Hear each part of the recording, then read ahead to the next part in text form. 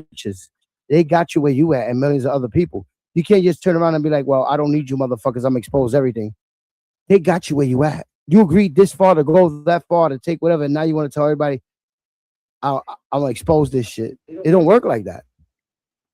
Yeah, bro, you seen what happened to Ye? The moment he started speaking against the Jews, which I don't even want to get you in trouble on your channel, but it's just one group of people. I say corporate America. Yeah. I mean, it's one group of people that, you know, if you speak against the Muslims, fine. You speak against the Christians, fine. You speak against the atheists, fine. I'm speaking about the machine. The machine is all of them. You know what I'm saying? But I'm saying there's one group of people you guys that don't forget to hit that like, subscribe, hit that notification he bell. Lost, bro, like I think it was close to $1 billion the moment he said something. And if you in New York, you see it, bro. Anybody, they all threw shit at him. His own fans treated him like shit once he got open. Classy. How are you? Like he opened up to his fans, and if your fans, you're supposed to embrace that. He's putting you onto something. They all turned against him because they're all blinded into this new world. Exactly. I agree 100%. If people would rather have you lie to them all day than tell them the truth, because right away they turn around and as, oh, you hate me. Like, bro, all day you've been walking around with a booger in your eye. I ain't got no booger in my eye. You hating, nigga. Shut the fuck up. Exactly. Talk to these bitches. Exactly. It's that moral. Instead of being like, oh, that's an actual friend telling you, yo, you stink. You should take a shower. I don't stink. You a hater. They'd rather people tell them lies. You smell great, man. I don't know what he's talking about. The man smells like shit. He's trolling. Yep. And that's the ego. Social media teaches men and women all the biggest ego. Like all the women, they all think they're supermodels. They might be fat and ugly. You know, they don't know that all these religions is about us helping others. Yeah, not ourselves. And that's why if you think of yourself, you don't go nowhere with it. And if you're supposed to be there and upbring or help others, it's like you're sacrificing yourself for others. So if the one that gave his life for everybody is gangster, because now all you motherfuckers is not giving your life for the next man. Exactly. And the thing is, I've been to a church before too, even though I'm Muslim. And it's like, bro, it's not you got to read the scripture, bro. You got to go look to the sky and pray to God. Pray to the one, whoever created you. Go pray to them. Get off the phone. Go pray to the whoever created you. People nowadays, if you talk about religion in the street, especially, they look like they want to fuck people up. It's triggering them now. Shut up. We don't want to hear this shit. It could be any religion. People are triggered. Oh, I get, bro. You get on some of these lives.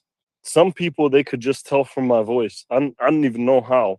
Everybody wants to be the bad guy. Nobody wants to be the good guy. You get what I'm saying? Because they got this word, the good guy finishes last. So everybody's trying to be the most toughest and the most demonic because they feel like that's a tough look, the macho look, whatever it is, instead of the embracing, uplifting. And it's not just holding someone down. It's holding literally someone down. Lifting up someone's character is not hard. It's easy to fucking disrespect somebody. How hard is it to compliment somebody?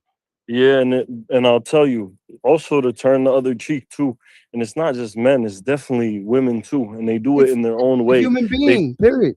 I seen them. I joined a live the other day.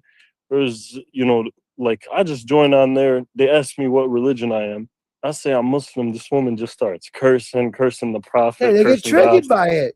And I just looked at her. I'm like, okay, now you understand how I feel when I'm Latino, Puerto Rican, and they start calling me Mexican or black and start wanting to say the N-word and derogatory shit.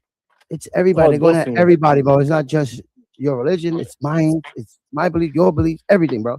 They want us not to believe nothing. I got into an Uber the other day. You know what I mean? And the guy, he asked me, oh, where are you from? Like, oh, I'm from Palestine. He's like, oh, you're Muslim? I'm like, yeah. He's like, you know the thing about 9/11? I'm like, bro, what the hell?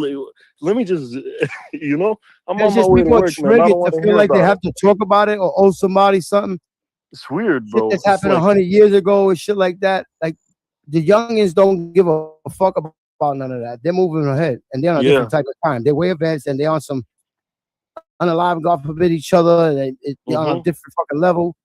But and that's now why they I all say to believe get that they're on knowledge, demon bro. time. You know what I mean? The youngins. I'm not talking about older people that the community and but that's a youngin word, and that's what time they on when they go on live and Morning, Amy. Yeah. pull up and on a live and all this shit, and then show people what their crimes and everything. The internet is fucking up the weaker mind that doesn't have somebody there to teach them right, which is That's right. That's a bigger mass because this country, I feel like, spends money on breaking up families. Yeah, and one thing, there's two things that I feel like I know they prevent people, right? So it's one is I think one of the biggest weapons you could have is knowledge, right? Is just keep seeking knowledge. And the thing that holds you back the most that all this social media promotes is ego. It's just the ego. It's just complete pride. Literally, they call it Pride Month. You know what I mean? You know, I'm a celebrity now because I'm fucking streaming here. No, I'm not. I'm not a fucking celebrity. And I promise you, shout out to everybody in the chat. What up, Ish? The dumbest person is gonna be the one that is prideful. The one that is prideful that thinks he knows everything. The most humble. Because that man knows nothing. And that's where I gotta get better on like it's like saying, will you go for loyalty or royalty? Loyalty. Loyalty. Who cares about bro? We all gonna return to the dirt, man. Quality or quantity?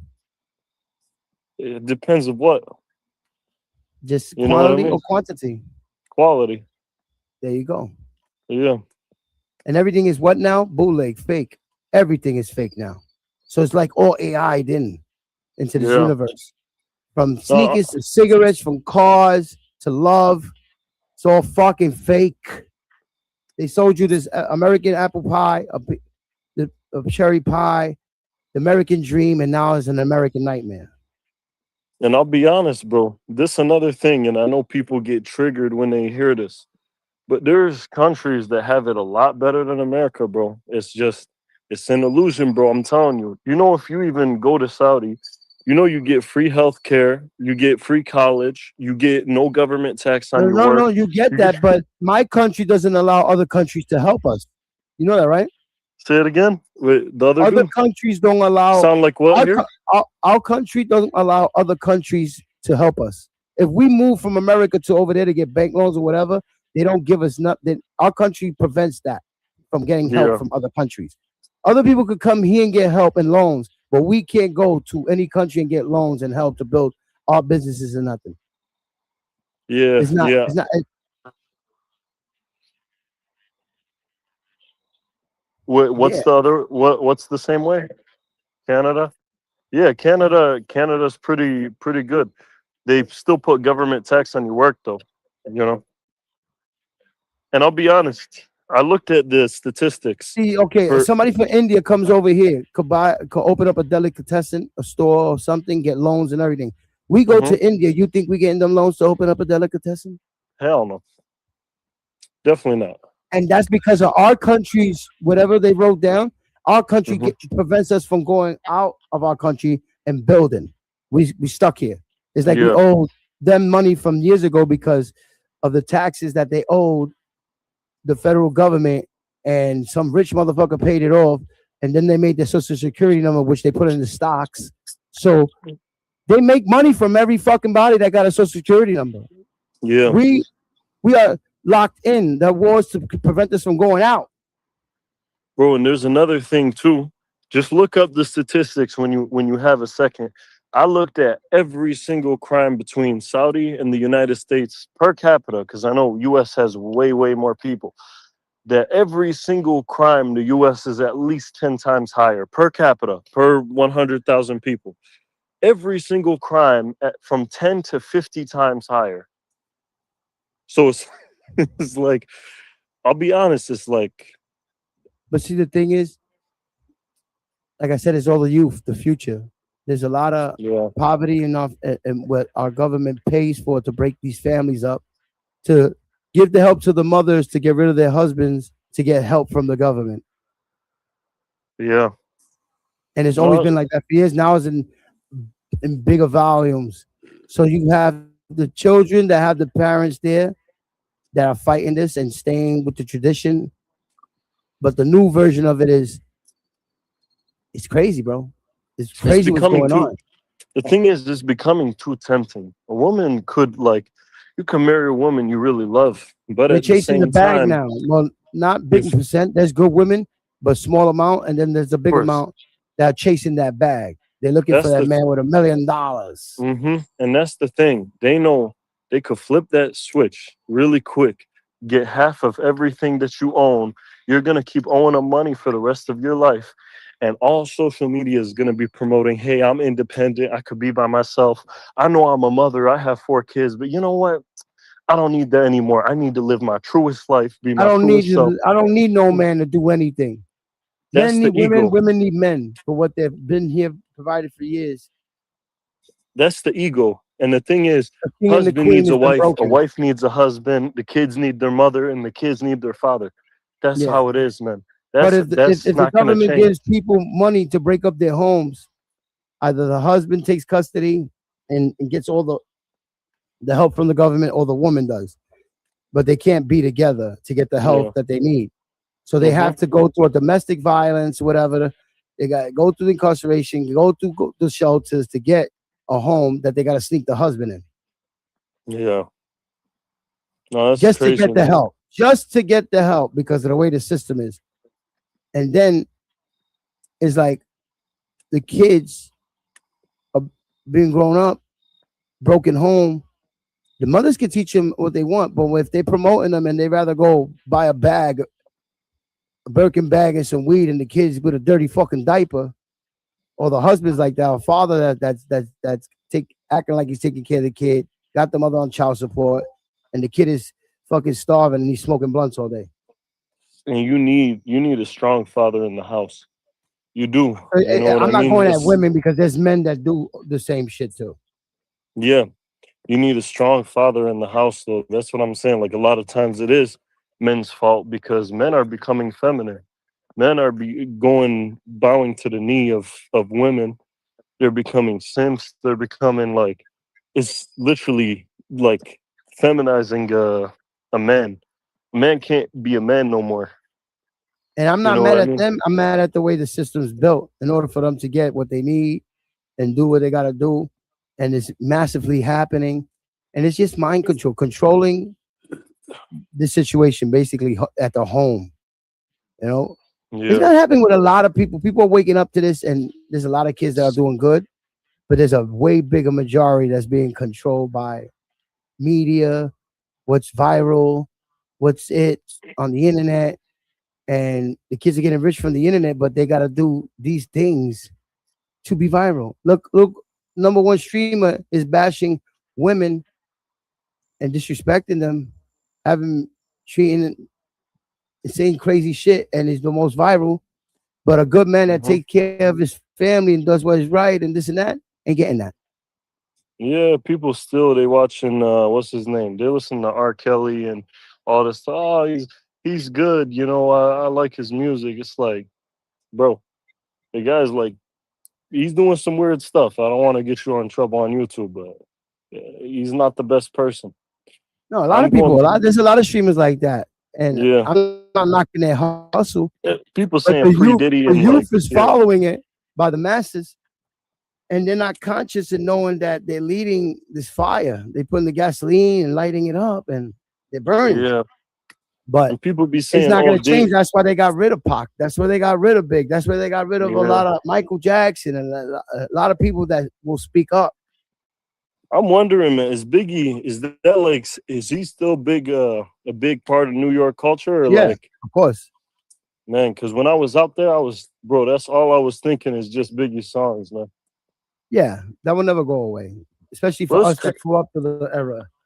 yeah, this is crazy. Pac was also too. That's the craziest thing. But he became like the probably the most iconic West Coast person that there ever was, really. Yup. Hold on 1 minute. I got a phone call. I'll be right back. And I'm going back in the crib, so you guys take it easy.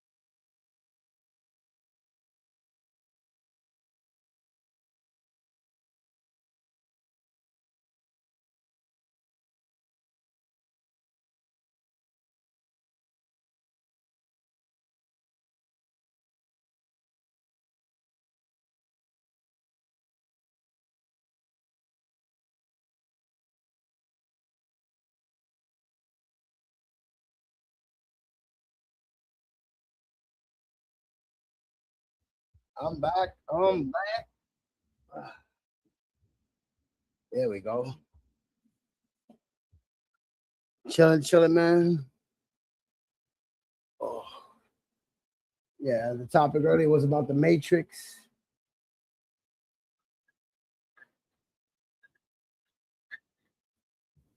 But it intertwines so people could get the message. Because, like, the answers are there, the puzzle's there. It's just nobody sees it. Well, people see it. Some people just avoid it.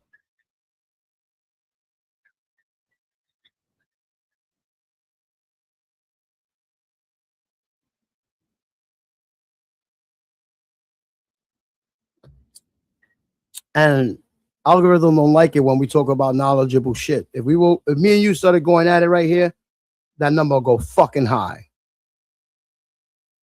That's how you know how this world works.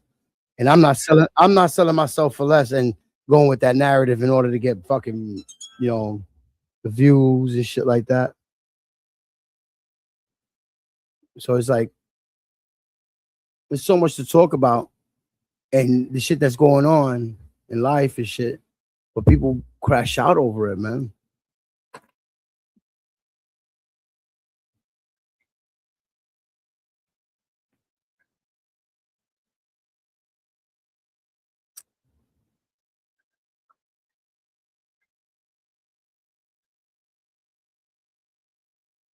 Yeah, and they don't know that this machine feeds off of that energy, bro. And they don't want people to be knowledgeable and want people to be on that same page or learning or seeing what's the bigger picture. The topics that we really want to talk about, it's always you're wrong. Like nobody's right. We're not trying to be. We're all talking about shit that makes sense in front of us.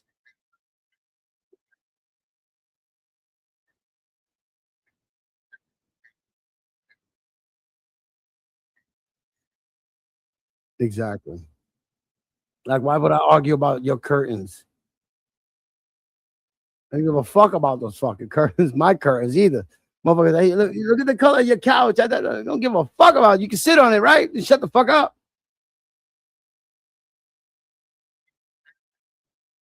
Yeah. So it's like the person that is ignorant to what's going on is the one. It's like good guys finish last, bad guys. We all could be that bad guy when you fuck with us. But what's the sense of crashing out over opinions? You like pizza with pepperoni. I like mine with mushroom. We're still cool with each other. It doesn't matter. We still, I don't like because you like fucking pepperoni. Fuck you. What the fuck? That's how this world is now. Worried about what somebody else thinks and this and that. I go to sleep good. I don't go to sleep with none of this shit. Once I turn this shit off, I'm back to life. Whoa, Alex, you cammed up. Fuck, there you go. Oh shit, you got that beard. You got that beard. If I came up, come on. Oh, I was just protecting. I didn't know if it was an accident. That's I know. Thank you for that. Thank you. I don't give a fuck. Look at it. Look, Camel. Look. He got the beard. He got the beard. Fresh cup of beer. You see that beard? That's not apple juice, right? You got the apple juice. That's what I'm saying. Anyway, like, whatever happened you owe me your life, Dick. Huh? Easy was gonna fuck you up, and I said, "Don't do it." A rebel without a cause. Look, Cam up. Cam? No, Cam. Pull me full screen. Full screen McQueen. Cam. Yeah, what the fuck are those Yodas and beer? I love it. Yo, you lucky. So what do we got? Alex, you lucky because Chrissy was gonna fuck you up. Oh my God, where is she? She's in the chat. King Kong Get is up in the here, back. baby. Why does she hate you and want me? That's the question. Hey, I'm going on 30 Why? years with this woman. She's been stalking me for 30 years. You think she wants you? 100%. She Bro, she don't let me follows me breathe. into She all the don't let me channels breathe. and Don't let me breathe for makes 5 me fucking tell minutes. her I love her. She don't She let me goes breathe for into 5 other minutes. panels I'm in. For example, Sykes. And she'll be like, Alex, you know you love me. And I'm in the chat like, no, I don't. And she makes me tell her I love her. Like, what's up with that? Because she stalks me. She's my minion. What do you mean, you, dick? I'm saying me. So, man, you're like that. And then, my boy, your wife is in love with me. She's done shitting out your minions. Whatever the fuck bro, you know? she stalks me. Alex loves King Kong. I don't know why he's fronting. There she is. There I told him he's lucky. You wanted to fuck him up. Hello, there she is. Canary. I'm saying your name right. Now I'm blushing. Now I'm blushing. Right, Prince. Right. I'm trying to say the name right. Vanguard. Hello, how are you? I'm blushing. If you don't know, that's my worst half. Mischief is on the panel today. His nickname is Mischief. It's not even Alex. He's just Mischief. Yeah, Mr. Mischief. Oh, Carney. I know Carney. Alex made the other guy. I remember from Summer's panel. You did Uber, Carney. Yeah, he's another like guitar playing, bike riding, awesome guy. Oh yeah, I remember him. That's crazy. I had dropped a link, Steven, if you wanted to react to it. All right, but I need you to come down here because I gotta go to the store. So you're gonna hold me down over here. Be careful, bro. Oh, get out the street from that and come over here on me. Quack. You're safe. You're safe because of me. She's coming down to host. Less than turn. They're gonna get fucked up. I'm just gonna go to the corner store. From the quacker. The quackeroni. Boom. We'll make quacky out of fun.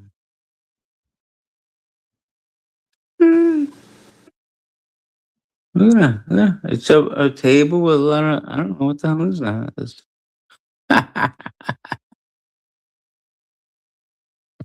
Hi, baby. Hi, Alex. Hi. Let me fix this for her.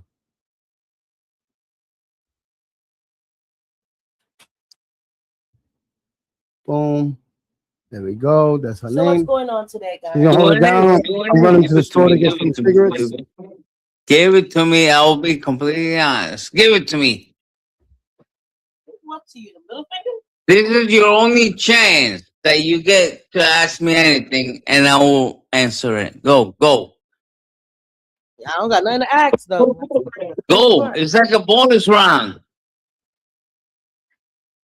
Yeah. Ask McQueen anything. Go. It will never happen again. King. Go. You got one question.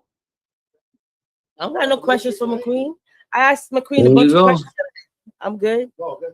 You okay? Alex, why do you love King Kong? I don't love King Kong. This is Brother Lion. You should have asked me a real question. Like Alex.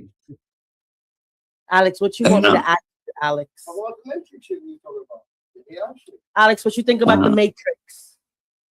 Do you think we live in the Matrix? This goes to both you and Vanguard. Vanguard. Do you think we live in the Matrix? Do you think your thoughts create your world? Because I do. Oh yeah, that's a good one, Crizzy. That's a good one. No, that's how it works. Chrissy and King and Vanguard, look up the Hermetic ways. Herme something blah blah blah blah. The craziest name on earth. The 7 Hermetic ways. If you could get in touch with that, I believe that's how it works. The what waves? Hermetic. Hermetic. HERMETIC. Hermetic ways. He was a philosopher like Plato and all those dudes, but he was out of control. And he made up like his own Bible. The Hermetic ways. The 7 laws of the universe.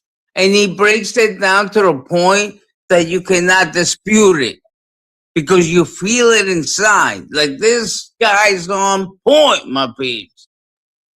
Oh yeah, vibration is 100% real.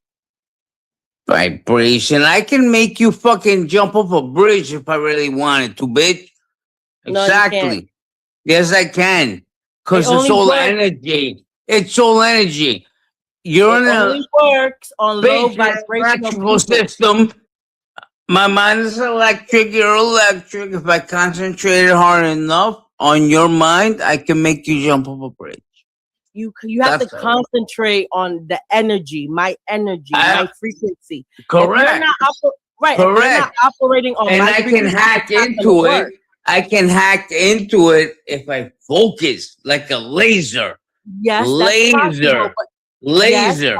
24/7, nothing comes out of my mind but you jumping off a bridge. And I can hack your mind and make you do it. And that's how it works, baby.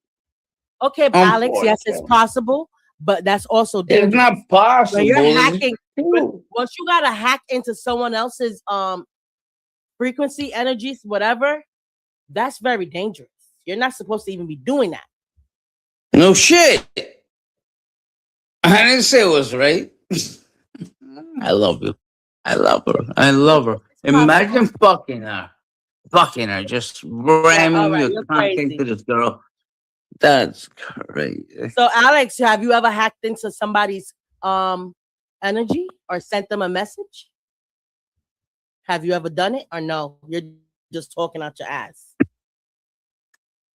There's a program called the GOLD program in the military. Telekinesis. Okay, but have you ever done it? Now I asked you a question. Have you ever done it? Have you ever sent a message to someone's energy? No, I never. You know why? Possibly. I think I have 1,000,000 times, but I can't prove it in a court of law because there's no proof of that. You get it? So yes, my answer is 100,000,000 times I fucking send energy and fuck shit up, but you nor I can prove it. But my crazy answer is yes. Yes, I have. Alex, yes, I have. I have told a person and they call me in the next 10 minutes and they're in Europe. I'm in New York. They're in Europe. I think of them. Ring, ring. Yeah, it's electrical signal and energy, bitch. And it depends how strong your surges of energy. Like maybe Tesla. They're hacking you. Okay, but maybe they're hacking you. Yes. I love you. Thank you. See? Look. Because I have sent people energy. Baby cakes. Because that is the opposite of the spectrum. Maybe they're hacking you. Maybe they're thinking of you. And you caught the signal. Okay? That's why you should be CIA. Hey, bitch. What about you, Vanguard? Stephen King should be Burger King like Fryman. He's just cool, awesome, the best dad. Chrissy is CIA.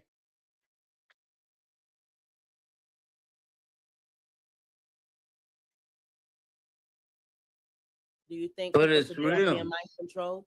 Do you think real? Do you think mind control is what's going on in this government today?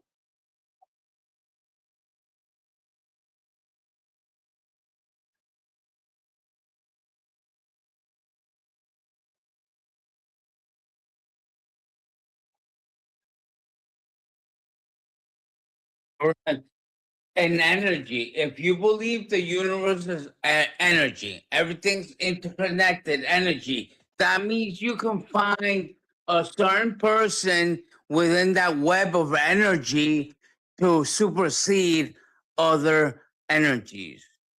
You understand? That's what the government is trying to find out. They know everything's energy. I can send a mind wave to someone in Germany and they'll get affected by it. If my energy is that strong and I concentrate on that one thing, it's called laser focus, concentrate. You understand? That is true. So the government's on some next level shit. Like, we need people that can close their eyes and concentrate about a target half around the world in real time. Okay? And that's what that's called, my friend. You know that they recently came out with some type of documentary that they do have people that can astral project, Alex. No shit. Did you hear what I just said, bitch? They can sit you in a chair and you can astral project anywhere on the planet. People can do that. And the government need to know who can do that. So that's what that COVID shit's about. That was a blood game to find DNA and bloodlines or special bloodlines that can do this. Because somebody's a descendant of Jesus Christ, right? If you believe in Jesus Christ and he had a baby and the Romans and Hitler, somebody's a descendant of all these cycles. Think about that. So, and then you believe in aliens, the Greys, the Anunnakis. Okay, so now if I was the government, I would say, listen, we need a way to test everybody on the planet for their blood so we can trace their bloodline. Because you don't think there might be some loser in Long Island like Bruno that is actually Jesus Christ's descendant. Let me talk. Alex, you don't think they already do that? When everybody was born, they all had to take blood tests. That was what COVID was about, bitch. All right, so when everybody was born, they need to find out who is who, what bloodline is what. Come on. Family tree. We came from somewhere. Adam and Eve. If Adam and Eve is real, a lot of us are Adam's fucking descendants, my peeps. If Jesus Christ was a real person, the Roman Empire, Achilles, all these monsters, Napoleon, and they fucked fucking Christopher Columbus. I could be Christopher Columbus' great grandkid. You understand that shit, bitch? So that's why the government's losing their minds. Like, we need to know, baby, because this is getting deep in the game. We have, we got people in Queens, New York that could be Christopher Columbus's great grandchild. And that's special. And we need to know that. Okay? So COVID was what COVID was about. My babes. Yeah. You dumb bitch. Yeah. They need to find out who's who. What about clones, Alex? You believe in clones? You believe that there are clones out there running around? No. No? Nope.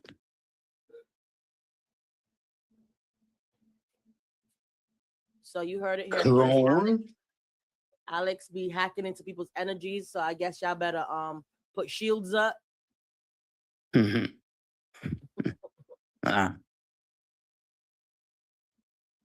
Well, what else is there to do in life, bitch, but hack into other energies? That is the name of the game. When I meet people, I just want to hack and feel their energy. I can feel it, whether they're a loser or not, right off the bat. As soon as I look into their eyes, I can see their whole life story. That's weird. So I'm not a fan of humans. Let me tell you. I'm gonna say it right now. I can be around. I can sit on the podium with the gold medal and have a whole stadium sucking my cock, but you know, and I don't want to be around humans. If I must, I must. Is what I'm saying. I feel their pain. I see their sorrow. I see their bullshit, whether they have money or not. Whether they, whatever they have, I can just feel their bullshit pain. So, if I must, my peace. But it's up to me. I flood the whole planet. The whole planet. Tidal wave. By Earth. If it was up to me. If I was the head honcho upstairs, I would say, let's just get a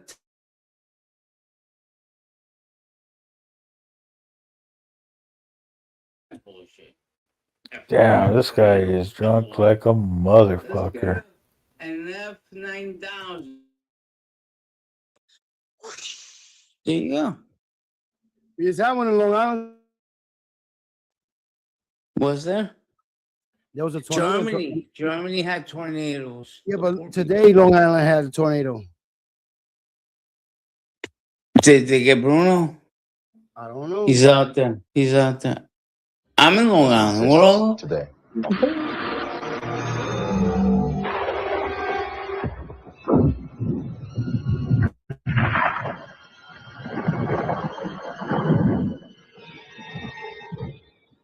Welcome to the desert of the real. We have only bits and pieces of information, but what we know for certain is that at some point in the earth,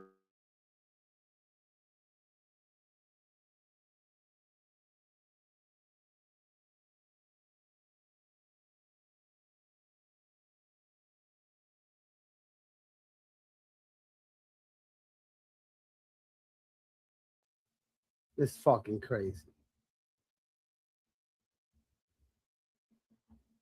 Let it ride, my man. Morpheus is preaching. He has told him we gave birth to AI. And this was 30 years ago?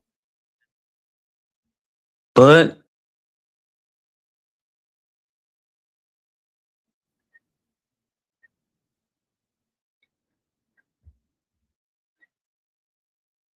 30 years. Event. What I said, we're in the Matrix, man. We've had AI technology since 30 years ago. They've been brainwashing you from the Egyptian shit. You know how they said the god of Thor or lightning or all this bullshit? The full moon supposedly goes full and it represents the eye of Horus because his brother cut his eye out. It's almost like the Bible all over again when Cain killed Abel. So if you go back to the Egyptian shit, you're going to find that the eye of Horus, that all that bullshit, the eye of Horus, his brother flipped on him, cut his eye out, and supposedly Isis or Osiris, I don't know if it was his mom or his girl, went on a rampage to find him. So supposedly to the Egyptian scriptures, the reason we see the moon get full and unfull every 30 days is because it represents that. Sa'at. All these Egyptian gods. That's what they're telling us. Yep. So what happens? I swear to God, that's what they believed in. So when the moon is a little fingernail, it means that his brother just killed it and stabbed him in the eye or some shit. And some dumb bitch were like, when finding his body parts across the universe and put them together, and then his eye rejuvenated. So that's what the moon means in the Egyptians' eyeballs. That it took a month for the eye come back. But and when you see the full that's why moon, earlier we had a conversation with this. you think I That can do my I've homework? seen the moon in the nighttime and I've seen the moon in the daytime. So we got I'm two moons, telling or you, is that a but you're not reflection? listening, my man. You're hearing, but you're not listening. I'm hearing you. That's why Oh, I'm bringing you're it up. listening. I wanted your So the reiteration on why we see two moons. Egyptians, the Egyptians drew birds on pyramids. Anyway, you king, it's over, bro. Relax. Did you see recently Relax, that under the relax, pyramids baby. Just relax. they found cities?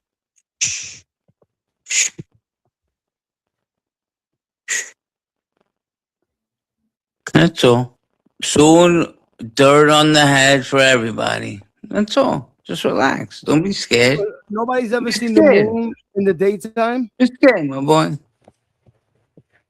Be scared. You seen can't the be moon in the scared. You gotta nighttime and in the welcome Papa. daytime. Like, I'm going home, Papa.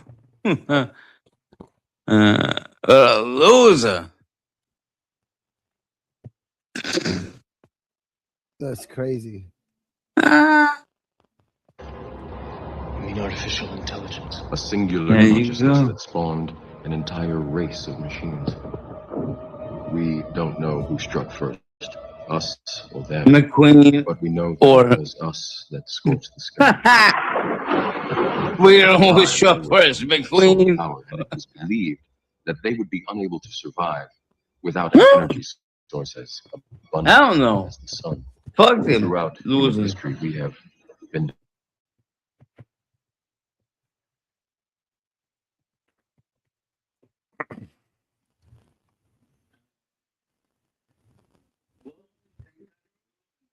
All this shit Okay. that's going on, bro. Thank God I'm the one. So relax with the fate and the machine shit. Cause I want to take care of business, my man.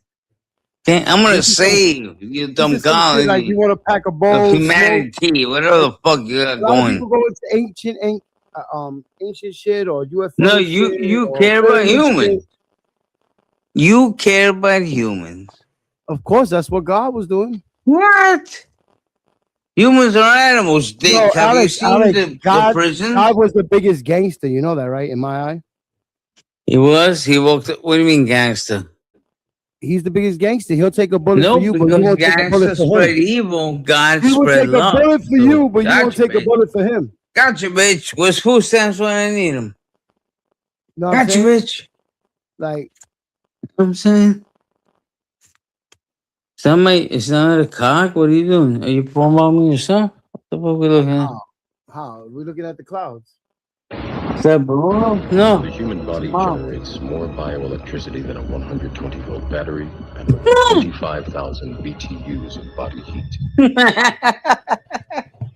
Bro. Combined with a form of fusion, the machines had found all the energy they could ever. Exactly. Bunch of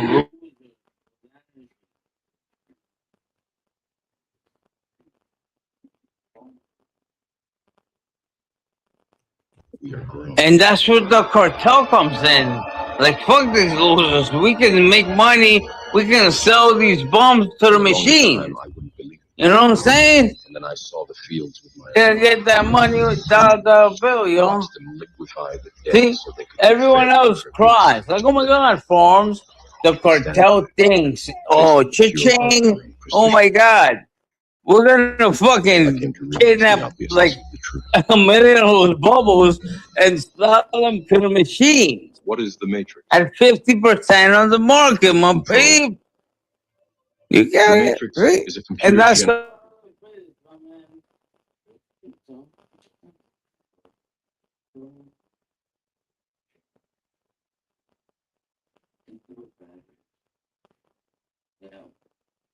wow. That's scary. No, that's scary, Dick. Honestly. Yeah. But we gotta make sense of this shit sometimes, bro. We gotta But it seems that way, Dick. They're using us, right, as batteries in whatever shape or form to work, pay taxes. We're just like, right? Like just batteries. That is fucking crazy. Work, my man. I'm saying, man, like And it all makes sense. This is Ron the Howard Percocet. Shut up, Chrissy. At least I can hit the link, my boy. Anybody hit the link with See, y'all feel Chrissy about the this Wolf's topic? a pussy. And a blue chew. Oh shit. He said, and a honey pack. Pussy. Carney. Anybody want to talk about this? I can switch it up. I just think that it has a lot to do with YouTube, all these other sites, Facebook, Meta, Google, everything that you use on your phone that knows what you're looking for. And then when you're looking for actually something, you can't find it. Yeah, well, that's crazy. Like this And time then you look for it's something, like right? That you've seen training, before, and you right? won't find Like, it. don't do this. But when you're not don't do looking that. for it, it's there in your fucking face. Because they can read your mind. And that's the bad part. You want that not to read your mind. So you got to figure out a way that they can't read your Well, mind. but if your mind's good, who cares? Let them read it. That's my point. So when you being smart to this computer shit, it won't fuck with you. But when you're a fucking idiot, it's going to feed off you. It's gonna. I mean, it's a tracking machine now. Yeah. It tracks everything that you're doing, tracks where you're going. I mean, why do you think every time you're talking about something, you sit there and start scrolling on your Facebook or something, all of a sudden it pops up? It's like, what? Why is this popping up all of a sudden? Yeah, that's weird, bro. It's because everything's listening. I mean, yeah, but that's weird. That is weird. Like, we're not that special, right? For them to listen to us. That's like some senator the whole shit. thing with AI. AI's but there I to say a record word, everything. and then I see it in my feed the next day. I'm like, what? Well, ever since they switched from analog, when they switched from analog, that's when the party started. From analog to digital? Oh, yeah. That's when the party See, started. I don't mind the flock cameras. All right? Fucking it's the same take thing. pictures of plates It's and the make sure same everyone's thing. safe. But when I say a word to my... No, it's not. No, Yeah, it's it not. is. It's No, it's still, not. it's a They- tracking device. It's the same So thing. what? But it's just a different. It's low not end your setup. words and like you The first Through in a your third mouth. through a Like, third party. That's It's all an it is. You know outside what the tracking first one that started device. that shit? AOL So, started. you know, AOL started it no. all. But when you say something in your phone, like pineapple, and the next day in your feed, it's just so pineapple. Like, that's Yeah. weird. When you're hungry, there's all food shit popping up. I mean, something's listening. The worst is when you wake up in the morning and And go it's to a not like I have timeline. a fucking $10 million You go to phone. a timeline And like it's, you know, on so a if they're post, tracking a it's little almost old a lot of and negative moi, shit they try to wake us up with. and you and Carney, wow. And because everything is so Bluetooth device, bouncing everything, signal bounces off a signal, bounces off a signal. Anybody that knows radio waves will tell you. Eventually you're going to intercept. Think that they have people driving around in cars and Bluetoothing whoever they can. Kind of like Like the FCC with their Intel. vans trying to go after CBers and stuff like that. Yeah, there is. Wi-Fi also. 5G. And now that they don't even have to track you with the vans and all that, they just put up towers. Now they got the chips in the fucking ID cards. Yep. Cell phone, instead of putting, everybody's worried about them putting chips in. But unless you're Jason Bourne or or 007, why would you care? Right? Why would you care? Who cares? It's actually good. Like, oh my God, the army knows where I live. So if anything happens, when you they'll pull notice up it's fucked up when they make everybody get a phone every year, updating a phone every year to some new updated shit that's in the phone that the other phones already got. They just add something. Why are they doing that? Yeah, kind of like when computers and laptops, when they used to go up, they would say obsolete within 10 years. They weren't just obsolete. They just wanted you to upgrade. They all got expires. Yep. Exactly. Like when your cable bill is due, they'll start slowing your service down a week before. No, they weaken everything. Yeah. but they still keep it on because they still want to. They do that on purpose. They do that. Like, oh no. So you have to pay. They willing to start smacking it in your hand. Like, yo, bro, you gotta pay the bill, my man. No, but check this out. They'd rather give you I love it. I honestly love it. So bad. Check this out. I love it. I love it, man. In a couple of years, we're gonna have free. We're gonna have free Wi-Fi. It works. It works, bro. You want YouTube? They'd rather get all the info and the data from every human for free, man. So they're gonna make internet Wi-Fi for free for everybody, so they could get all your data for free. No, they're not. Yes, they feed off for every human being's data. What are you fucking crazy? Why do you think they build these databases? So they're even giving free programs for free internet right now for people. They're gonna make it free. Why do you think they give cell phones for free? Because they track you through the shit. They track everything you do through this shit. It's feeding the main brain to this shit. Their sources, their datas. So they'll, in a couple of years, Wi-Fi is gonna be free for everybody. There's gonna be a satellite that's gonna give everybody fucking Wi-Fi for free because they're gonna feed off of everybody's data. And that's probably why I have my background scenery and stuff like that on my show the way I have it, because the way, computerized and the internet, everything, just technology built up. I mean, I'm 52 years old, so watching from, going up and having to change the TV channel. You're a dinosaur? Sitting there and changing the channel for, my grandpa, to watching, wow, they have these extra channels on this box, so. I hope I make it to 52, honestly. I pray. How do you do it? How'd you make it? Why do you think when I tell people in the next 20 years it's not going to be nothing but electric cars? This is a legend. Yeah. People, we're already active at Alex, cars. remember the other day I was telling you that they're destroying good cars that you could fix yourself. So you could get these cars that have to be updated by computer chips in the dealership to get fixed. Soon as you can't even change your own tire, that you gotta get service. That's right. That's right. They made these cars to break now. Yeah, bro. And companies, but you don't have a car, so why do you care? You take the boat. The old cars, like I said, Trans Ams, the old Cadillacs, and everything. They're buying lots of those shits that run good and crushing them. So you don't fucking be able to have cars that you can fix yourself, so they can make the money. They're changing the mentality and the whole planet. They're forcing people to change. Isn't that crazy? Like, we get it. You have a 68 Mustang, but now there's a federal regulation that says you have to have this car, like that Mustang is getting towed and crushed. Like they're making they already do that to trucks. They make any diesel vehicle nowadays. You have to have the blue def in it. So it's the same thing. Don't make them change. So major corporations are going to buy lots full of cars that are good to fix. And you can fix yourself to crush them on purpose. Destroying cars that we call classics. So if you don't get them now, when you see them out there and buy them, in the next 20 years, you ain't going to find none of them no more because they're all crushed. Yep. They're crushing them by the lot full.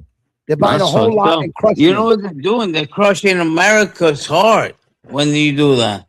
They're trying to rebuild a new world order. Remember? That's not a lie. The new world order shit. When I was at the salvage yard. You understand? Remember, you know how you have a credit card now and it's got a little chip in it and you tap it on a screen and boop, and that's it. Yo, you can just tap your phone now. Your phone, correct. That is training for the next step. They're gonna say put a chip in your hand. You don't even have to pull out your wallet or your phone or nothing.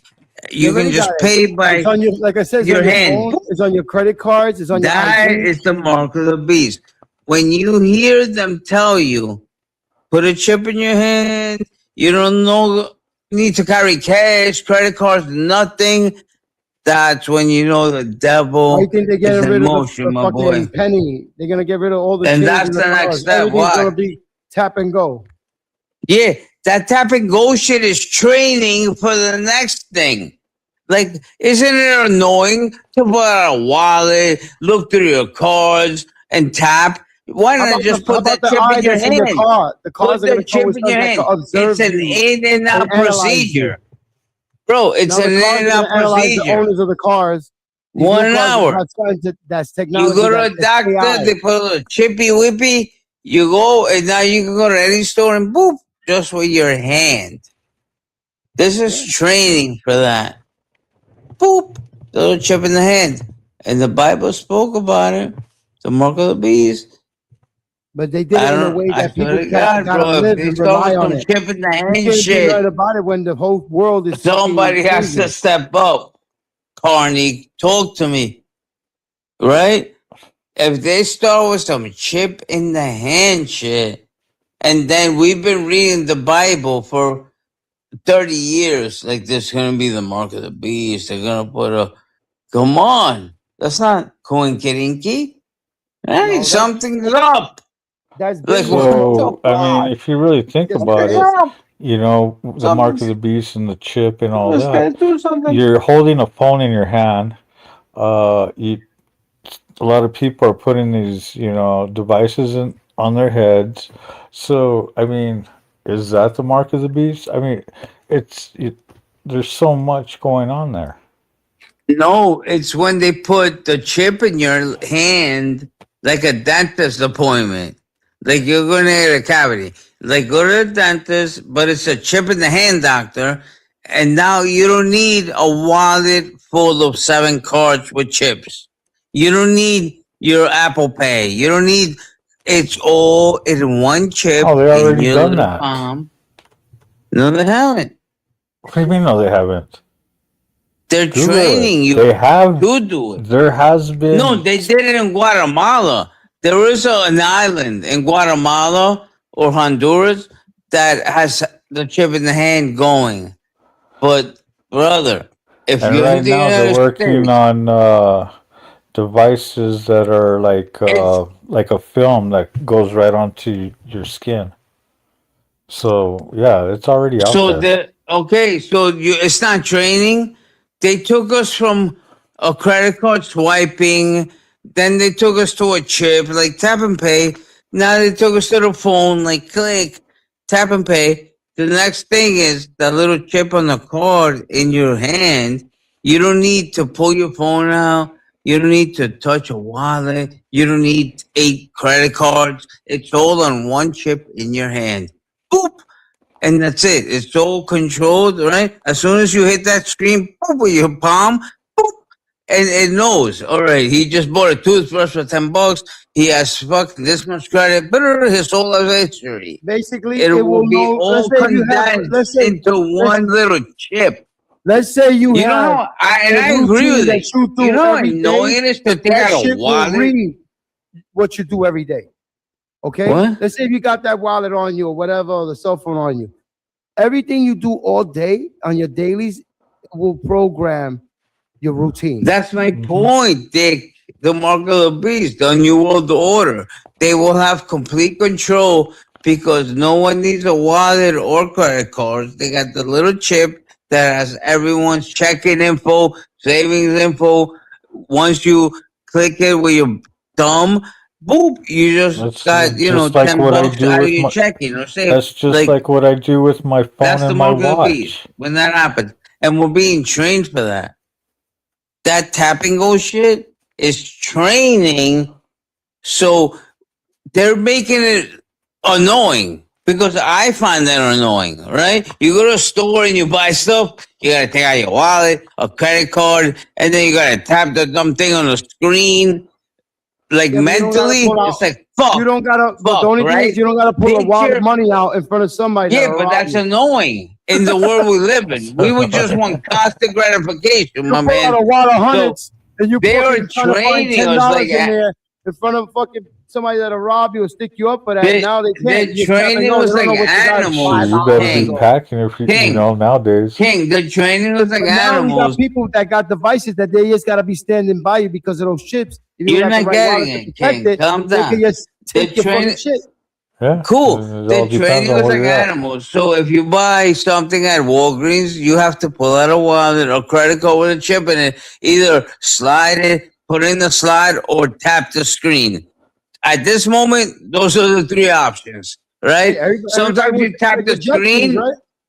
Hold on, bro. Sometimes you tap the screen and it doesn't even work. So then you gotta put in the slide. You gotta put your pin in, right? All that bullshit is training for the New World Order. They're gonna put that chip in your hand, between your thumb and your index finger, Yeah. and you don't no longer have to do nothing. Boop! You just tap your hands on a screen.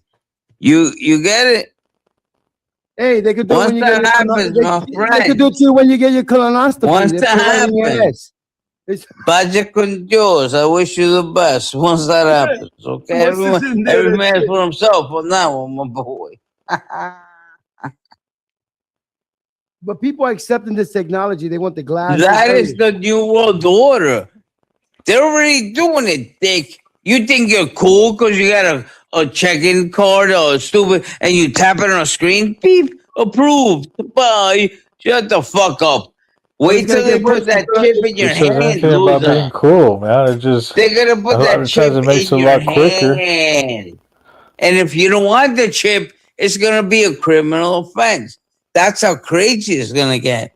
Like, I think somebody why already don't you did it. want the chip? Somebody Yeah, And like there this is is somebody where it that gets already gets the heavy. chip. I think somebody Hold already on. did it. There's a video out there that they put the chip in their hand, like they Okay. implanted in it, and And then it's gonna get heavy. They're gonna flip it as if you don't take the chip, you're a criminal. And that's where the Bible and all that shit comes into place. You understand? The mark of the beast. But That you're shit forced is to real. use this I don't know technology, who wrote Alex. the Bible, my peeps, but they foresaw something. This is how you know shit's fucked I up. There's don't know. places that It's like don't almost take an paper. alien went back in time and told them, There's like, places yo, that this is don't gonna take happen. paper money that you Like, have to have a card. what? The mark of the beast? It's That's already crazy. happening. There's a lot of stores and places that you have to have a card. They don't take paper money. I told you, and it's getting worse. Dick. It's gonna get worse. Exactly. So what the fuck is happening? The mark of the beast is happening. It's almost like that book. I'm not gonna make fun of God, but it's almost like it's real, right? The end of times, the mark of the beast.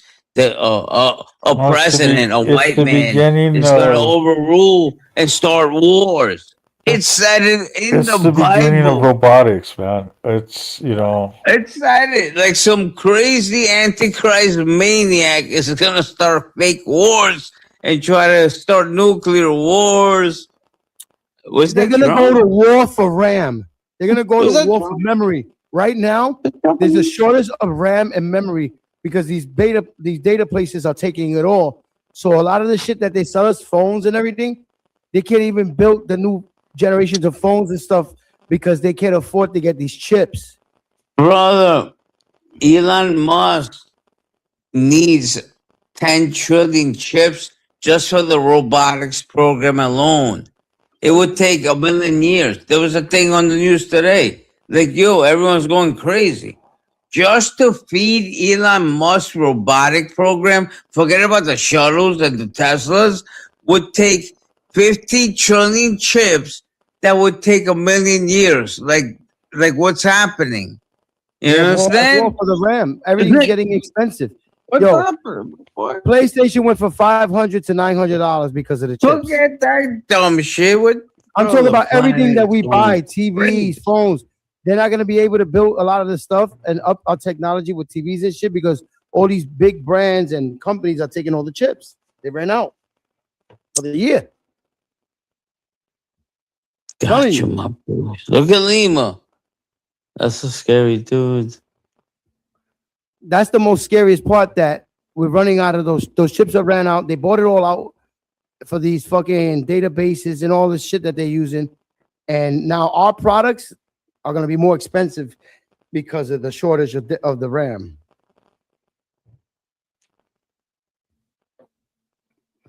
That's the problem.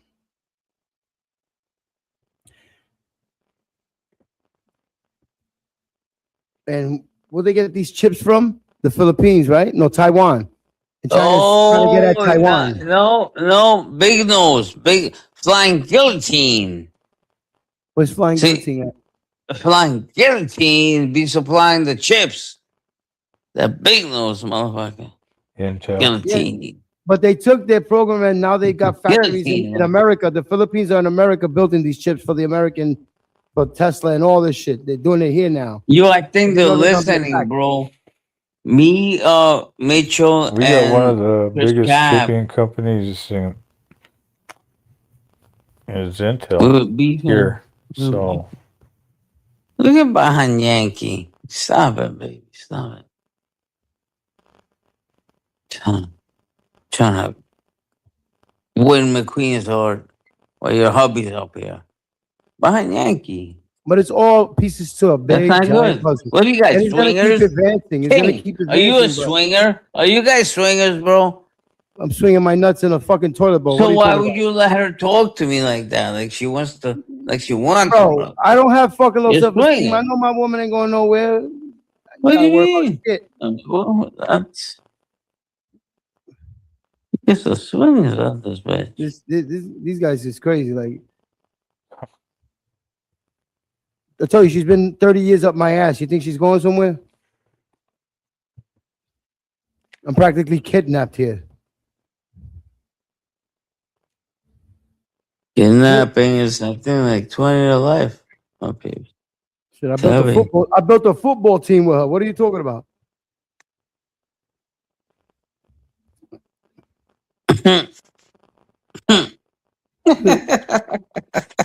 I haven't took a break since my first daughter was born with her.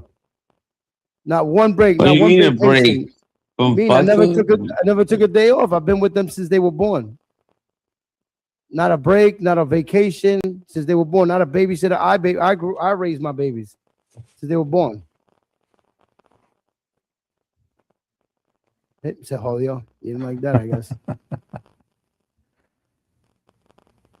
My kids are my boss. My wife is my boss. They bust my balls. Yep. That's how the world works, guys. You want to have a happy life. Be like, oh, your wife lets you stream, let you play games? Yeah, because I'm trapped. I can't go nowhere. What the fuck? She's the boss. This is my time. Oh, shit. But, yeah, it's a sign of the times. It's just like old movies. A lot of people don't like to watch old movies. They want to know what's the new. The old movies have all the pieces to the puzzle. If you watch what they're saying, it's like they were getting you ready for all this shit right now. Oh, yeah. I mean, I've been ready for this. I've been watching it. I mean, I've been streaming. God. Wait till they now get to that I came back since 21, but before they shut me down on all my social media and all that. You know what's crazy? I've been shadow banned for years. Oh, I wasn't shadow banned. No, I've been shadow banned before fucking Kanye. Oh. Yeah. Like when you start talking about shit like this, they don't put you up there. So there was a lot of patriot groups that got shut down during the Biden administration.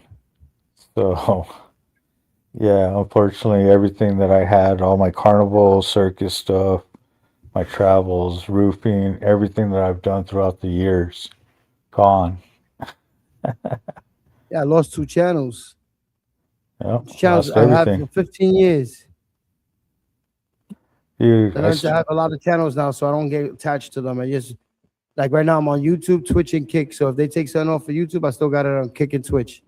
Well, I started off on MySpace and YouTube, and back in the day, Yahoo fucking forums and chats. So, and then I used to game back in the day too. So it was like always sitting there and doing the internet thing. And then doing motor blogs. This shit started with AOL and dial-up. Oh, yeah. Everybody was hooked on that shit. Everybody's hooked on that shit like it was crack. Uh-huh. Then MySpace. Oh, dial-up.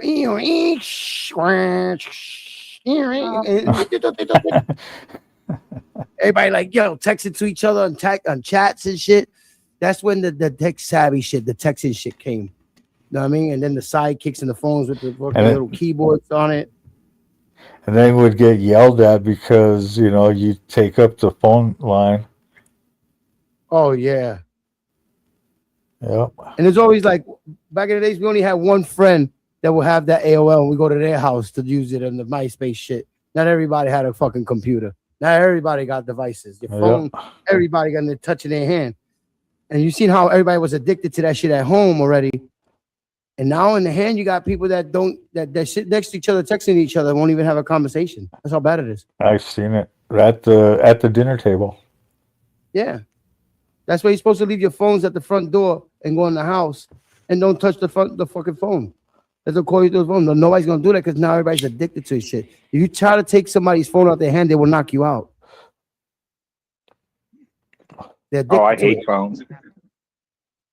Yeah, I only use it when I go Honestly, to the shit. If I could get away with it, I'd go find me an old Nokia 3100 or an old flip phone, and I'd be happy with it.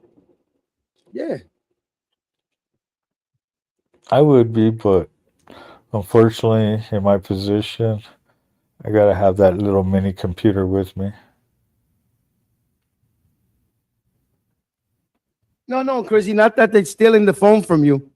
Let's say it's a family member just taking the phone from you so you could chill and talk. Now people just start swinging for their phone. Like, people cry for their phones and crash out because their social media is everything. People think they're celebrities now. I'm a model. I'm a this. I'm a that because whatever. The fucking Instagram shit's going on. Fucking 10,000 followers on TikTok. Yeah. When maybe like 9,000. You don't know me. I'm known. Yeah. Yeah. For me, it's not even the social media. I swear, everybody with a cell phone thinks Come on, but you think you something, son. You think you're a superstar. I ain't no fucking celebrity. I'm an average Joe that eats pizza and drink Coca-Cola. Average Joe. Yeah, I should make my account Average Joe. Average Joe. Everybody wants to be a chief, but nobody want to be an Indian. Hey, I try to be an average Joe. Oh, yeah. All right, man. So it's not my fault that I'm the hottest guy up here, but I can teach you how to get girls. You understand me? I can teach you. I got too many of them. No, I know. I can feel it. You guys need women. I can teach you how to do it. I look at a woman's eyes and they're exactly how they think, baby. That's why I look at women in their eyes. They get pregnant. Yeah. Pregnant. I've had abortions galore. You know, I'm deep in the game. I'm a general. I've had girls, friends come up to me like, you know, she was pregnant and got an abortion. I'm like, no, I did not. Shut the fuck up. You ain't living till you had a home record. Baby. Papito. That's somebody really trying to fucking mess up your life. You got going all nice and happy. You want pussy? You stay by my side. Yeah? You want to die a fucking virgin loser holding a sky? The worst is now going to a date. If you go to a date, do what right, you want to do. And you going on a date with this girl, and she's on her phone through the whole date. Is that a fucking date? No. It's not a date until you come in her face, brother. How you gonna do that when she's stuck on her phone, eating your food and leaving? That's what I'm saying. That's not a date. You take her out to dinner. You go back to your place. You fuck. You come in her face. That's a date. That's what's happening in this generation now. Anything besides that's not a thing. Anything besides that means you got played. Like the bitch played you and used you for. You gotta have $1 million in the bank to even get their fucking attention. Unless she's in Hoy's Point. Use you for steak. If you don't come on her face, it means nothing. It wasn't a date. It was a bitch from hell. Yeah. I went through that You once. do not take a girl out to dinner, buy her bottles of wine, take her dancing, grab her ass, make out with her all night, take her home, and don't fuck her. You understand? That's a witch. If you take a girl out to dinner in Manhattan, right? Oh my God, I'm gonna turn Christine out this bitch. You go to Manhattan, you go to dinner, you go to South Street Seaport, to a club, you dance the salsa all night, all hot. You're sweating all over each other like animals. You grab her ass, you're making out. Everyone's like looking at you like, oh my God, that bitch is hot. This is my childhood. Listen up. Then you go back to your parking spot that you got lucky, that you don't have to pay $90 because you find a parking spot. You got lucky, right? And then you go back in your BMW, you drive home. And now you're fucking. Sounds like he went to the Copacabana and parked his car on 11th Avenue. No, now. And then they fall in love with you. You wake up the next day and they're like, oh my God, I love you. Yeah. No, see what I told them when I used to be single? Listen, you don't love me, anyone in New York, if you want a girl to fall in love with you, you take her to dinner in Midtown Manhattan, Times Square. Show them the lights. They're like little kids. Like, oh my God, look at that. What? Right, show them the lights. Give them a little teriyaki dinner. Possibly a Broadway show, depending on how hot she is. Then you go to South Street Seaport. They have clubs overlooking the water of dancing. Sequoia. Yeah, it's amazing. You go in the club. The bitch is wrecked by this point. You already shoved 3 bottles of wine up her ass. You're dancing. She's fucking sucking your dick on the dance floor. You go back. You drive through Manhattan, which makes you look even cooler. Like, oh my God, this guy can drive through Manhattan to Queens. Like, he's the king. Like, you know, they're like morons. Once they see you on the FDR fucking flying, they're already coming. Like, oh my God, this guy can drive on the FDR. Okay, listen, I'll teach you the ways. You get home with this little bitch. You park the car. You get inside. You start banging her brains out. But let me tell you, get ready for the dumb bitch to wake up wanting bacon, egg, and cheese or a diner. You have to feed her the next day. All right? No, you can send her home. No. You have to feed her. Get the fuck out of here. No, King. You have to feed the bitch. No, actually, you order in. This is how you do it, King. You order in, right? Her pussy ain't good. She's got to hit the road, Jack. No, it's good. It's good. Or it wouldn't be worth all the fucking seaport shit. So you get back home. You order in breakfast for Uber. Now you're eating bacon and scrambled eggs and all that shit on your bed with this psycho, beautiful maniac, right? You got the TV on in front of you, the 75-incher, and you're watching comedy shows. Now she's laughing while she's naked eating bacon. Now you're out. You understand what I'm saying? Have you ever just been in bed and looked at a girl like, oh my God? No, thank you, sometimes I used to wake up and be like, oh my God, I gotta get rid of this bitch. Like, this is crazy. She's so hot, right? All you gotta do is get bacon. All you gotta do is get bacon and Netflix. And you're in there. Bro, oh, my baby. You gotta watch who you cuffing. They're not all meant to be cuffed. Then after they eat, you fuck them again. You take a nap, you fuck again, you fuck. Then you drive them home, and then you don't call them for a week, and they suck your dick. Like, why haven't you called me? If I'm single, I'm trying to get rid of her. I'm not trying to look for a relationship. You gotta get the fuck out of here. You're too comfortable. Then you got squatters' rights. It's tight, beautiful pussy. It's amazing. That's the thing. You getting caught up with that pussy, that shit could be possessed.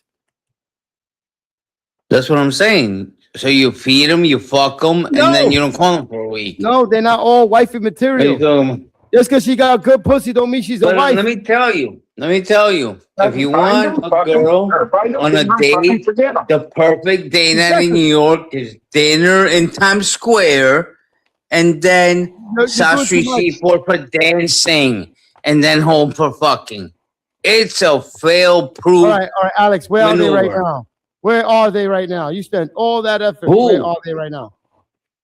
These bitches that you romancing and putting cuffs on. You're cuffing pussy. Not all pussy's meant for that. What? Like you fall in love with the good Michael Bruno in the building, my peeps. He called you a loser, Steven. See, Listen, Steven is a pussy. I was knocking them out and sending them away. Fuck that shit. Because not all of them are sane, bro. Next you know, you got an insane chick that's fatal attraction shit. That's why you only have no pussy at all. Because Chrissy sleeps in the basement. She doesn't fuck you. All right, sure. Yeah, okay. That's why. It's okay. Yeah, If you took Chrissy to Sachi Seaport for dinner, and a 3 Max like movie and some dancing, maybe she would fuck you. They love it. It's the other way around. Yeah. I heard it's so good that I get dinner You warm. want pussy? If you're pick up a girl in New York, let me tell you the perfect date. Times Square, 3D Max movie. I have a wife for almost 30 years. Sachi Seaport, for Alex a little looking at the board in the water, and then the club Sequoia dancing. By the end of Sequoia, they just want your cock in their mouth. Now they're in your Porsche. Check this out. Now they're in your Porsche while you're driving home, and they're coming. They can't wait to get into your bedroom. Drive, I want to have a chauffeur with 32 So beats you don't know me around. Okay. Bruno, get up in school, Susan. Listen.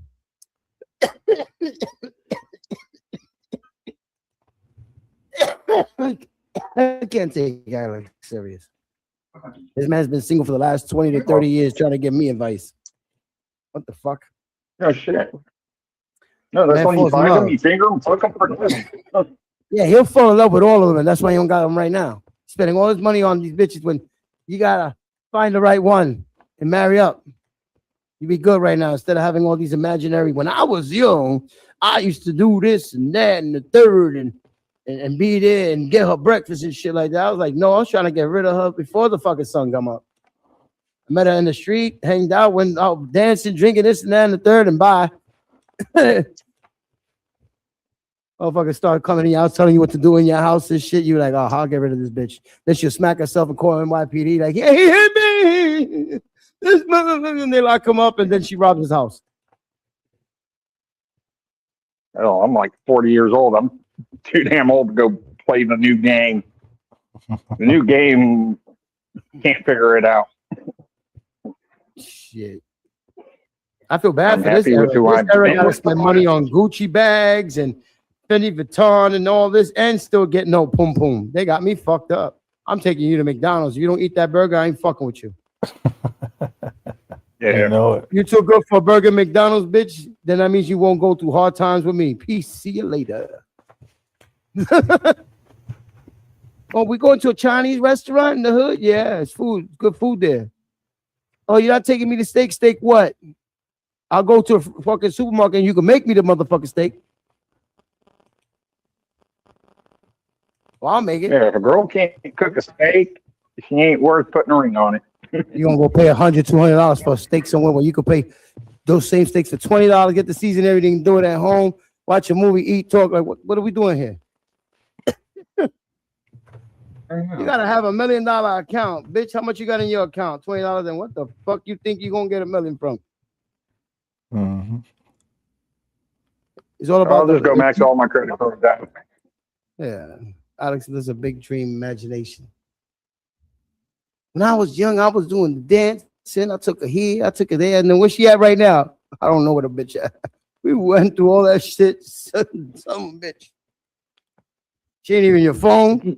I'm gonna make that much effort for a chick. Better be the one I want to marry. Yeah. I mean, if you're going that route, but if you're just doing the one night stand thing, what's the point of making her breakfast? Your wife in this bitch? Sorry. Go home before the sun comes up. I'll pay for the cab. Bye. I don't got to deal with you. Because I've had many times that chicks try to tell me what to do in my house. Oh, that's my dick now. You can't this and that and the third. I'm like, oh, this bitch is crazy. That ain't happening here, that's for sure.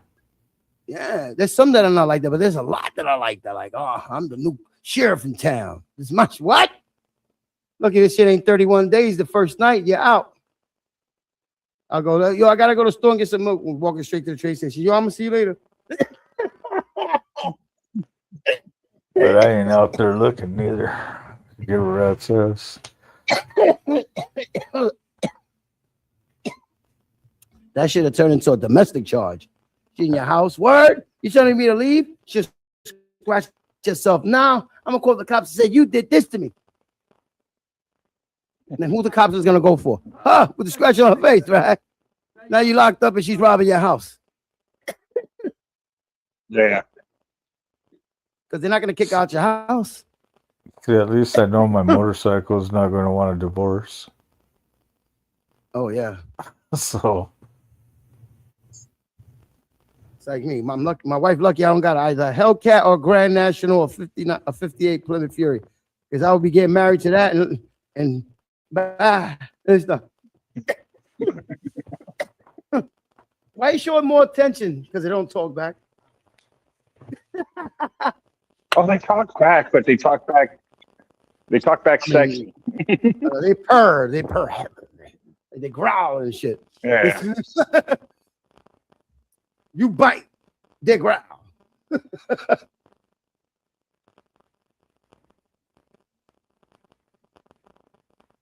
Oh man. I love getting advice from somebody that don't got a relationship on relationships. And I'm like, yeah, this is gonna go right for me. oh shit, I'm like on my 4th divorce, man. I'm like, fuck this. Fuck relationships. Yeah. I'm not gonna tell nobody. I don't like hooking nobody up. Oh, can you hook me up with one of your friends? No, I don't want to be a part of those problems. You hook yourself up.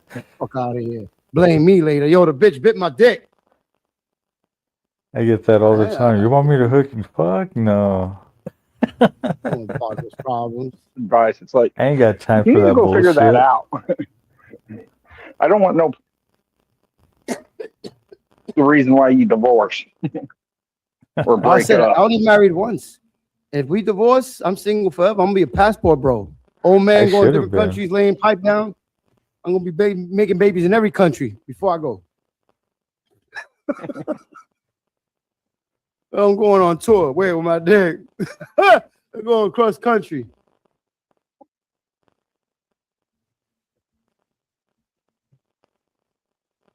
Alex is living in his memories and shit. Yeah, I remember when I was doing this, that, and the third. And that's why you don't this. I'm like, you giving me advice and you're single right now, bro. You don't even got a booty call. All those chicks that I would have took it out and have a fun night like that, if it was me, they would have been on a black book and I could call them randomly. Hey, you want to, we already fucked. What's the sense? But no, you don't even got a black book. You don't even got that. So why are you bragging, homie? Gaslighting ass. I can't do nothing. I'm married and I'm trapped. My wife will fucking put me under the building. She'll bury me. That's my old lady, motherfucker. Why you gotta talk to me like this and like that? Because I don't control her. You think I tell her what to say and what to do? Well, she runs me. Bruno,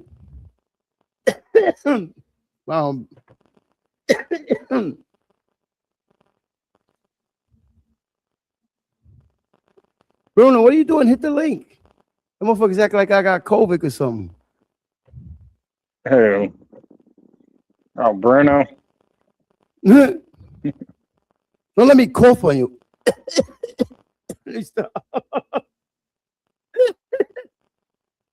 You're in the Matrix. Welcome to the motherfucking Matrix. Pick your motherfucking pill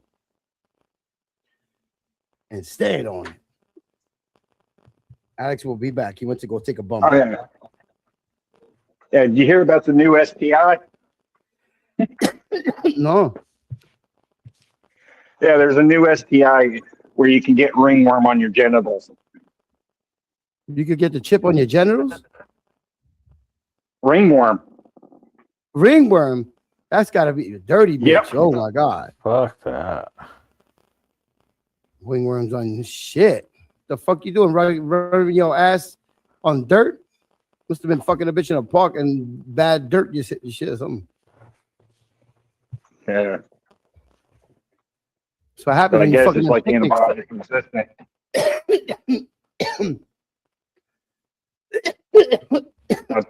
Well, you put like Fucking aloe fucking shit. Usually antifungal creams and that, but it's resistant to it. It's bad when you got fucking hemorrhoids and you gotta poke your ass with shit. The little preparation H suppositories. Yeah, that's crazy.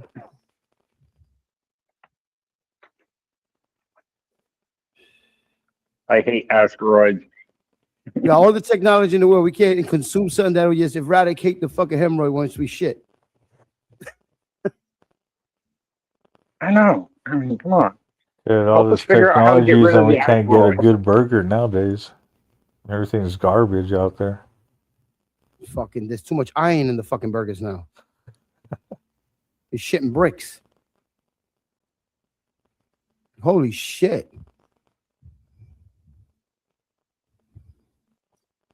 Yeah, all this processed meat. Now they got these ices out there that they recall and talk about this glass in the ices. Damn. I forgot what name brand it is. It's ice. It's like in the popsicle ices, you know? You put it in the freezer, you buy the box of this shit. That there's glass inside the ices and people been buying it. It's going viral right now. So whoever got those, get rid of them. There's ice, there's glass in that bitch. Everybody's going. 50 Cent went viral with it. He threw the shit out. Let me see if I can find it. I show ya because I don't want to look like I'm capping. But shit like this is, you know, a learning. What's it called on YouTube? Because I don't want it to be like showing receipts. Yeah, like it teaches everybody about something. Educational shit.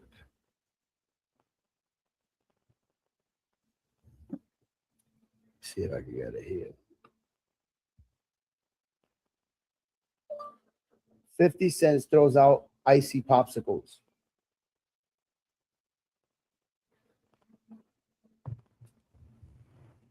Where is it? There he goes. Pull up on my phone, then I can pull up on my history here.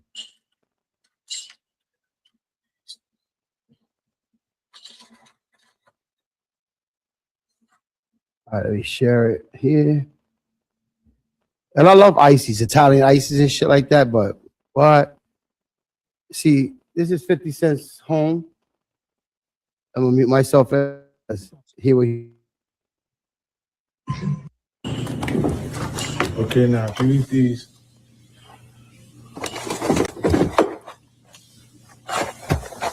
they got a recall because there might be fucking glass in them. So you gotta throw them out. Yeah.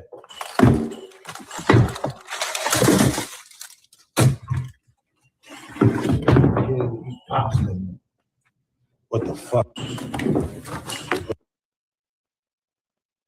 See, those companies have glass in their fucking ices, and he's mad because it's his favorite. And he threw them out. That's 50 Cent's fucking crib. Carney, could we take the helmet off and show us your toothless ass? He's a toothless asshole, like Summer. What you gonna puck up and give a kiss? Hold on. I want to see Cass. I want to see Cass 4F loser come up and see his bald fat ass. I want to see the toothless and the bald together. Why? The toothless and the bald. That sounds like a soap opera. Today on the toothless and the bald. I'm a loudmouth. Nobody owes you anything. They gotta do toothless and the bald, my babe. The bus stops here. That is funny. Stop it. Now you're attacking them when you just chilling. No, I'm not stopping. No stopping. What are you gonna do if he shows his face? You're gonna give him a blow job. It's fair game. He's toothless. He's toothless. I like to see you. He has no front some teeth. handlebars and see how you feel. Somehow. I'm gonna say from smoking cigarettes and sucking meth dick. Right? Because who cares? You're sniffing coke and drinking beer. Beer.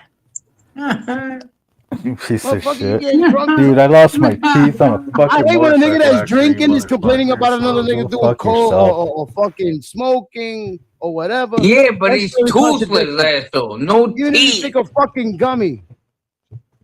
Because I know what fucking chrome handlebars taste like, motherfucker.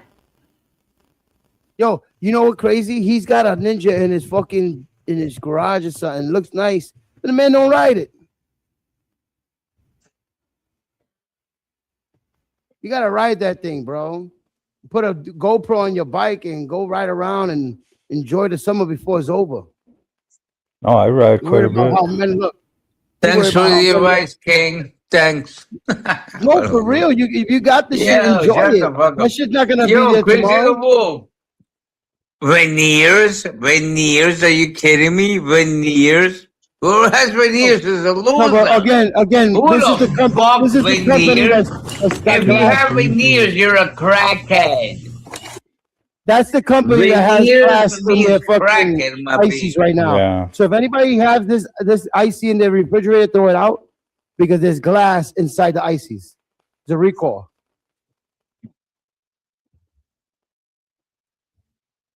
So I don't know if anybody here eats. Veneer means loser.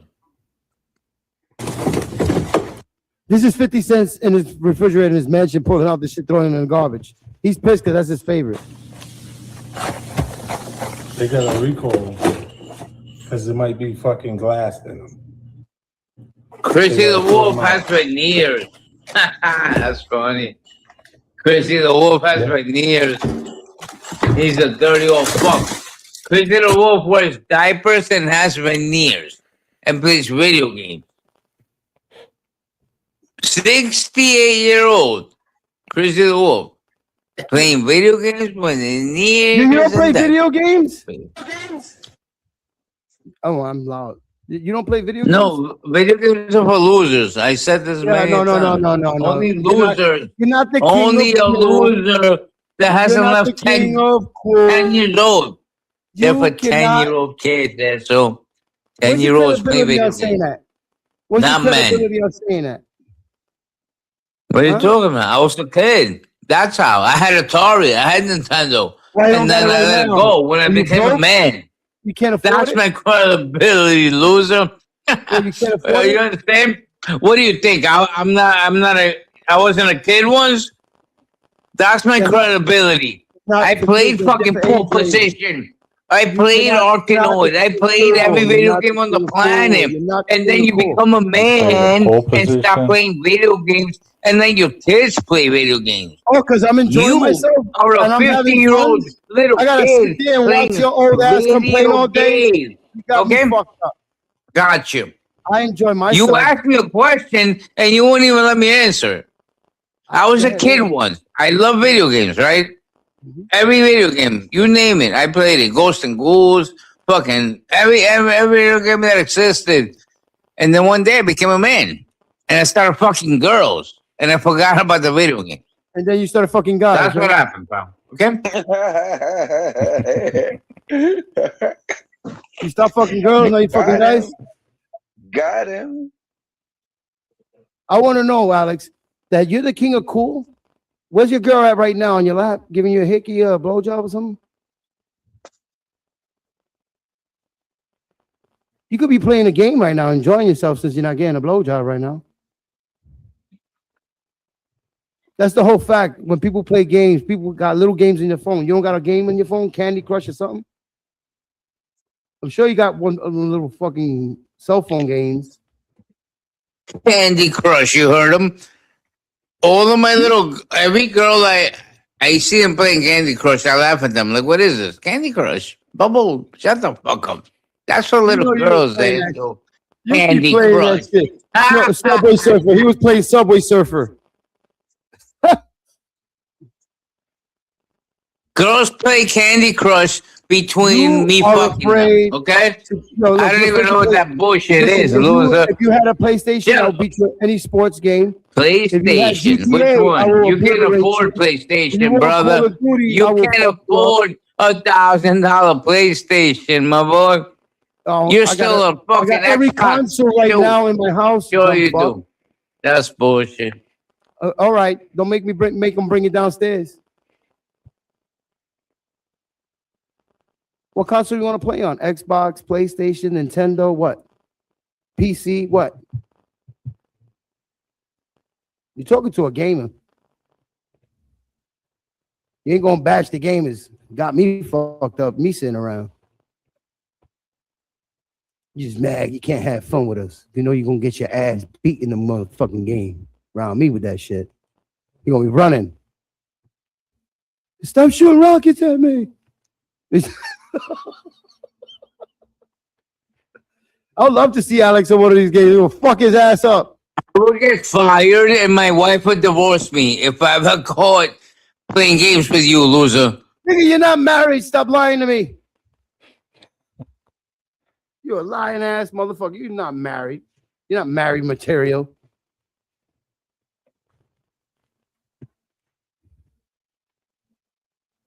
That's what I'm saying. Right now, if I was y'all been playing the game, shooting everybody the fuck up. The way you be talking this shit, crashing out on motherfuckers on there, you would have went viral if you had a channel. I'm telling you. Your antics behind the joystick, Call of Duty or GTA, and you crashing out, you will go viral.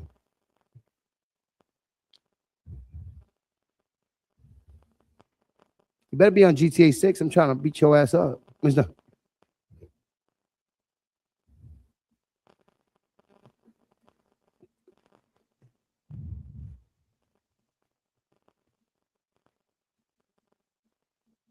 Yeah. Lima, Peru.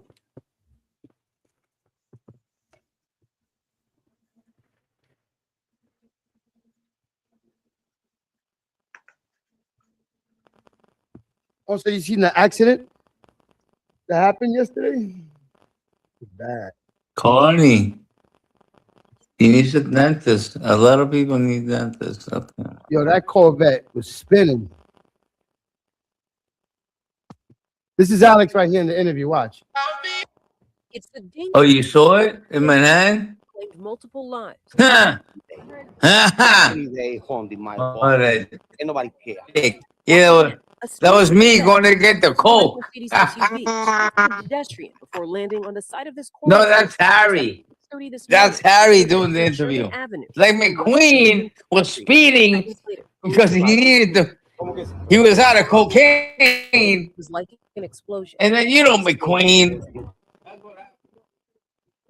You know, no one got hurt. Nobody got hurt. That's crazy. And the other driver of the Mercedes ran away. That means they were a felon. So that was karma coming back to the Mercedes driver. Because they ran away and it wasn't their fault at all. Think about that. The Benz struck an unoccupied King, do you hear what I'm saying? King? Yeah. The driver of the Corvette is now in. Yeah, they ran away. And it wasn't his fault. Because he probably that didn't have means a that was a bad license. person. He probably had a gun on him. He probably had a warrant. Crazy. See, karma, man. You can't escape it. Who knows who was in that Mercedes? That guy could have been wanted for like triple murder. Police are And he investigating ran. the two vehicles that crashed for drag racing. Previous donut marks can be seen from the same intersection from Newscopter 7. Neighbors say drag racing. Jesus, that was a body crash, brother. This is a thing now. It's a miracle. I mean, A lot of people didn't die. That's a miracle from heaven. Cars and he ended up over here after all those were the same guys. So it's That's a miracle. common around here. It's a dangerous. That's not common, asshole. Those type of crashes. That was crazy. You see the guy got hit in the back? Look at that shit. Flying in the air? Boom. Oh my God. Multiple lives. That's fucking Oh my insane. God. That was insane. Just to be drag racing in the streets, in small streets. They can't even control those cars. It's too fast for them. Exactly. I said that once. You can have 900 horsepower. If you can't The other control guy it, most you're likely gonna was a rock. stolen. Maybe that was a stolen Mercedes and he ran, or he didn't have ID. The or other guy license. must have been some And criminal dick. It must have been his Correct. friend's car. He was Why run driving away? and he just ran. Yeah, he ran. He would have stayed there. He would have made $1 million. That would have been an insurance job from heaven if that was a legit person. Yep. That person would have got paid. and they ran away. So what was driving and that it was the Corvette's Mercedes? fault. It wasn't even the black. It wasn't even the black SUV's fault that ran. It was the Exactly. Corvette's fault. So the That's guy my that got hit point. by the Corvette that you see him flying from the back, he's gonna get a nice check. But he ran away. No, I'm talking about the guy that got hit. Oh, in the you mean floor, the right? other guy? Oh, The one that yeah. got hit in the back Everybody of the involved Corvette. in that is gonna get a nice. The one I check. just showed Oh, right yes, now when he got sir. hit in the back by the Corvette. Boy. You know, Nobody wants at to go that through point, money doesn't matter, man. Just Don't. happy you're Your alive. life. Your life. That shit Right. was a scare. Would you give up your life or be in a wheelchair for 100 grand? I wouldn't. Nobody would. Exactly. But at that point, what you gonna do? Not fucking sue?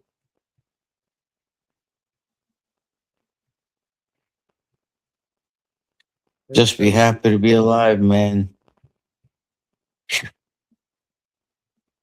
That's like greedy in my book. Like you're being greedy, bro. Just be happy you're alive. Now you're getting greedy. You want money, you know? Like that was the craziest thing on earth. You should be so grateful you're alive because that was insane. Now you want 100 grand out of it? Like that's greedy. Look what happened in Long Island with the tornado. You're alive. Look, there was a tornado. Yo, there was a tornado in Long Island. Look.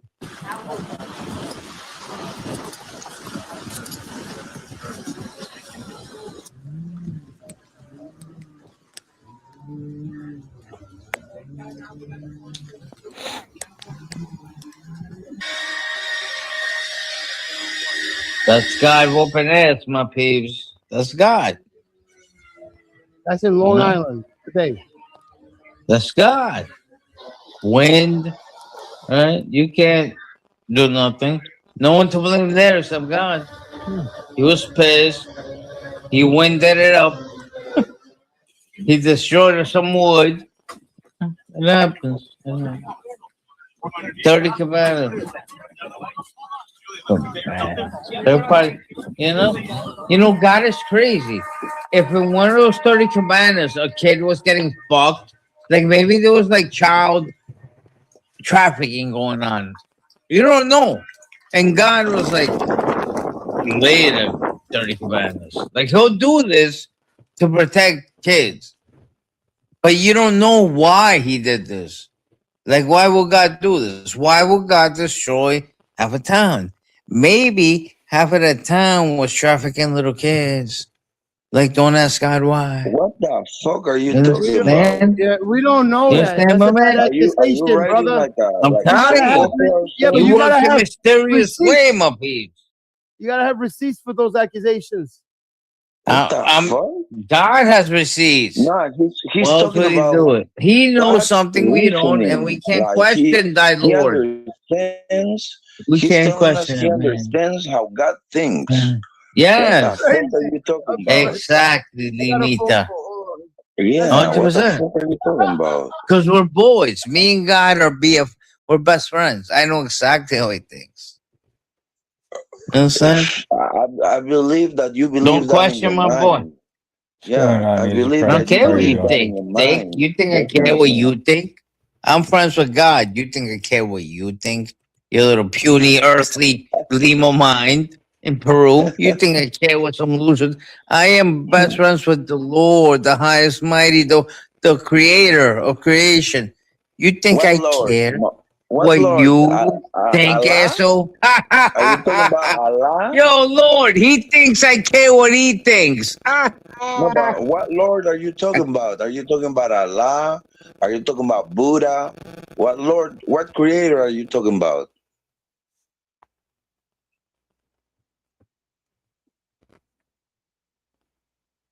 Silence.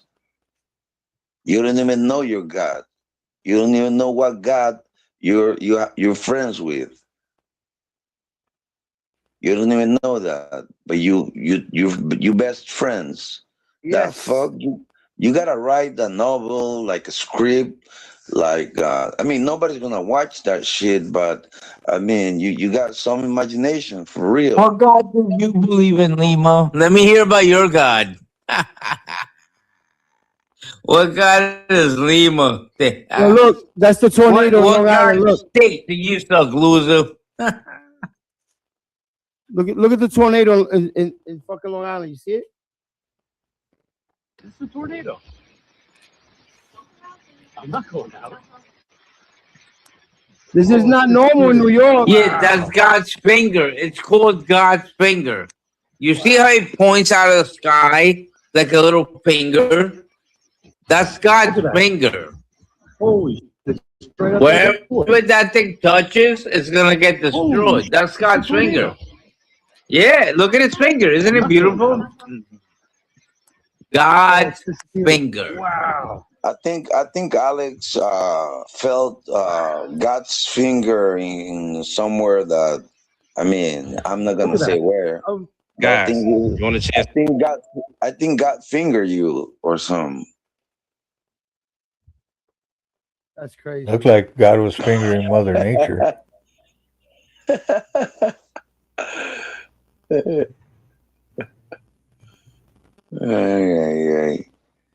No, but it's funny though. It's funny. It's funny how tragedies like for this guy are like, yeah, probably half of the time we're trafficking little kids.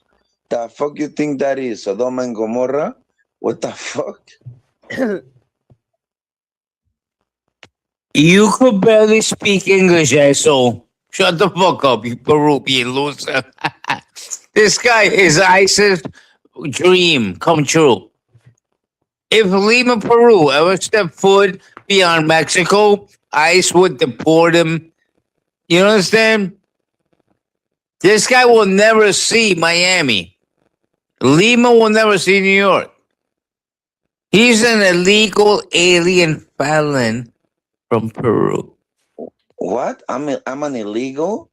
How am I illegal? Tell me. How am I illegal in my own country? Make sense to the bullshit that comes out of your mouth. No, in the United States you're illegal, so in Peru you're a bum. No, in Peru you're a bum. In the USA you're illegal. There's a cockroach. Look at the guy on the floor. Look, you see the guy on the floor? Damn. That's from earlier today. Look, the guy on the floor, the passenger. Damn, he's done.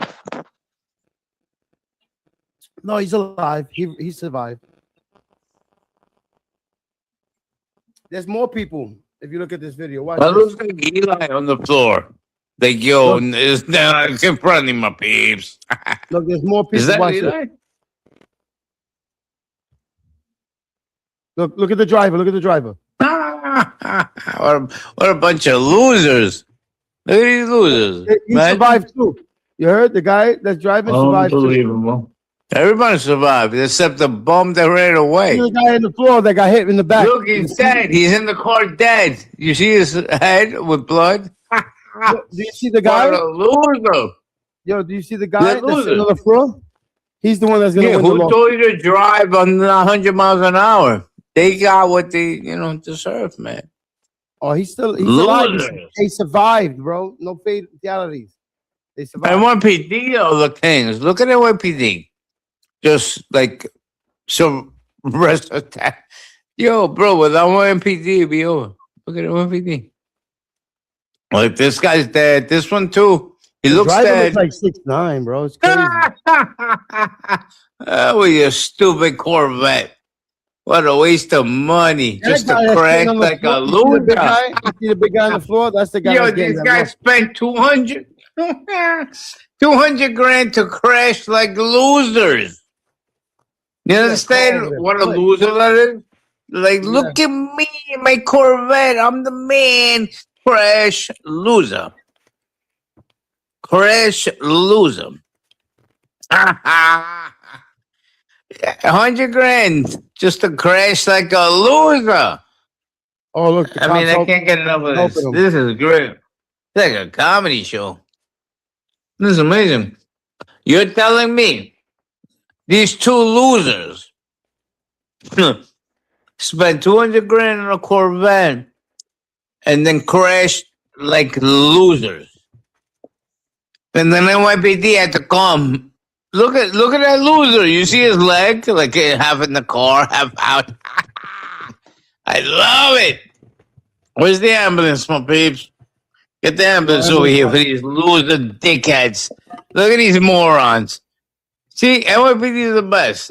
We laugh when we see that shit. Like, look at this moron. Is he dead? Is he not? You know, you poke him with a little fork. Oh, he's dead. He's dead. They're such losers. Unbelievable. The loserness that's out there. Lima, are you a loser?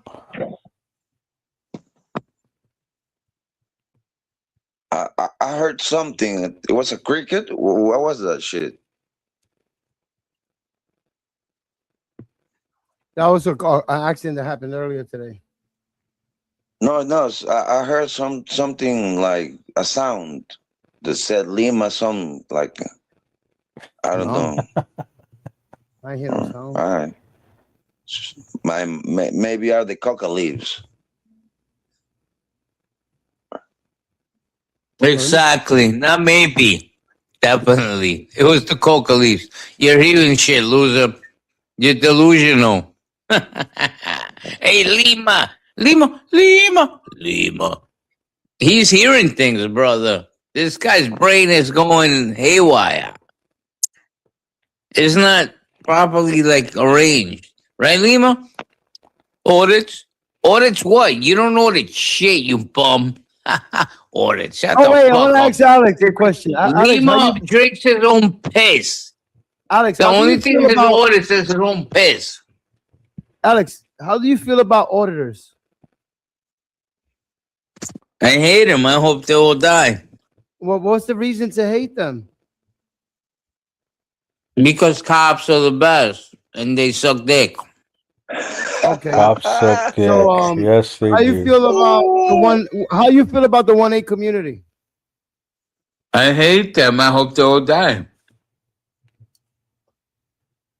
If you had the power invested with you, would you make all the 1-8 auditors go at each other like it's WWE? I would burn them alive. If it was up to me.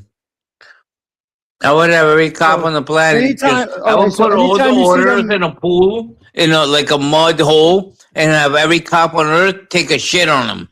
Every cop on the planet. Like, come on, next. So it would be the DMV. Like, next up, number 89. Come shit on these losers. I would take all the hit one auditors. Dig a hole in the desert. Have a favorite? Have every cop on the planet shit on them before I cover them in dirt. Do you have a favorite auditor? I just said I hope they will die. If you had to choose, who's the most entertaining? None of them. They should all die and eat shit. Captain. There's not one that makes you laugh? Nope.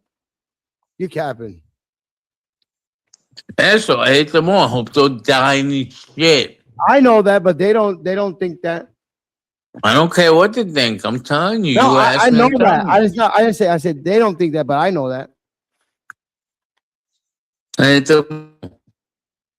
But what most I'm saying things is, that ever existed you don't on like Earth. one out of all of them. You don't like, or is just one in particular like you made you not like all of it? Nope. Hate them all. And you know what?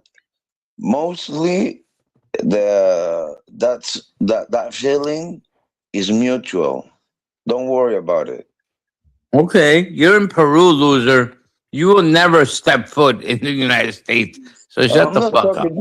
I'm not talking about the state. You were talking about police. You're in Peru. We're talking about the 1-8 community, the You gotta scoot around in your little Peru town.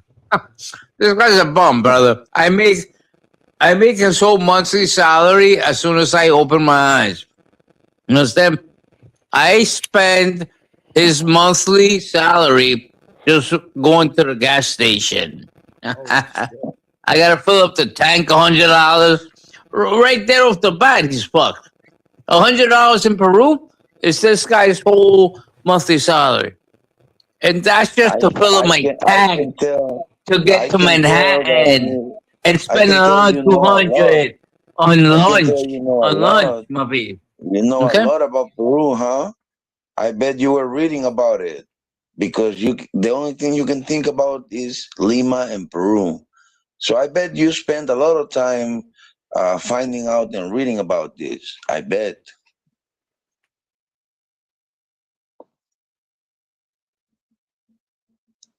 He's taking a bump. He'll be right back after these messages.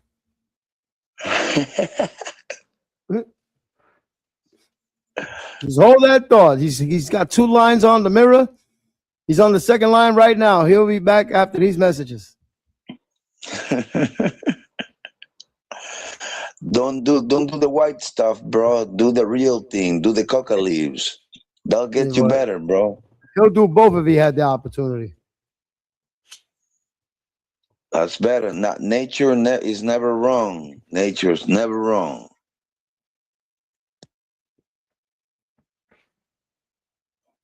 So I love my green.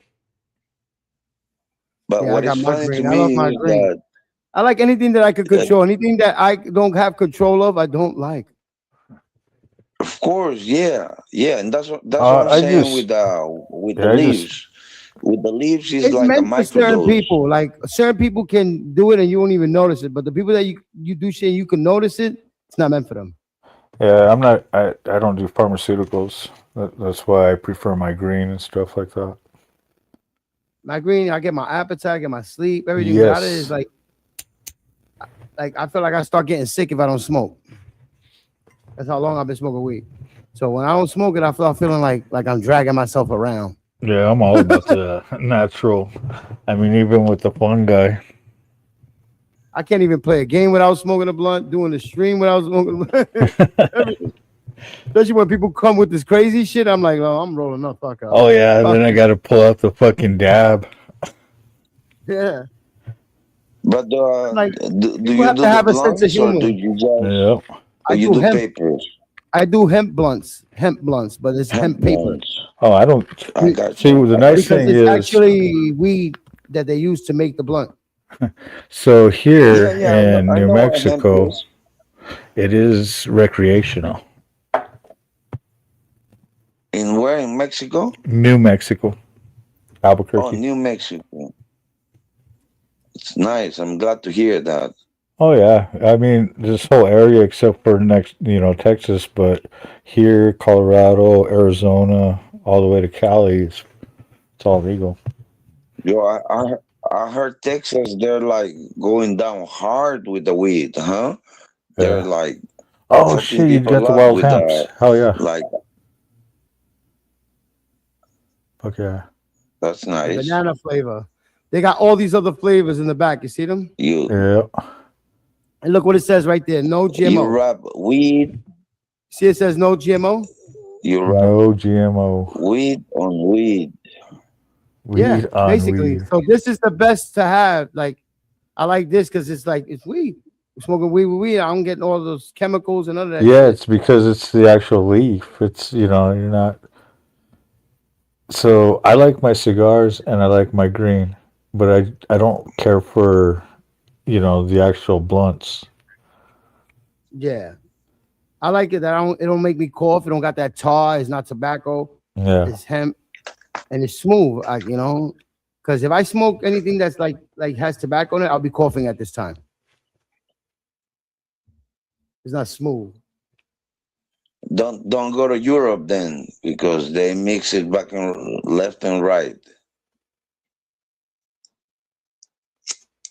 Oh no! If I can't get this blunt paper, I really just don't smoke. I have to always get a couple of them because not every store has this. Because stores are scared to sell shit that says hemp on it.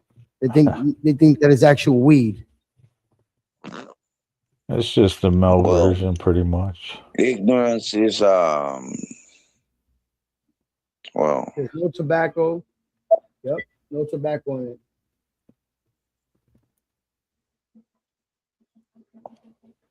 And I like shit that burns slow.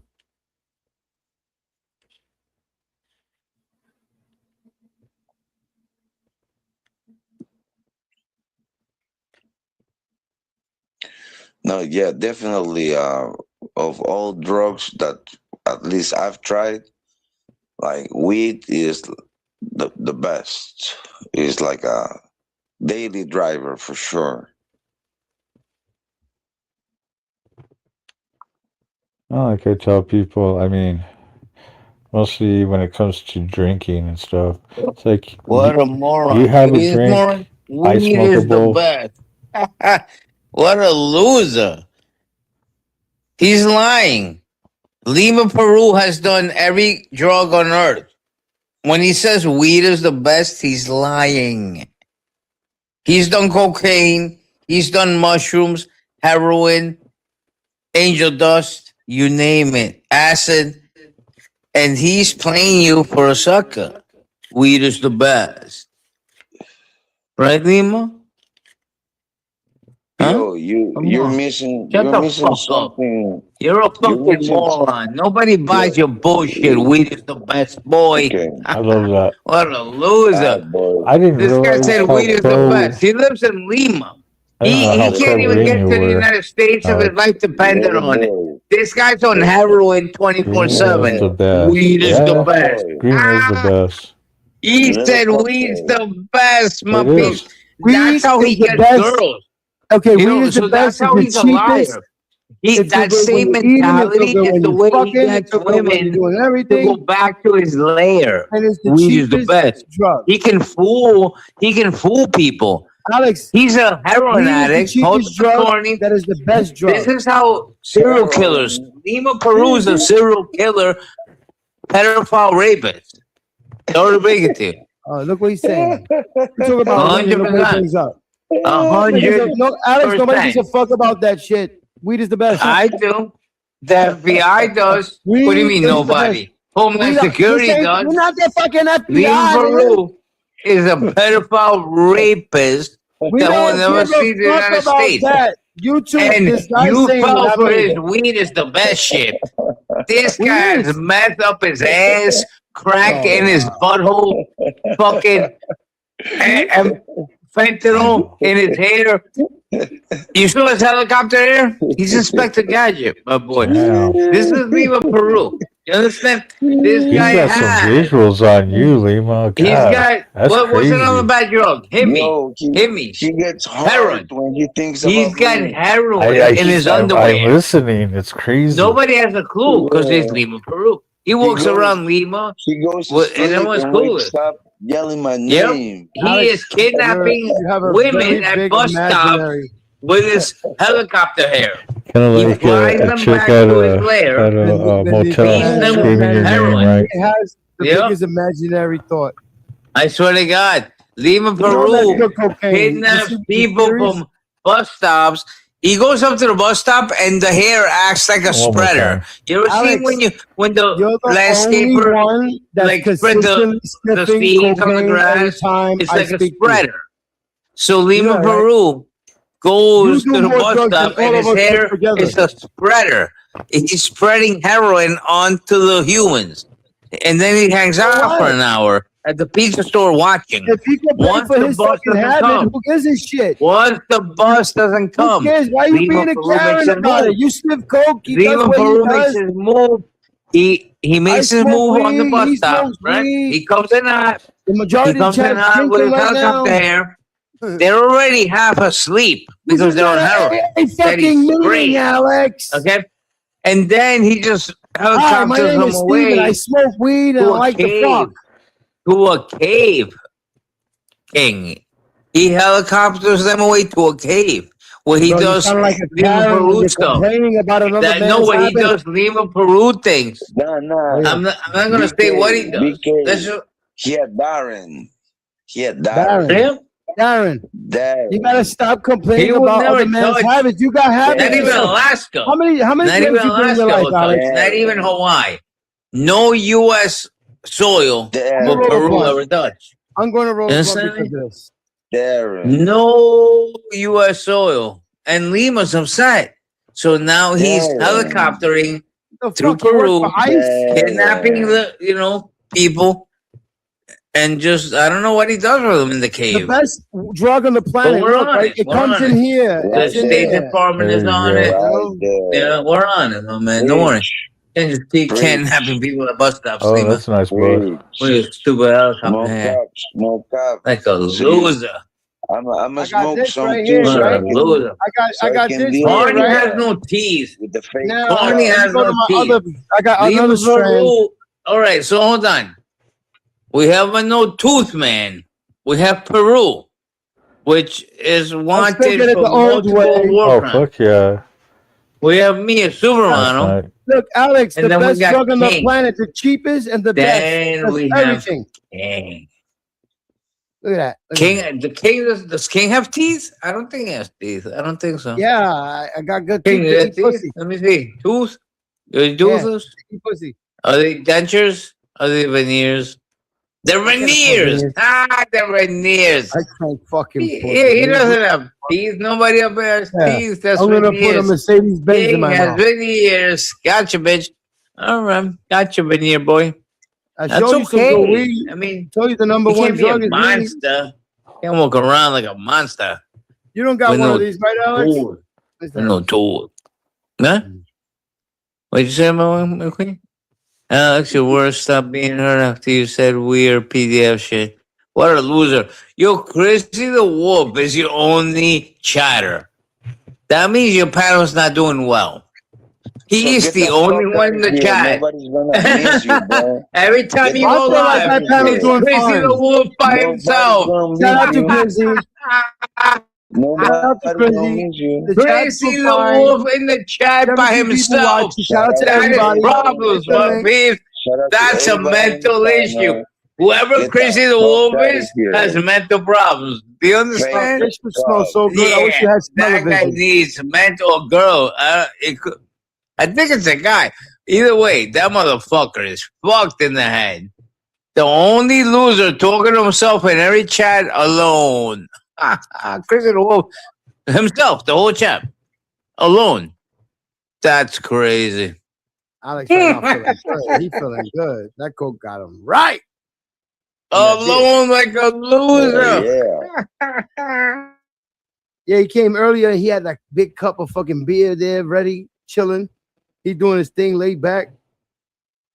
You stop complaining about other people getting right, man. Everybody gets fucked up.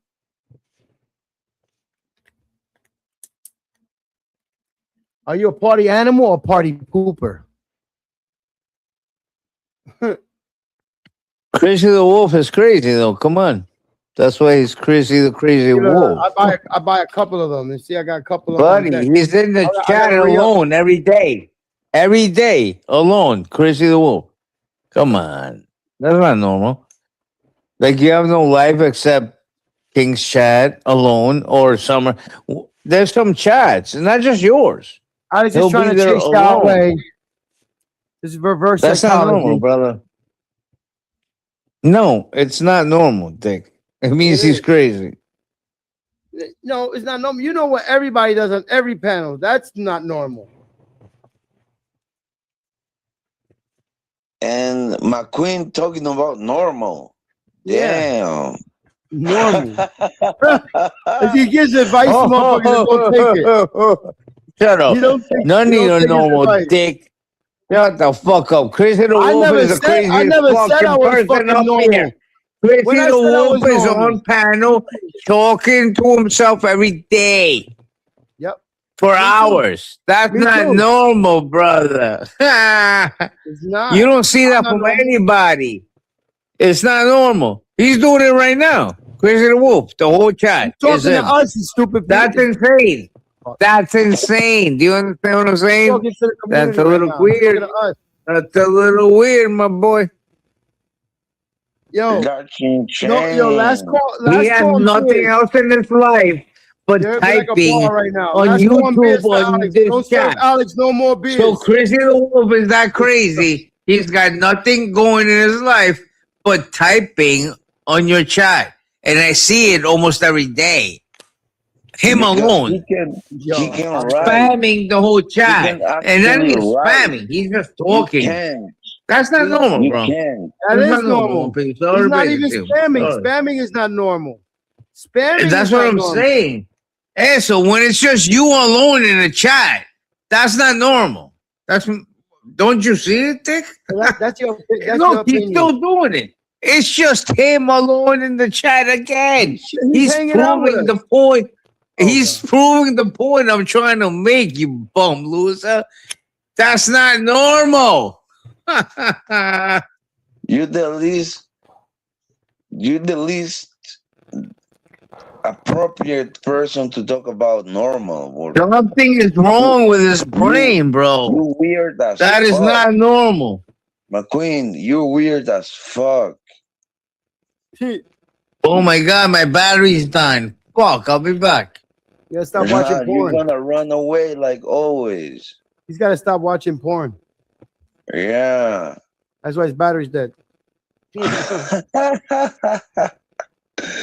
Yo, but I like how like his brain works. Like he creates a soap opera. Like he creates a whole like scenario. Yeah, and he starts rambling and rambling. Like you gotta let him win because he's giving us advice that he doesn't take. Or he talks about or he mirrors like this person does this or that when in reality that must be him. Oh, it is him.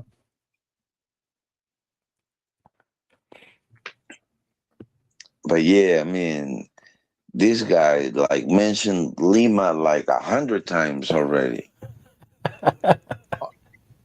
That's Alex, man. He's been doing this shit for years. Yeah, I know. He's an OG on talking shit. Yeah. You know, I should have did a poll on my show and asked the audience because I only got a few people on right now, but and been like, how many times will Alex say Lima? Shit. Oh, the word loser. Oh yeah, but you know, it was just like a woman screaming your name at a hotel. You know. Oh yeah. But you seen the lap dance he got with Psyche the other day. Oh yeah, and then he got louder and louder. You know, like how they scream. My God, he stood there telling him how to do stuff, and oh my God, it's crazy. It's a character. Alex will make a whole scenario involving everybody and the way he sees shit. Like it's real. Like yo, yeah, this person and that person just assuming shit. A whole bunch of fucking him just imaginary fucking scenarios. Yeah. Like I always tell people, you know, and I've done it on my show. You know, you can think what you want, you know, but I'll tell you what. If you ever taste what chrome handlebars, if you ever know what that tastes like, come talk to me. Yeah. That'll put a fucked up smile on your face too. Yeah.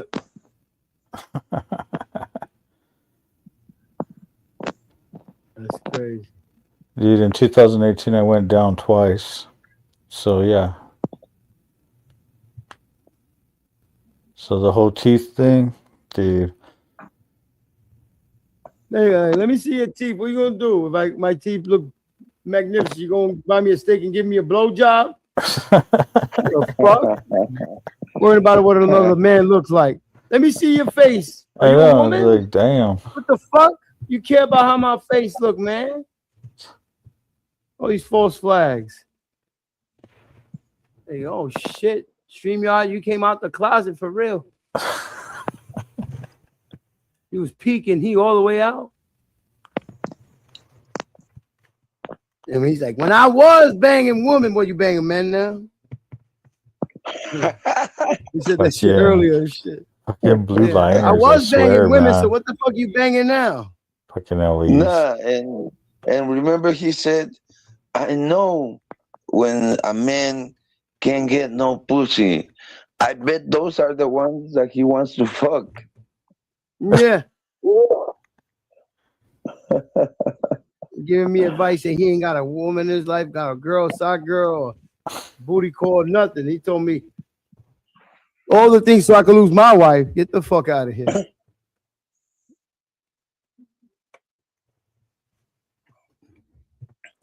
Nah, he's just fun, having fun. That's the way he has fun. His imaginary shit. He doesn't. I know. At least I know that he don't take this shit serious because it's all imaginary shit. Yeah, I remember this shit on Summers.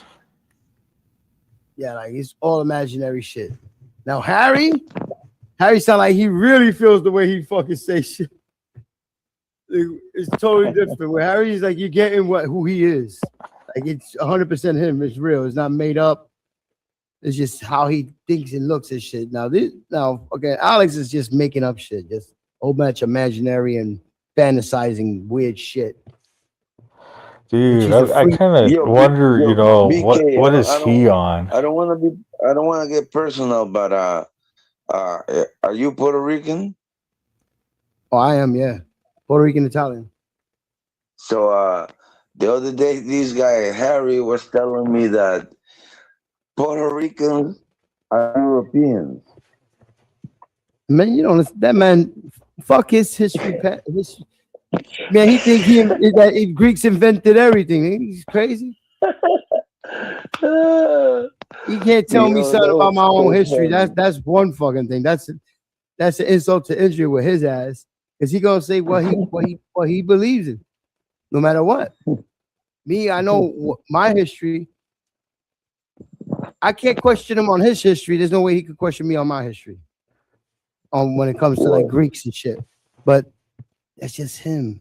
Like he think that he knows everything. When I've had people on this panel actually debate him back, he became racist because he was losing the argument. So it's like I can't trust this man. Oh no, he's always like racist. if you have a debate about this stuff, he'll turn out when he's losing and he can't land his plane, he'll come out of character and just crash out on you and say some fucked up shit. That's ad hominem. When you start attacking the person, when you're discussing ideas. Yeah.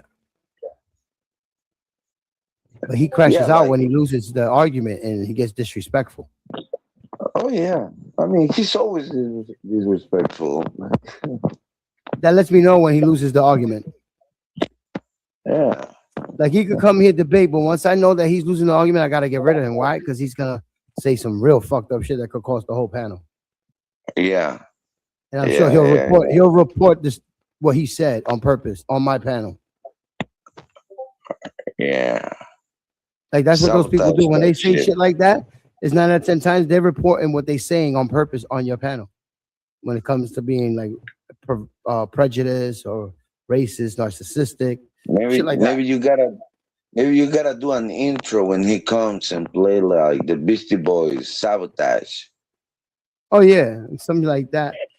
But I already know what time he's on when he gets like that. I gotta keep playing and throwing him in the back when I'm hearing him say the TOS shit. Once I hear it, he could come up, but once I hear one TOS word, I'm throwing him in the back till the next day. I don't give a fuck no more. Because I know what time he's on. Sometimes he's not on the energy. And he's just talking fine. He's not saying that shit. But once I hear him about to say it, I'm getting rid of him. Because I know that he's gonna be like that for the rest of the time being, overpowering the chat, putting his volume loud all the time over everybody, and overpowering like the conversations. Taking over. Yeah. Yeah. And he started talking so much shit. Like the other day he was telling me that I'm white. I'm white. Yeah. Then he'll take turns with his girl and let his girl do the rest and start attacking. Oh no, but I was like, if I'm white, or am I white or am I brown? What am I? Well, I say to them, why does it matter what color I am? What's his narrative? Like bringing up all those racial situations and trying to divide people and feel some type of way. Like, what is his agenda? How can he fix this problem if he feels like that about other nationalities? Why go to a panel with other nationalities? Why you don't go to a whole Greek panel if he feels that way? I'm sure there's communities out there that are Greek panels, but they won't want them over there. They'll spit that motherfucker out the first day in there. I don't got problems with Greeks and nothing like that. It's just he's an idiot. Not his nationality, him. His nationality don't got nothing about him being an idiot because he sounds smart, but he can't land his plane. He crashes out. If he could land his plane and not crash out and win the argument by that standard, or just say his opinion how he feels and not turn into an insult because you have a different opinion on shit, then what's the sense of debating with him? It's gonna be the same rinse and repeat. You gotta let this man win all the time and just not have your opinion. It's over opinionated at that point. What was that kid's name? The Crucible, whatever. That little kid always used to come in on Summer's channel too, like wanting to debate. And it's like, dude, we're here to chat and hang out and have a good time and talk shit. Yeah, that's Ghost. The person you talk about is Ghost. Yep. He tries to debate, but he comes out insulted. Like, we schooled him when he first started popping up. Yeah, but he comes out trolling. That's his thing, and then he'll try to reiterate with the topic. But if he can't land it, it's like with me, he can't land his plane. He always crashes, and a lot of other people I've seen him crash his plane. You know, and it's like let each other land their shit. Let the person speak. Say how they feel once they stop, then you take off and you say what you say. But if you're gonna just crash out, that means you can't hang with the topic. Yeah. Hoy. There he is. This is where it gets scary, my peeps. This is where you take your bow. Hold on. Let me talk. I went and got peanut butter from my kitchen. Oh, shit. I'm like, I want peanut butter. All right. I didn't say it. I didn't say it to you guys, right? Peanut butter. Did I? No, I didn't. Or I didn't, right? I come back, I'm eating peanut butter. I take my phone, hit YouTube, and it's Jif commercials. Jif. Yeah, told you. Matrix. What do you mean I told you? Matrix. I didn't even say it. So they're reading my mind there, so? No, they are watching me with video cameras? Why would they know to... That's not normal. I told you from the beginning of the stream, bro. But that's not cool. Something's up, asshole. You gotta use your third eye on this. See what it, but don't see it, but don't let it make you mad because that's when it's learning. Yeah, but they're reading our minds. That means I didn't say Jif to none of you losers. I hung up like fuck you losers. Leave us up steaks, Daddy, crammy, and then I was like, I want peanut butter. And then I came back and grabbed my phone, and it was full of Jif commercials. No shit. They're listening. They're listening to us. Look, I'm hungry, right? On God, look, I'm hungry right now. I didn't even say it. Look, that's the thing. I'm hungry right now. But I didn't say peanut butter. Let me show you what's so on my how would they know? Yo, what's on my tiles right here in the corner? Look, what's that on the top right? Say peanut butter. They just knew. I was hungry for something like that, right? What's that? That's weird. Right. You see it? It says New York City Labs Jewish Deli. So it means they're reading our minds. I was thinking about pastrami and cheese right now. They're videotaping us. Our phones are live cam, and they're watching. They see me getting the peanut butter, and that's how they know. It's one or the other. No, it's look. One or the other, brother. They're watching us through our phones, or they're reading our minds. What you see right there? It's what you see right there? The other. I'm smoking a blunt. I'm getting the munchies, and I'm in the mood for pastrami. I'm gonna go with they're watching us through our camera because there's no way they can read our minds. Pastrami sandwich right there. The pastrami sandwich popped up right there in the corner, and I'm getting my munchies. That does look good, though. That's the best. That's the best pastrami sandwich in New York. It's very expensive. It's Pat's, Manhattan. Cat's Deli. Yep. Like I want a pastrami sandwich right fucking now. $30 for a sandwich. It's not worth it. I could go that animal. I could go to a regular Boar's Head. I could go to a regular Boar's Head deli and get a better one for cheap. That animal. It's just they heated up. That there. animal. There, it's heated up. So there you're getting a heated up sandwich and some stuff with it. And it's gonna be a big. I don't think God said eat that animal. Did he? Did I miss that in the Bible? Bro. Or did he say eat of every fruit of every tree? You don't potato, bread, vegetables, right? Like we gave you all the food in the land. And then humans started killing animals like meat or carnivores, meat.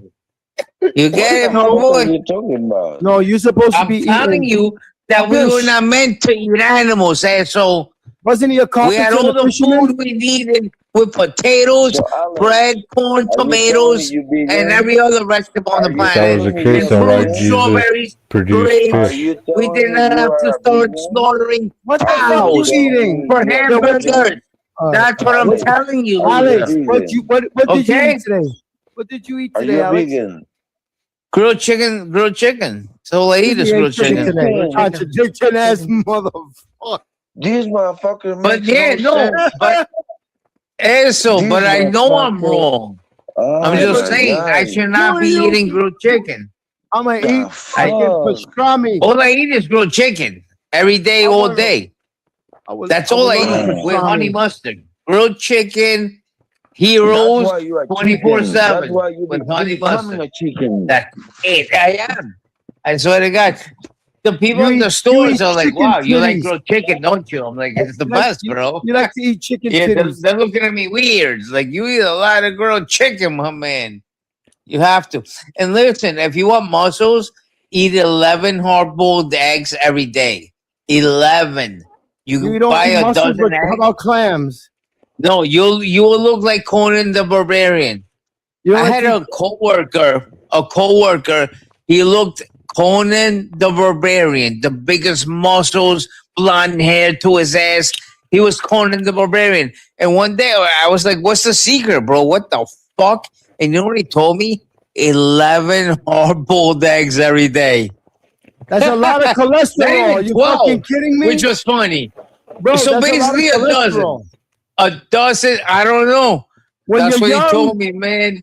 That's what at he your told age, me. you I should eat eat that shit. 11 This hard-boiled guy's eggs fucking nuts. every day. And Hey, my man was that's when you're ripped young like and training. Conan the That's when you're training and you're Barbarian. young. Your old ass gonna eat those eggs and have fucking cholesterol problems, bro.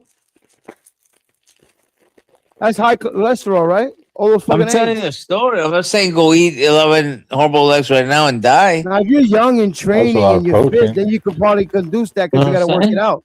But You can't somebody even, you're a old eats bacon and cheese 11 man. You're a fucking chopped eggs. cheese boy. Boy, You're a chopped cheese. You're a chopped cheese. I You want know, some you're pastrami worried and that some I toasted bread. A pickle. toasted bread. No, not with Carney's With a teeth. pickle, you know what I You mean? can't. Once you lose teeth like Carney, you cannot order toasted bread. You gotta order no bread. I'll still chew Right, bread. Carney? I'll gum the shit to death. Really, dude? Going exactly. Dude, I can still Which eat is fucked steak, so up. don't. So listen, guys. See You what idiot. King just said. You don't want to gum nothing to death. So start saving now. It costs 40 grand for a I'll just new get a bird so I can mouth. chew it and spit it down my throat. 40 grand. You got a brand new mouth of teeth from how? So like a model. It's $40,000 though. Sorry to break it to you.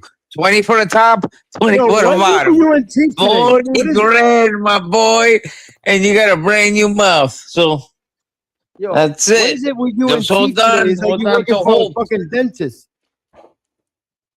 40 grand, bro. Do you believe that? That's out of control. One tooth is 10 grand. And you gotta have bone. They might have to put bone in there for you. That's another 30 grand. Yo, dentist is the most expensive shit on the planet that no one thinks about. And then you get up there and you're like, oh my God, I need dentist. Like, oh shit. Yeah. No, So wait. But America is the best. And you said that I no, want to go there. No, see, I got dental America is the best. insurance. I got I 8 want to go grand to a New York year in dental insurance, and pay which I waste every year. $40,000. Cleanings are I would $250 a love to cleaning. go there. A cavity is like another. I A would crown love is to go $1,000. there and It's a pay lot, man. It's a lot. $40,000. You That's can, my America don't pay for you, loser. open If you dream. suck America's I just tit want for to go anything, there and they look spend at a you as a lot of public money charge. on healthcare. Yeah, Of course, they look at that's you what like I a want loser. to do. I want to go to the Medicaid people look best like losers, country like in you're the sucking on world cock. and spend You understand? $40,000 on teeth. So you admit you Definitely. know what sucking cock tastes like, huh?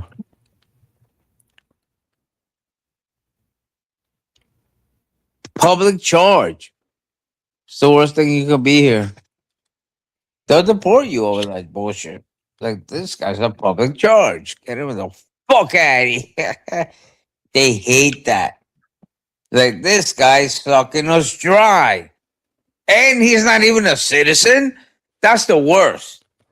That's the worst. When you're here illegally and you're a public charge, that's why ICE is going crazy, my peeps. We got enough public charges, citizens that deserve SSI and, food stamps. We have 10 trillion other people that shouldn't be in the country taking SSI and food stamps. That's the problem. Does anyone see that? Okay, and that's why Trump and ICE are going crazy. It has never been my goal to go to the States. Well, you can now. Super happy. Anyone do go or no go? I'm super happy that I visited the 18 countries that I already visited. Super happy with that. And if I can travel more, I would do it. I could get you here. You can apply for a visit, and I can sponsor you. Like I'm staying with my queen. Yeah, I can. And I can sponsor you, and you can come and stay with me. Why do you yeah, think that it's I not need over your just help? yet, Lima. Why do you think Seriously. I need your help? Because how is he going to get here? You need to know people here to sponsor What you. if the life you're living right now was designed by someone else, not your choices? Oh, God. Thanks. Someone Tell else's him with this shit. running inside your head like a program you never agreed to install. The Matrix didn't show you science fiction. It showed you your own mind, and you missed every single lesson. Let's get into it. Here's the scene that changes everything. Morpheus sits across from Neo and says, "The Matrix is everywhere. It is all around us." Most people hear that as science fiction, but strip away the machines, the pods, the code. And what Morpheus is actually describing is the human mind. Because here's what neuroscience tells us. Your brain doesn't experience reality directly. It builds a model of reality based on your past experiences, your beliefs, your traumas, your environment. And then it presents that model to you as if it were the truth. You don't see the world as it is. You see the world as you are. This is why two people can experience the exact same event and walk away with completely different realities. One person loses their job and sees catastrophe. Another loses their job and sees opportunity. Same event, different matrix. The question isn't whether you're living inside a constructed reality. You are. We all are. The only question is, who built yours? Morpheus doesn't force Neo to wake up. He offers him a choice. Blue pill. Stay comfortable. Keep the illusion. Red pill. Wake up. Face the truth. And here's what the movie doesn't tell you directly. Most people, given that exact choice in real life, choose the blue pill every single time. Not because they're weak, because comfort is a more powerful drug than truth. Think about the last time someone challenged a belief you held. A belief about money, about success, about what you're worth. Did you genuinely consider they might be right? Or did you immediately look for reasons they were wrong? That's the blue pill response. The brain is wired to protect its existing model of reality, even when that model is keeping you trapped. Psychologists call it cognitive dissonance. The Matrix called it the blue pill. Same thing. The moment you decide your current beliefs might not be the complete truth, that's the moment you actually take the red pill. And almost nobody does it voluntarily. There's a scene with a child bending a spoon. He looks at Neo and says, "Do not try to bend the spoon. That's impossible. Instead, only try to realize the truth. There is no spoon." People quote this scene constantly. Almost nobody understands what it actually means. The spoon is your limitation. Every time you say, "I can't do that," you're treating the spoon as real. Every time you say that, Robin? I said, don't try to bend the 19-inch. There is no 19-inch. that's just how I am. You're treating the spoon as real. Every time you say people like me don't get opportunities like that, you're treating the spoon as real. But here's the truth. The movie is hiding inside that scene. The limitation was never in the spoon. It was always in the mind looking at it. Your programming, the beliefs installed in you by your parents, your school, your environment. That programming is not you. It's a system running inside you. And like any system, it can be rewritten. The people who understand this don't just think differently. They operate in a completely different reality than the people around them because they stopped treating the spoon as real. Watch Neo during the training sequences. In the beginning, he hesitates, he thinks, he doubts, he calculates, and he loses every single time. Then something shifts. He stops thinking about whether he can and starts operating from a place of certainty. And suddenly, he can do things that were impossible 60 seconds ago. Nothing changed in the simulation. Everything changed in his mind. This is one of the most practical lessons in the entire film. Hesitation is not caution. It's fear dressed up as logic. The moment you pause and ask yourself, but what if I fail? You've already started losing. The highest performers in every field, business, sports, military, they all share one characteristic that separates them from everyone else. Decision speed, not recklessness, not impulsiveness. The trained ability to assess a situation, commit to a direction, and move. Without the paralysis of overthinking, Neo didn't become the one because he gained new abilities. He became the one the moment he stopped second-guessing his own power. That's not a movie moment. That's a psychological system. And it works exactly the same way in real life. Here's the lesson nobody talks about. The moment Neo starts waking up, the agents appear. And the agents don't attack him because he's dangerous. They attack him because he's becoming free. Think about that. Because the same thing happens in real life. The moment you start breaking out of your own matrix, you start questioning old beliefs, and people around you get uncomfortable. You start operating at a higher level, and people who knew the old you start pulling you back down.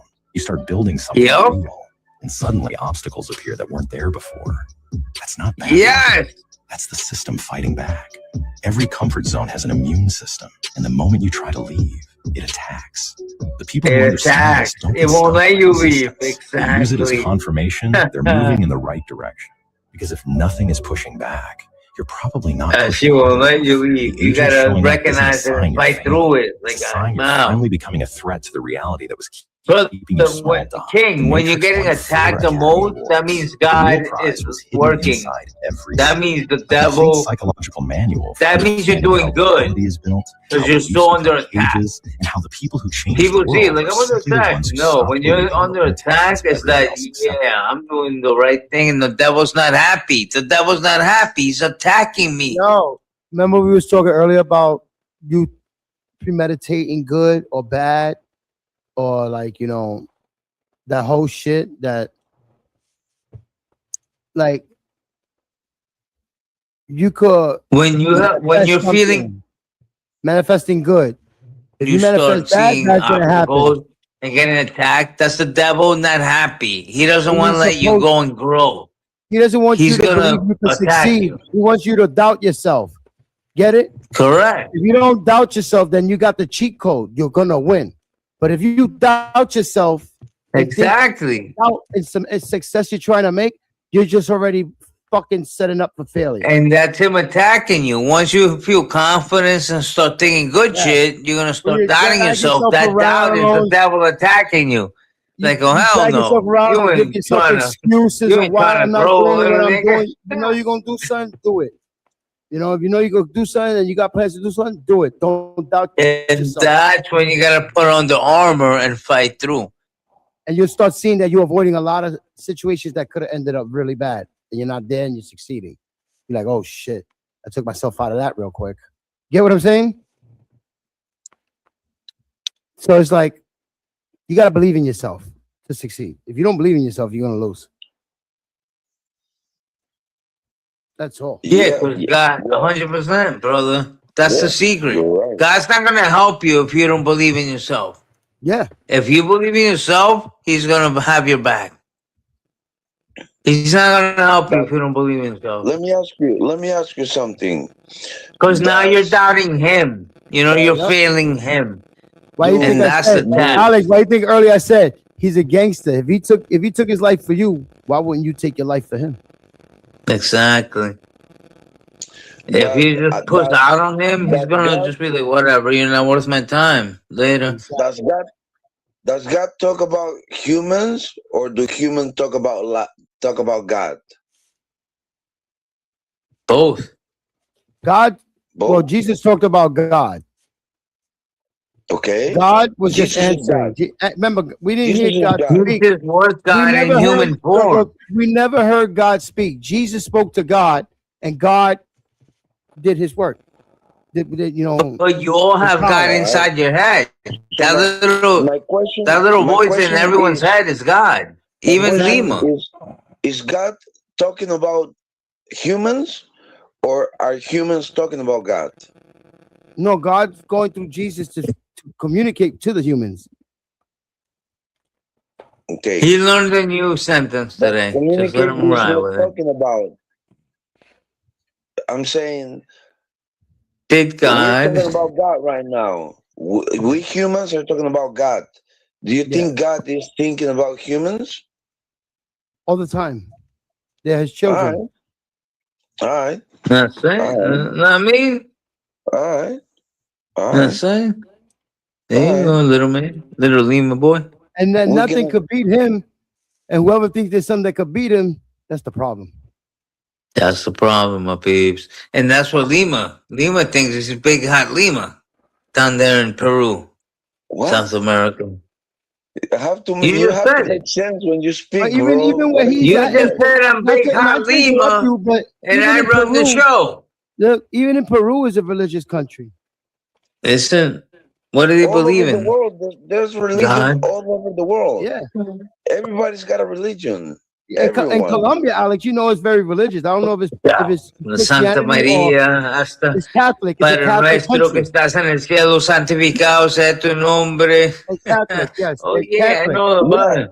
My question right now. Ángel guárdeme usted compañía, no me desampares ni noche ni día hasta que el cielo baje Jesús, José y María. So you're telling me some guy Jose, Jesus and Maria coming from the heavens?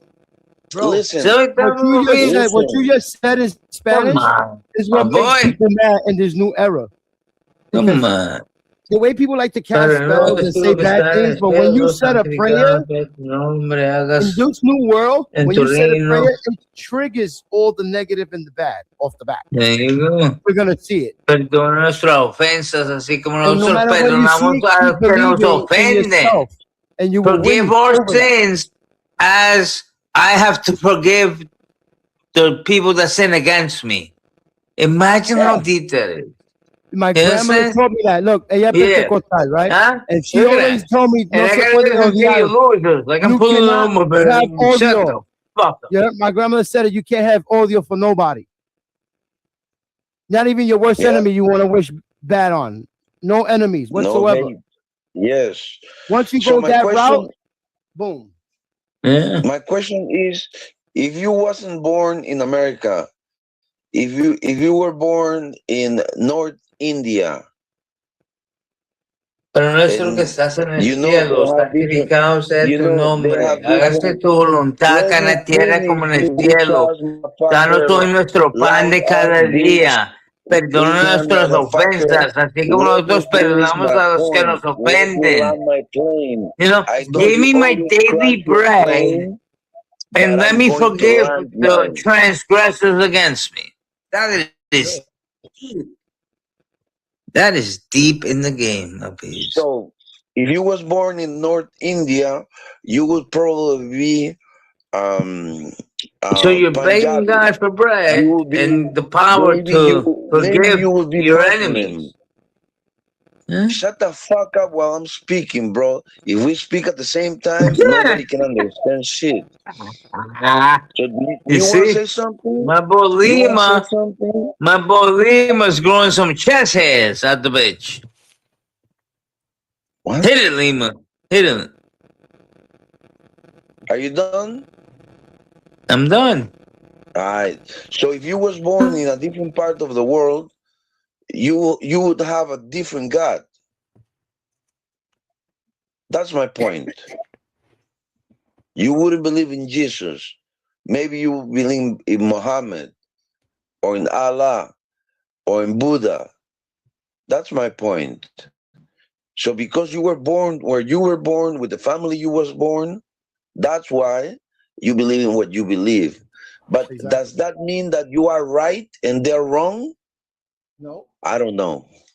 You're not supposed to be judgmental also. You know what I'm saying? And there's another thing I don't like when people try to act like. Don't tell me about Plato's cave, Lima. You don't know nothing about that. My man, Plato's cave analogy. They had people in a cave chained to a wall.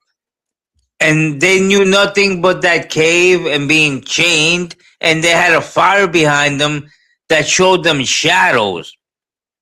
So their whole existence was shadows on the wall in front of them, because they were all chained to a wall. It was like 10 of them. And they thought that was humanity. Like the shadows. Like, oh my God, look at those shadows. Like, ooh, Plato. And it was just a fire behind them. And they were chained to a wall. One day, one of these people chained to the wall got free and went outside the cave and saw sunlight for the first time ever and lost his mind. Like, what the fuck? Did you notice? And then he realized he's been a slave and a moron for his whole existence, and there was more to what they were showing him. The Plato analogy. That's new. Your cave is New York, and the fire is the God that you pray to. Love it, love it. The pond is Peru. There's another analogy with that. A fish doesn't know it's out of water until it's out of water, right? So a dumb fish is in the water, and then if it jumps out of the pond and starts flopping, now it sees a new world. Like, oh my God, bro, like I'm done. Like it doesn't even know that world exists. It just lives in the pond. That's Lima. He lives in the Lima, Peru pond. Motherfucker. He doesn't know he's out of water. Yo, how the fuck until he's out of water. Scenario? All right, bitch. The fuck up with your stupid analogies, asshole. Shut the fuck up, dick. That was all Shut up. come up with this analogy. Wachowski's loaded the trilogy with Christian symbolism. Neo dies and resurrects. He's called the One. He performs miracles. But it's not just the symbolism, it's the message itself. What you're about to see is the shocking similarity between the message of Jesus and the final message of the Matrix. And once you see it, you'll never watch the ending the same way again. Neo stands before the Deus Ex Machina. His eyes are blinded, completely defenseless. Neo is no longer fighting, no longer running. At this point, he knows exactly what he is doing, and he knows exactly what he has to do to stop the war and save humanity from extinction.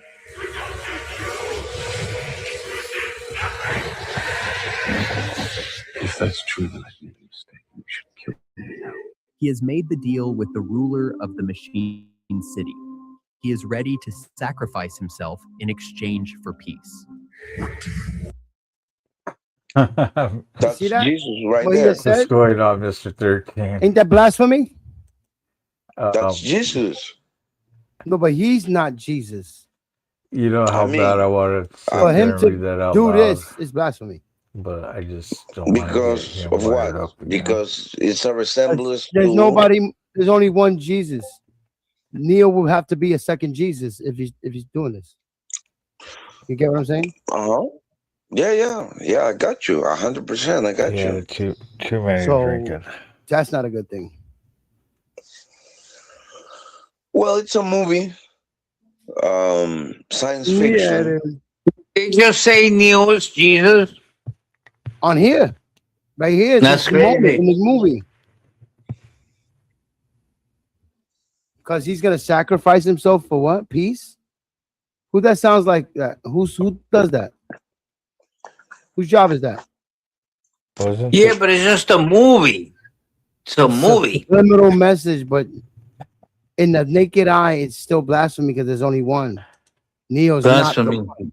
Is that what I'm all you saying? care is about chopped cheese, my man? What do you mean blasphemy? Good morning. You know it. You just don't want to say it. Like cheese, chopped cheese. Mr. Fold saying all this shit we should do. The reality's in your face, and you're gonna call it what it is. So Neo, the Matrix, the character and the guy, he gonna sacrifice him for the greater peace. That's God's job, not his. Now you get what I'm saying? Well, we have to wait for the second coming. So the machines offered Neo chopped cheese to finish the job. Let's see. I can't play it all the way through, so we're gonna be stopping. Well, it looks like that. They were like, "Yo, chopped cheese, my man," and just handle business. Let's see what happens. Let's see what happens.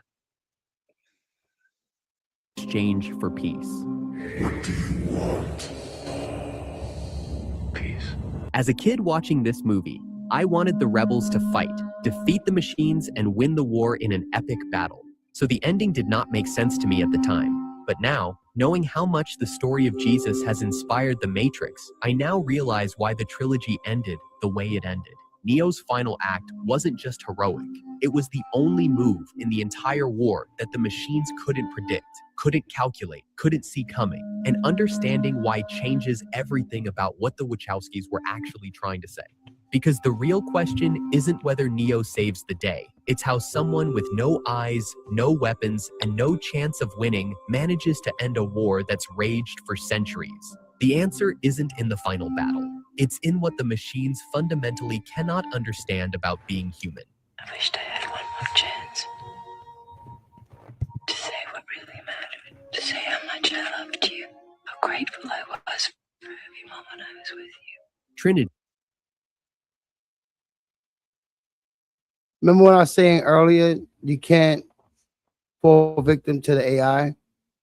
That if they take all you from being negative and all that shit, that if you're in a positive state of mind, it can't read you. Yeah, it comes down to love. The message is love. The love of God. Machines could never replicate. No AI in the world could ever Can't read replicate you. love. Can't read you when you're in a positive state. They can't feel love. That's the point of that shit. That's the whole I don't point. give a fuck how many $1 trillion they dump into AI. It will never feel genuine love for another And that's person. the only It doesn't way know how us to. as men and women It in this can't. world It can doesn't beat have the war. feeling. It's a Yeah, right? machine. No, if the collective of people being like conscious is that love supersedes these AIs. The AI cannot understand love for one another, for yourself, period. It can't read you. But if you fall victim to the AI, it's gonna read you when you're negative, when you're thinking stressful shit, all that mad shit. And that's the lie they're trying to feed people. Like AI can feel love. Like, no, it can't. Nope. Like we have all these robots and all this technology. It'll never be able to feel love like a man and woman for each other and their children. That will never happen. Ever. That's fucking crazy. Says it best in her final moments. That's not just a goodbye. That's the thesis of the entire film. Love, sacrifice, selflessness, these aren't weaknesses. They're the weapons that rational systems can never account for.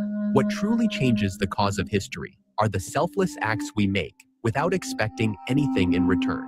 To understand why giving everything away is the only path to victory, we need to go back to where Neo's real journey begins. Not when he learns he's the one, but when he learns what the one actually means. The architect scene isn't just exposition. It's the movie explaining its entire philosophy in one conversation. And most people watch it thinking it's complicated, that it's the Wachowskis being deliberately obtuse. But it's actually explaining something simple. The Matrix is a probability engine. Every choice, every action, every human variable has been calculated, predicted, and accounted for. You are the eventuality of an anomaly which, despite my sincerest efforts, I have been unable to eliminate from what is otherwise a harmony of mathematical precision. The architect. We just said all this, right? Before he just did what he just did. And they talking about us speaking about it. That's crazy. Yeah. That shit just said what we just did. And when we paused it and talked about it and put the pieces to the puzzle ourselves, and then boom, it's right there. It's telling you it's right there, and everybody's blind. Not everybody, but a percent of people are blind. Tells Neo exactly this. You exist because the system needs an error correction mechanism. You're not special. You're a function, a necessary glitch that keeps the whole thing running. And here's the truly disturbing part. This isn't the first time. The architect reveals that Neo is the sixth one. 6 versions of this same scenario, 6 chosen ones who all ended up in that same room, faced with the same 2 doors. And every single one before Neo made the same choice. They chose the door that saves Zion. They selected 23 people to rebuild. They rebooted the system. The cycle continued. The machines didn't just predict rebellion, they designed it. They built hope into the code. They created the prophecy of the one specifically so humans would fight, resist, believe, and then ultimately comply when the moment of truth arrived. The Wow.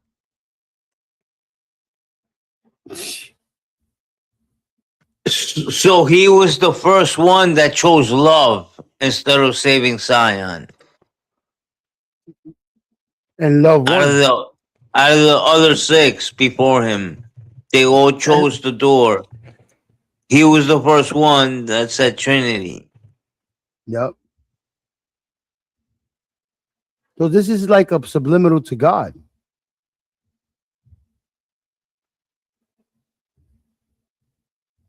Well, love is love, bro. I would have done the same. Fuck Zion. Trinity all day. The code is in our faces still. A lot of the world is not seeing the pieces to these puzzles and everything and not seeing that this is it. It's either they're going for that blue pill or the fucking red pill. Are they going to go for another man? Are they going to sacrifice themselves for another man? Or just You guys ever been in love, brother? 100% you're going to pick Trinity. Yeah. But you got a lot of people that settle for less and go and for the other, thinking it's going to be easy, just comfortable. Love is not comfortable. You got to do what you got to do to have that love. You know what I'm saying? So it's like, I'm sure there's a lot of other movies that got all the shit, the pieces to the puzzle to all the shit.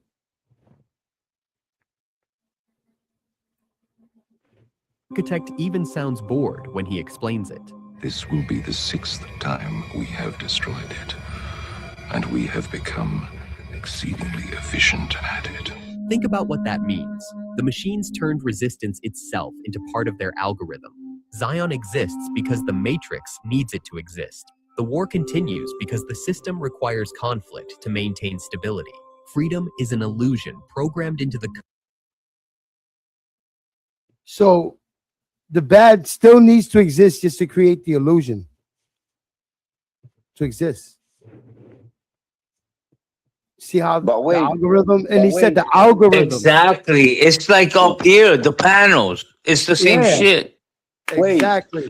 Exactly. I'm getting goosebumps. Exactly, brother. 100%. That is crazy. The system needs the shit for it to exist.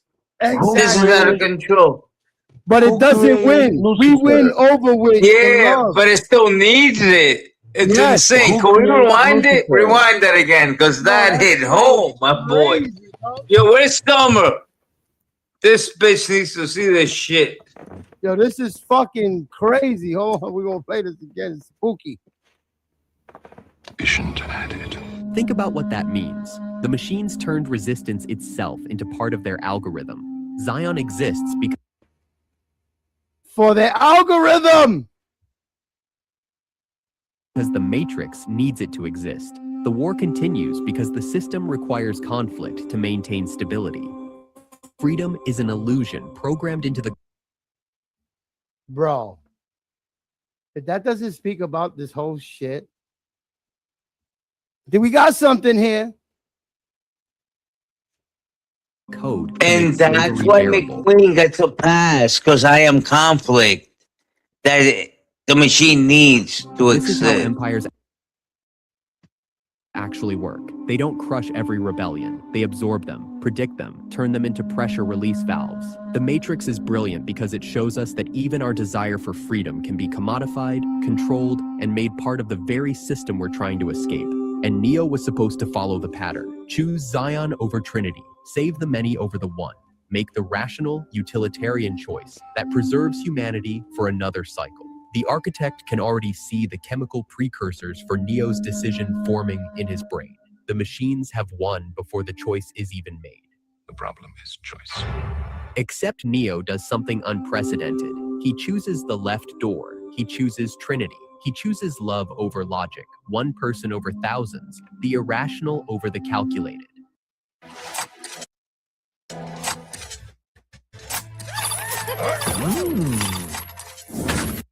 Hope. It is the quintessential human delusion, simultaneously the source of your greatest strength and your greatest weakness. The architect calls it humanity's fatal flaw. But what if he's wrong? What if the machine's inability to understand hope is actually their weakness, not ours? Because here's what the architect can't grasp. Genuine selflessness doesn't operate on game theory. It can't be predicted because it has no payoff. And a system built entirely on rational calculation literally cannot see it coming. Neo's choice to save Trinity seems small, personal,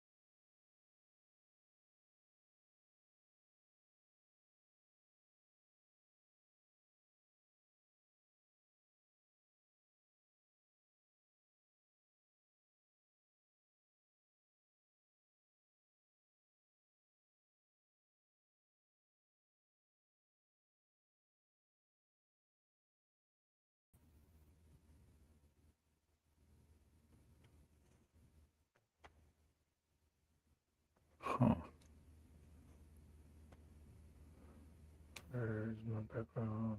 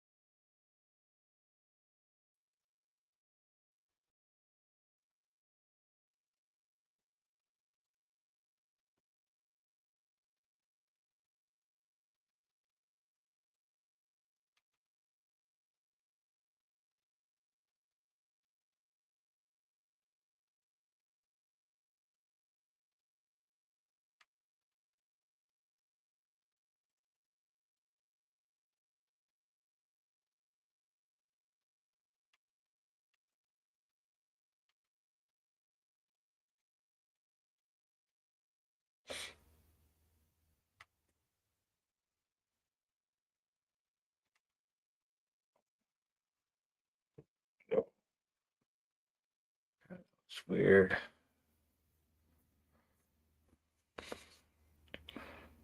Let's try this again.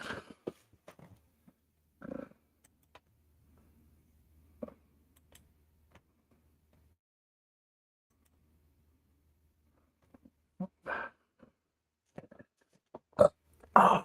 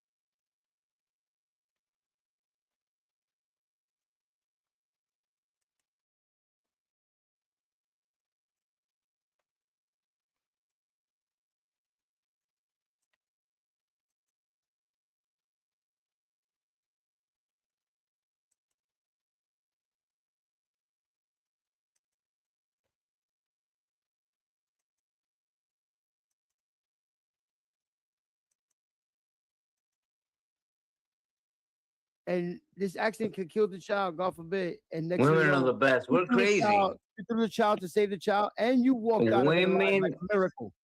Women has made men crazy. We're crazy.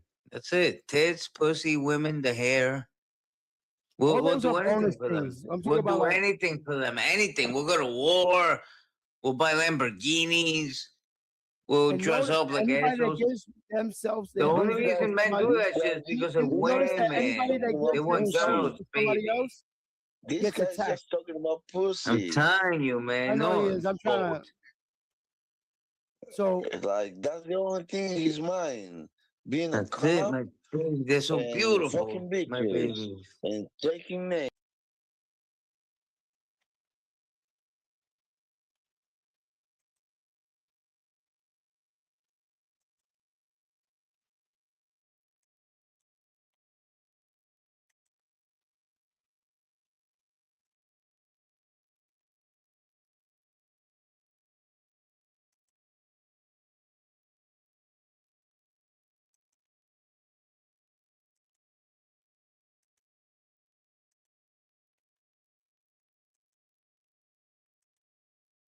From destiny to choice, from calculated rebellion to genuine sacrifice.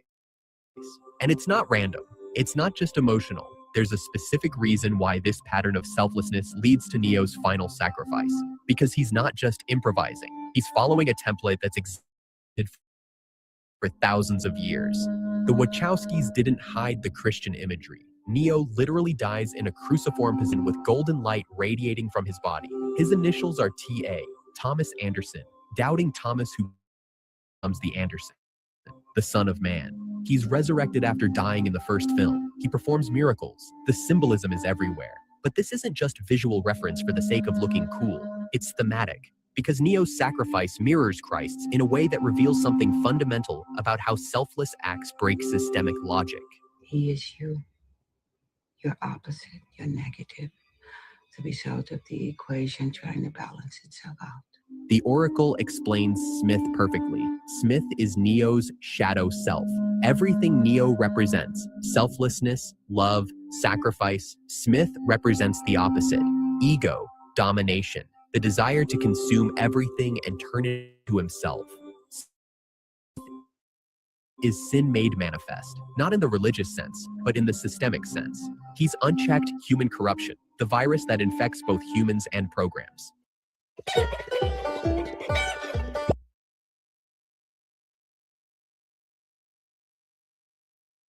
So Smith represents evil. My question is, did God created Lucifer? Yes or no? Yeah. Yes. So God created evil, right? That's because he tried to be God. What you mean? God? Yes, he created evil, loser, because without evil, there can't be God. Without Satan, there's no God. Without light, there's no Satan was an archangel that became positive, Satan. negative. Yes. Yeah. He's not stupid. God knows what he's doing. He's that smart that he has to balance shit out. That's like, I can't just create a world full of darkness. I gotta throw some light up in the bitch. Yep. It can't just be positive. I gotta throw some negative. I gotta put the moon and the sun. Exactly. What are you talking about? You're calling God a moron by asking that question. Look at Smith. That's what Smith represents. I'm a moron for asking questions. And No, you're calling God a moron by asking the No, question. we're talking about the movie. We're not talking about. God didn't fucking. He just invents things without thinking about it, loser. Referencing about Smith. Smith's supposed to be Woman, man, the angel. pee vagina. You get it? Who made that up? It wasn't you, loser. It wasn't you that made some guy with a dick that has to shove it in a hole and comes inside a woman's eggs, and then there's a baby. Whang, whang, whang. 9 months later. Come on, brother. What are you talking about? Shut the fuck up. But you The creator made all that. Yes. The suns, the stars. You're just a little puny little speck on the planet. Of course. The fuck up with your dumb question. Interest becomes pathological when the desire for control metastasizes until it destroys everything. And here's the pattern. Christ defeats sin not by fighting it, but by absorbing it. He takes on the sins of humanity, dies carrying them, and through that death creates the possibility of redemption. It looks like defeat, the Son of God dying on a cross like a common criminal. But that apparent defeat is actually the strategy. Neo does the same thing. He can't defeat Smith in combat. The Oracle has already shown Smith that Neo dies in this confrontation. The ending is predetermined. Smith has won, so Neo does the one thing Smith can't understand. He stops fighting, he accepts simulation. He lets Smith take over his body, lets the virus spread to its ultimate host. It looks like total defeat. Smith thinks he's won. Is it over? But Neo chose this. He laid down and let it happen. By becoming the host for Smith, Neo gives machines a direct connection to the source code of their own corrupted creation. They can purge the Smith virus by purging Neo, the sacrifice that saves both worlds. Christ dies for humanity's sins and rises to offer salvation. Neo does hosting Smith's virus and creates the peace that allows the machines to free any human who wants to leave. Both prove the same principle. The greatest power isn't dominant. It's the willingness to give up everything, including your life, for a purpose That is larger than heavy. yourself. I have your word. What do you think I am? Human? The architect and the oracle meet at the end. and their conversation Neo reveals the was the implications. only way The for the architect asks machines about to the get ones to who the want source out of through the him. Matrix. He was the presses way to and the Smith. He sacrificed himself Yeah. like God. You see how they put him like he was on a cross? Yeah. He sacrificed himself for both worlds. He was like, brother, this is the only way. I'm the only way in. Because Smith has gone cuckoo for Cocoa Puffs, my The peeps. the robots, the AIs, the algorithm could not read them because of that, and they failed. Do you think that in real life, God's gonna save us from AI? Yeah, when you give yourself to him. Nah, but not everybody believes in your God. Meaning not like that. Like meaning like I'm talking about loving another person, like helping another person and sacrificing you for another person type of shit. But by helping, you get what I'm saying? No, well, but I mean, I've seen the Matrix, and in the Matrix, AI and the computers, they take control over everything, and But love for another person wins. Okay, In that situation. In the movie, I'm asking you. Well, in life, like if you love somebody, right? That's somebody you know. It could be a neighbor, something, and you're helping this person, and know that it's taking out of your time. You're sacrificing whatever you could have been doing that day or whatever for another person, whatever the case may be. Helping somebody grab groceries. Well, I don't know. Help them up the stairs, across the street, shit like that. When you take time out of your life for someone else. You're gaining points. Like God's like, yeah, he did this, good. Like he's doing that. No, but it's saving you from the algorithm, from the AI as in the They can't read you. They can't read you. You know how we got technology? They can read everything we want to see on the phones and everything. If you look at this whole stream is based on that. That's why the Matrix team. I think This was like 30 years ago. A gang member. Lima's a gang member from Peru. You don't have to answer this See, question. we can't judge another man in order for us to win against the algorithm. I think Okay, somebody's not gonna. I think somebody's not gonna get saved, and it's a cop. It's got a cop avatar, and his There you name go. starts with A. But he's responsible enough to And know that's with McQueen. the situation Yeah. is real. See? We're looking at this movie. Hold And on. everybody's like, the We majority of watched people the are like, oh, movie. this is He's just this ruining corny movie night. This is movie night, my peeps. What movie we watching after this? People look at these movies and be like, oh, it's just a movie. They believe in this and that. No, there's pieces to the puzzle to our reality now. This is just, it was ahead of its time, and it's perfect for what's going on right now in our world. Let's watch The Usual Suspects next. That's all of us. That's Lima, you, me. Respond with this. Neo's death doesn't just end the war. It creates a new covenant. Humans who want to leave can leave. The machines agree to peace. The cycle is broken, not because anyone won, but because someone was willing to lose everything to make a different outcome possible. This path, breaking systems through sacrifice instead of force, isn't limited to religious texts. It's how real change has always happened. The Matrix isn't just science fiction, it's an allegory for any system of control, and the history of human civilization is full of empires that operated exactly like the machines do. They calculate human behavior. They predict rebellion. They have strategies for crushing resistance and You know what sucks though? Gandhi didn't After you died, everyone kept partying and fucking. They were like, thanks, Neo, and then they just kept dancing and fucking like They're animals. happy. They're happy. They're loving each other. I know, but they don't really care about Neo. Now Neo did all that for nothing, and these people are still No, he fucking. still did it for something. They're free to do what they want. Them to fuck like animals? They're free to do what they Dancing. want. You're forgetting it. Instead of being controlled and forced to live lives they don't want They to were all live, they can animals. make They're still choices if they animals, want to man. fuck They or didn't not. care. They should have been sucking. They should have made like veils. They should have made a church like Neo for 2 years straight. Obviously, Just they to loving worship each other Neo, by to doing thank this, him. to thank them. They didn't wait an hour, bro. They were fucking and sucking as soon as Neo died. Like, thanks, Neo, for freeing us. And they were just fucking like losers. You understand? I don't like that. This guy just saved your whole planet, and you can't give him a year of cocksucking? You can't give him a couple candles, you know, a vigil? They didn't give him a vigil, brother. A vigil. They didn't give him. I see candle, bro. They were dancing and fucking. Like, yeah, Neo saved us. Let's fuck. Not even a vigil, my man. Okay, are you done, you moron? Nigger. Wow, look at that. Who's that in the background?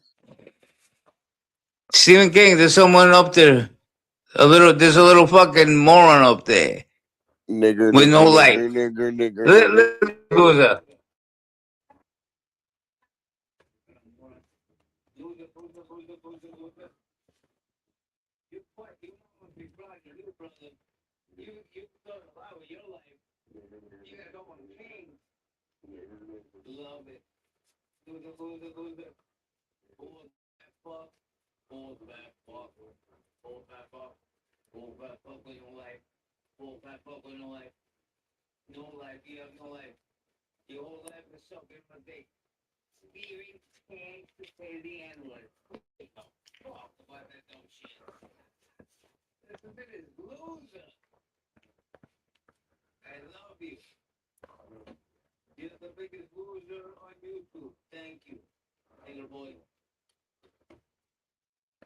Joe Shipley, it's you, nigga boy. Shut the fuck up.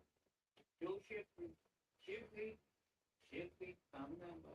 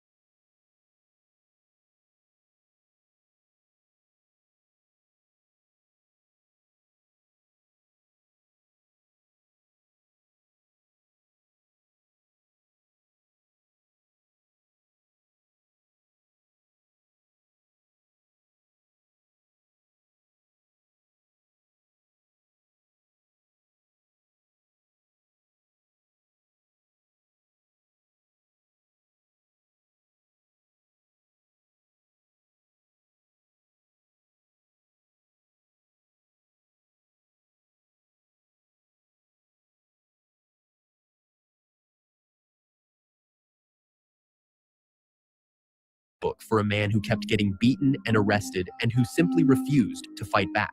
Gandhi stepped outside the system's logic. He didn't try to beat the empire at its own game. He made the game irrelevant. The Buddha gave up a kingdom. A golden laser? That's insane!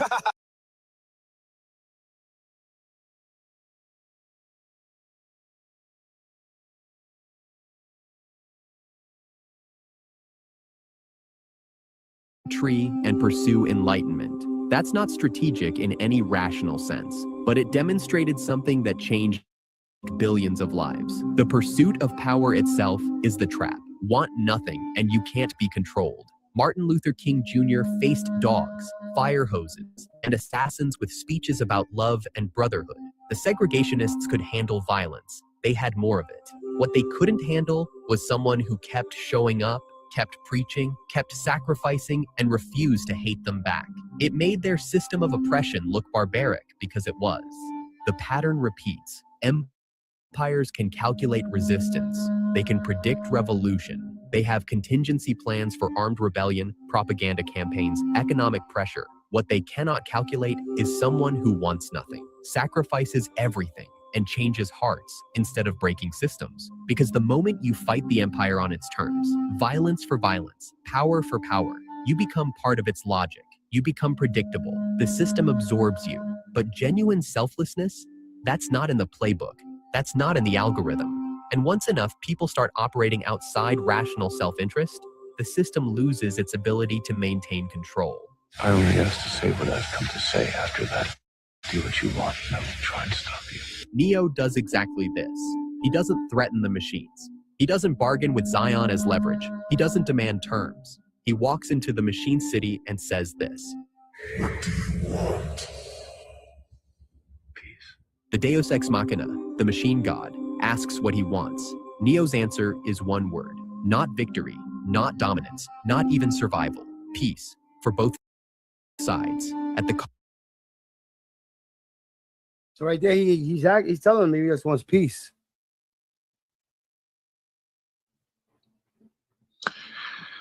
Bro, I understand that. I mean, we're talking about the movie, but throughout history, the one thing that's always happened between humans is conflict and war. Yep. And you know, usually when something has happened and continues to happen, it will happen in the future. We can never get along with tribals. Like, for example, Alex calling me a this Peruvian, a gang member, a this or a that. You see, we like to divide ourselves. We like that. We love that. That's human nature. Yeah. But now we got from big armies to the civilians doing it online.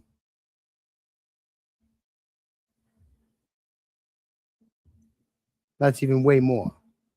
Yeah, I mean, yeah, people against people, like the government against the people. Is that what you're talking about? Or the regular people against the people.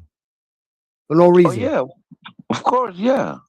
Yeah, we regular people. Like I said, I just said the example. Tribal and like- everything. But is that helping, knowing that love supersedes anger and frustration and that shit?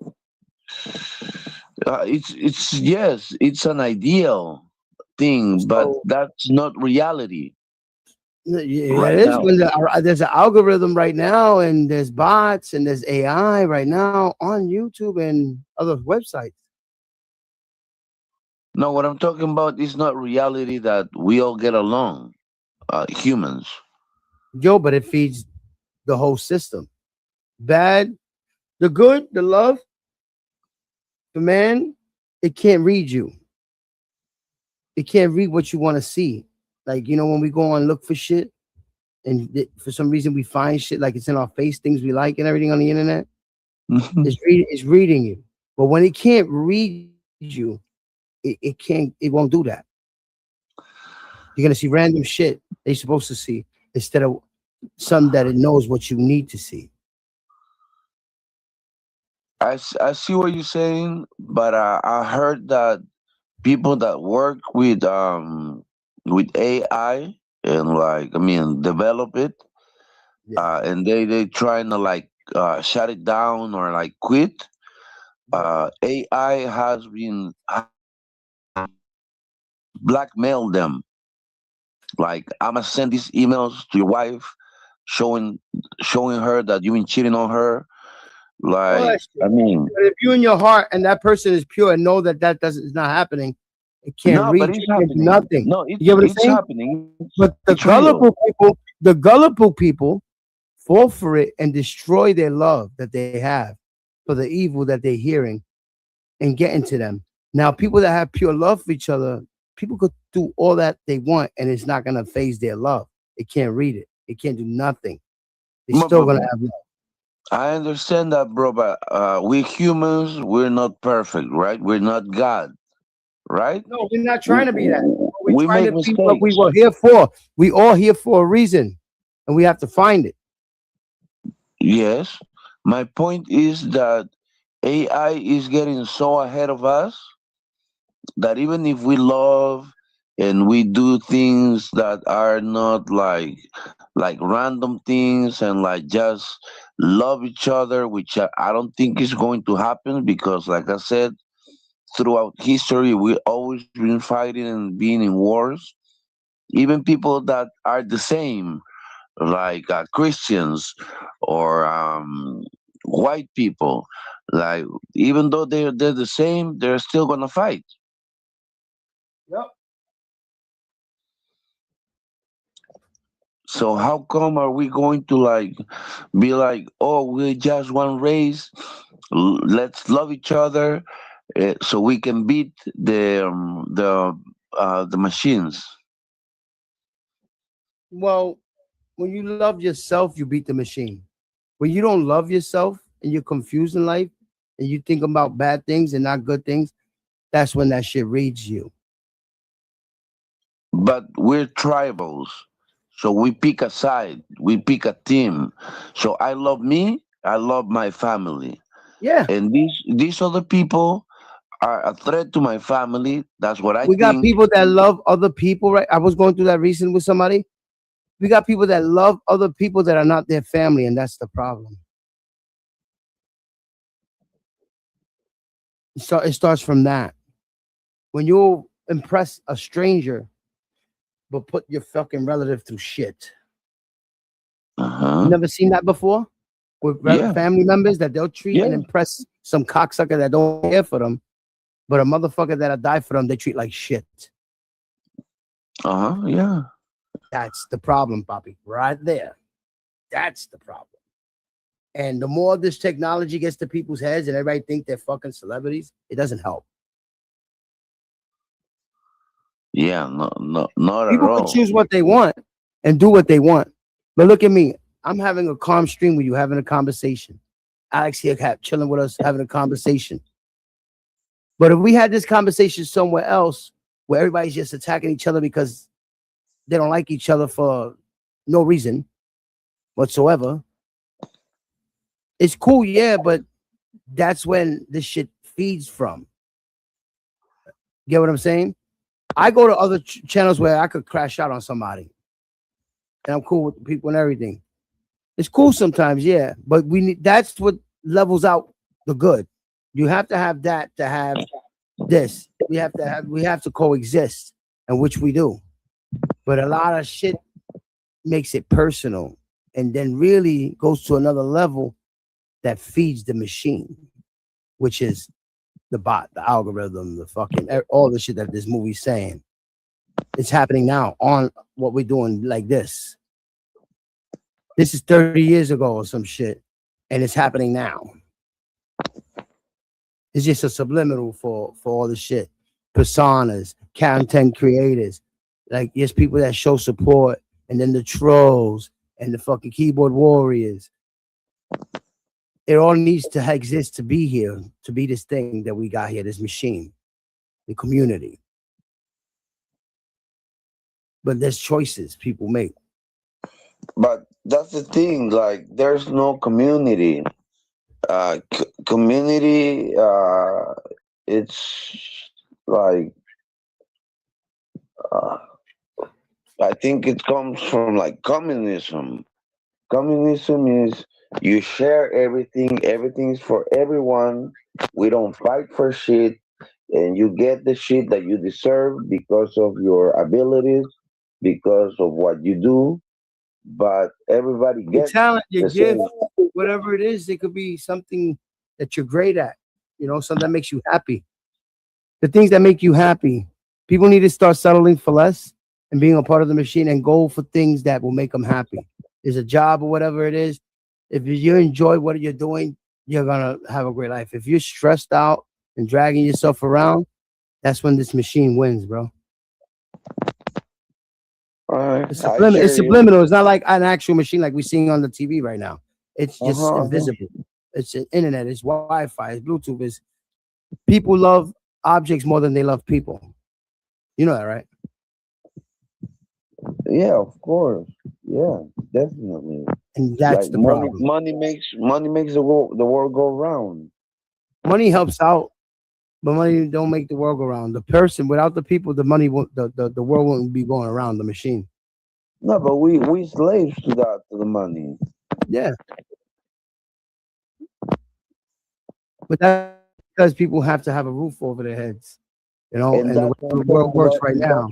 And that's when I talk about communism, there's no money involved. If you really read about what communism is about, communism is no currency, no government.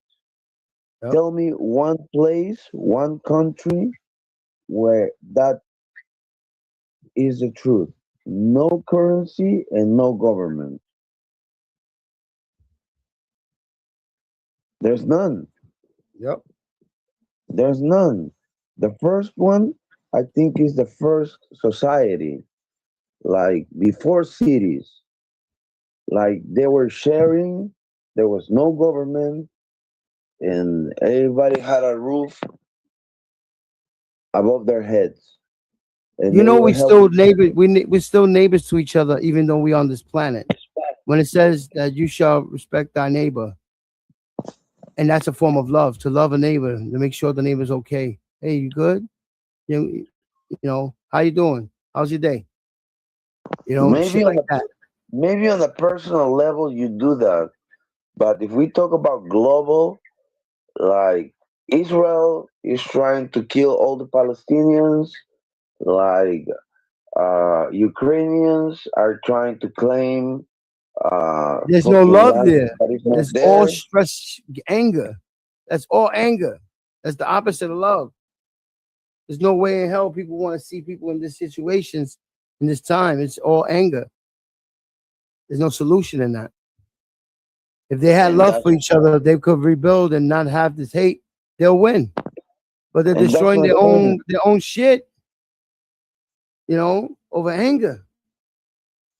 But anger because of what? Because this is my people, this is what I believe, this is my politics, this is who I represent, and you are the enemy.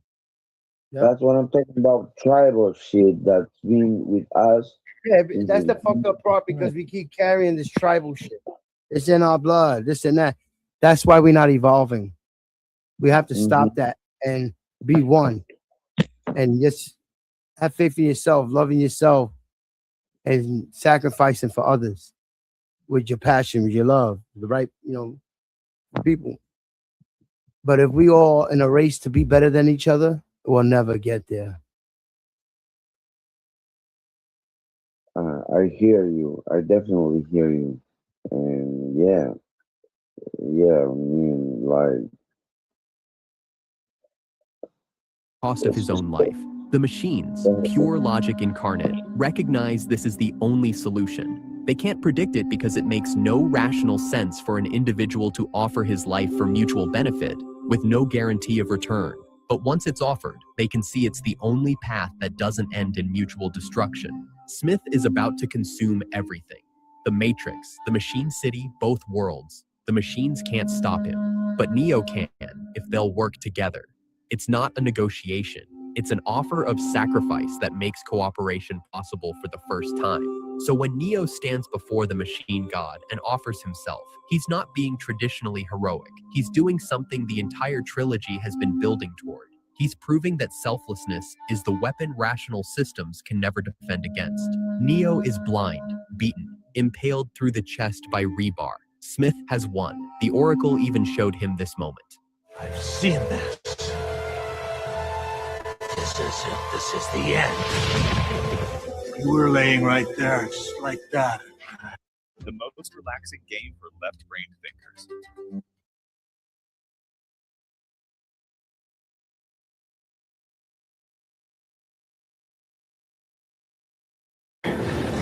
I stand here, right here. But this is exactly where Neo needs to be, because the final battle isn't really a fight. It's Neo demonstrating that he's already won by choosing to lose. Why, Mr. Anderson? Why? Why do you do it? Why? Why get up?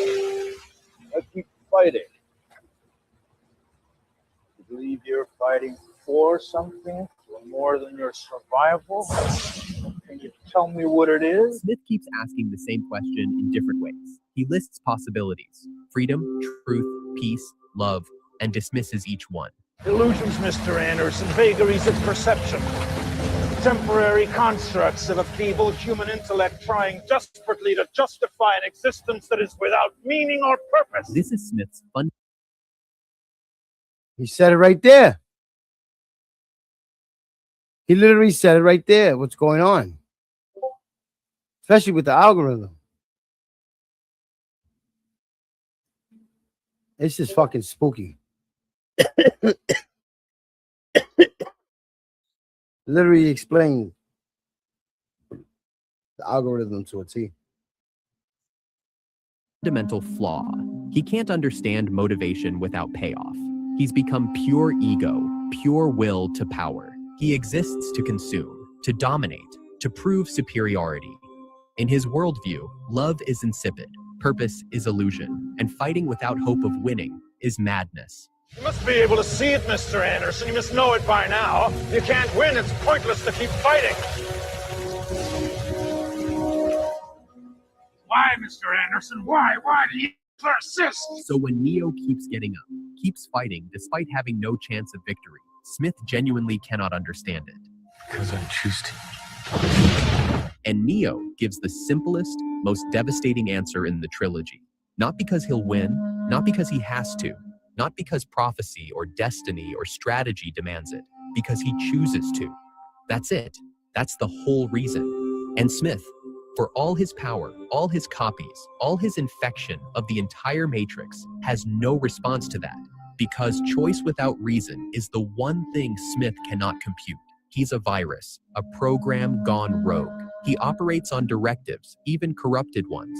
Neo is human, and humans can choose things that make no sense, offer no benefit, and still be right to choose them. Everything that has a beginning has an end, Neo. The final battle escalates. They're flying, crashing, creating craters in the Matrix code itself. And Neo is losing, badly. He's on the ground, broken, when Smith says the words the Oracle showed him. What? What did I just say? No, this isn't right. This can't be right. But then something changes. Neo starts to get up again, and Smith realizes the vision was wrong. You were right, sir. You're always right.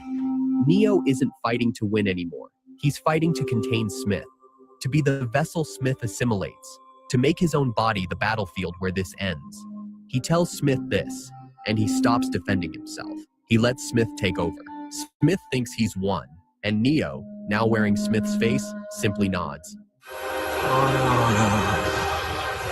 No, it's not that. But the moment Smith's code fully assimilates Neo, golden light surges through the connection. The machines have their direct link to the virus. They purge Smith through Neo's willing body. Every Smith clone across the Matrix screams and disintegrates. The rain itself seems to be washing them away. Smith's last words are perfect. It's not fair. He won the fight. He assimilated the one. He did everything right, according to the rules of combat and dominance and power. But Neo wasn't playing that game. He turned his own defeat into victory by making his body the conduit for Smith's deletion. It's not a defeat when you choose it. It's not losing when it's part of the plan. It is done. The Deus Ex Machina receives the feedback, understands what Neo has done, and speaks 2 words. The war ends. Not because anyone won, but because someone chose to lose everything. The machines get their survival. Humans get their freedom. Anyone who wants to leave can leave. The Matrix continues, but as a choice rather than a prison. See? It tells you right there. Oh, shit. This has been crazy.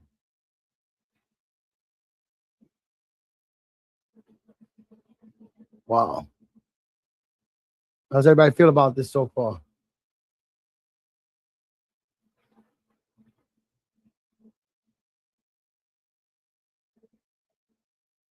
Yeah, I mean, it's cool. I mean, when you like, I mean, for me, when you talk about the algorithm and not the religious part, I'm more into it. Yeah, I'm not like it's using the religious part to set the message, but and what it's doing is this is 30 years ago. This is talking about shit that now everybody's worried about is algorithm, the bots, the AIs, and it's happening now. The stuff like using all the stuff that they're talking about 30 years ago, which is fucking crazy. So when a lot of people feel like, what the fuck is going on in this universe that we're in, YouTube for say, the community itself, the AIs, where the AI picks who to be on first place in the algorithm, and who to shadow ban, and who to, like, it's crazy because it's also feeding off our intellect, our likeliness, and who we are. A lot of people erasing themselves over a gamer tag or a fucking online persona. And after a year being called these names, forget who they really are. And they become the AI without even knowing, and the algorithm is choosing where they be in this world of ours. And now we got database and metadata and labs being built to take more of our input. Like if you watch Short Circuit with Johnny Five is alive, it goes back to that shit. Movies from that shit, like all the clues. Like a robot that was actually alive in the movie back in the days. And look what's happening now. What do you think they're going to put these likeliness and all this data that they're taking into these robots, bro? The robots are going to be the fucking humans. Yeah, you know what I heard once? That the trans movement, transsexuals, it's preparing us or preparing humans to be trans species. Like they're gonna put a robot mind in you,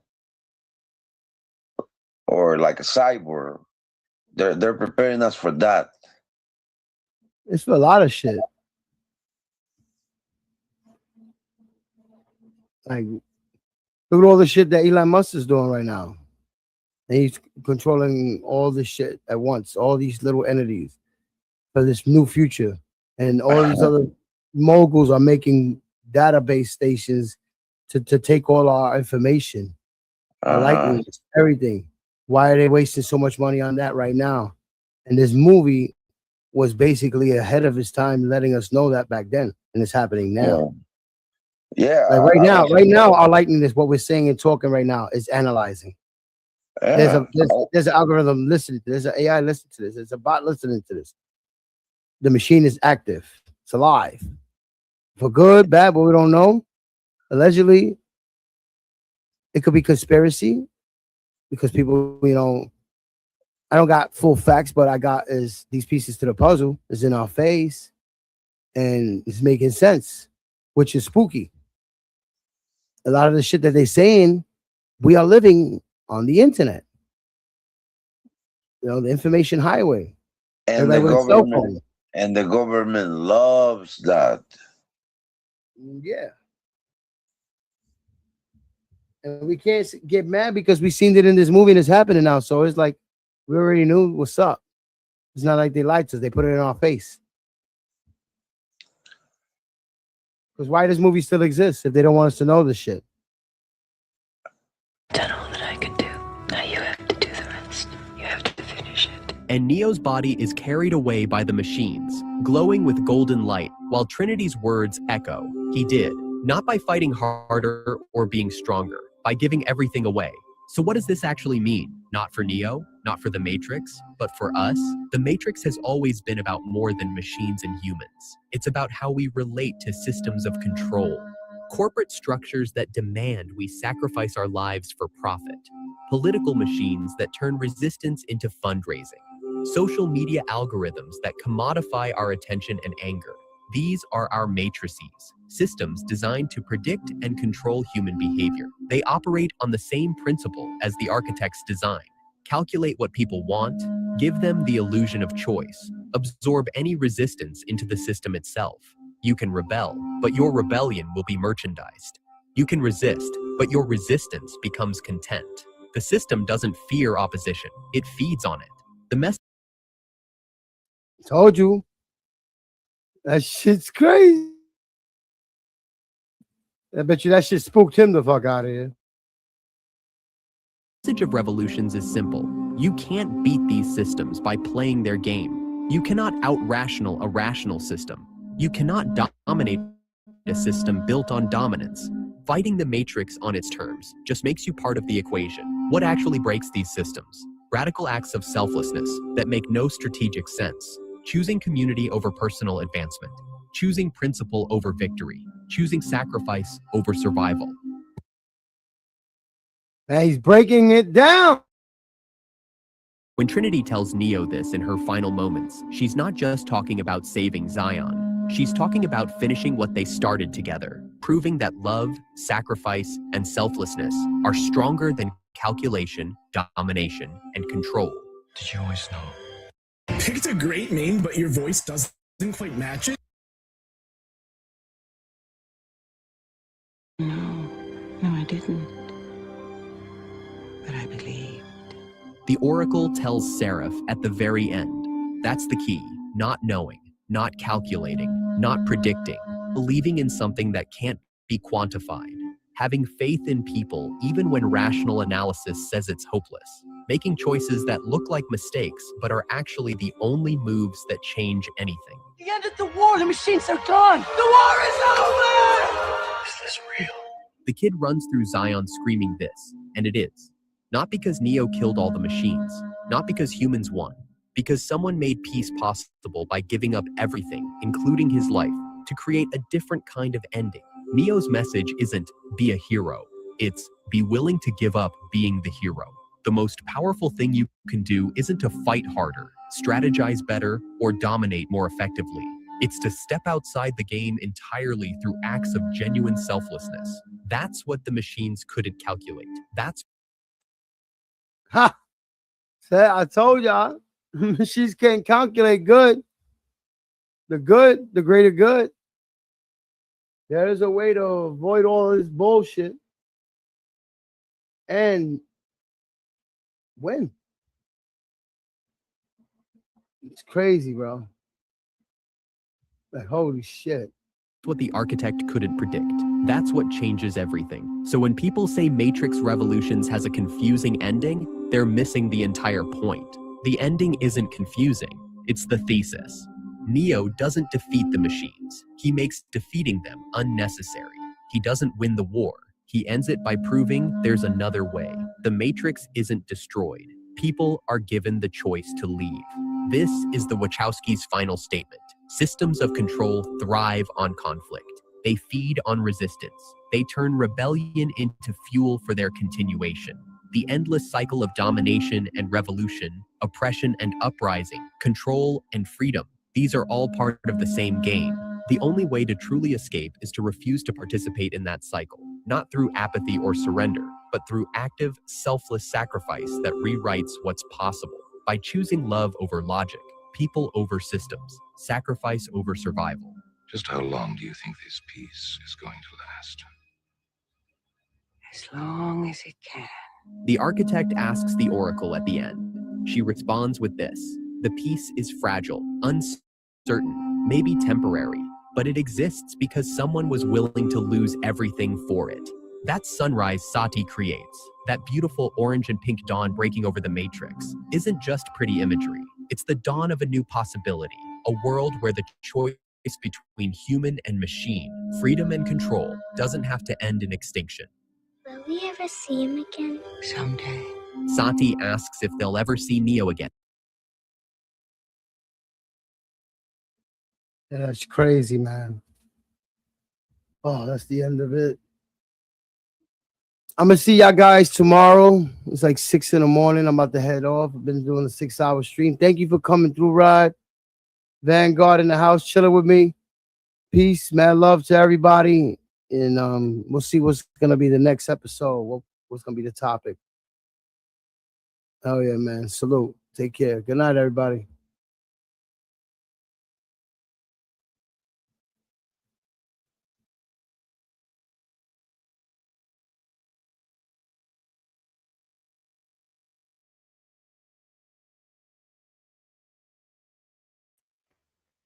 All right, let's see. Let's see what's up.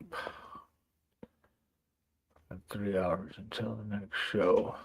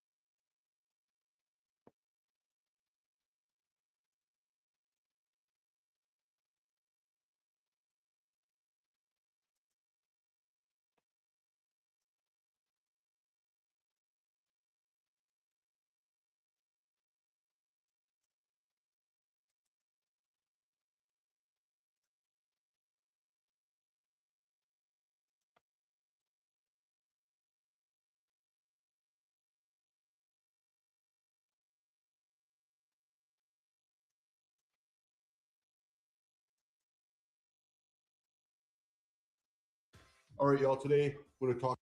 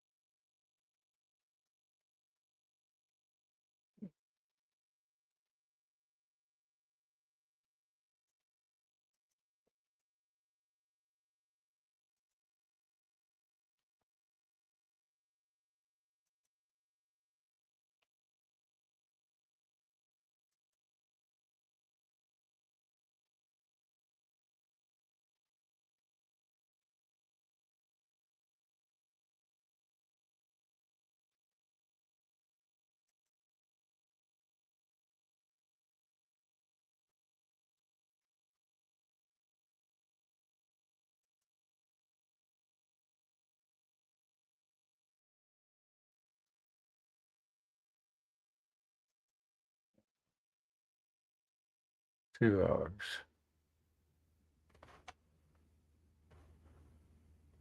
Especially where the traffic is dense. And the second mistake was to turn back and look at the driver who was behind him while he was moving at a high rate of speed. Let's just say that that mistake is about to cost him really bad.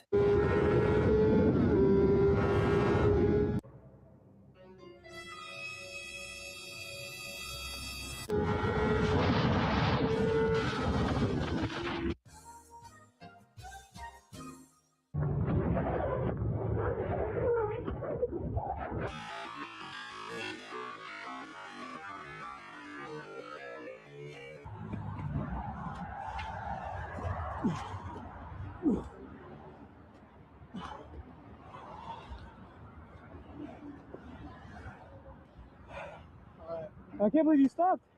I gotta make sure you're okay, bro. My uncle and aunt ride, bro. I hate that shit. That shit's scary. I'm switch.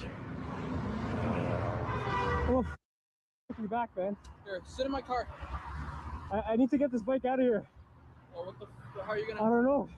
Hold on a second. Thank you for stopping. One sec. Yo, I just realized I hit a truck. You just left. Really? Yeah, bro. Company vehicle. Oh, thank God, I guess. Dude, I'm just glad you're okay. Man. Sorry? You okay, man? But I'm physically fine, but Your gear was okay, right? this is not my first crash, bro. No? But I don't know how the fuck I'm gonna get home.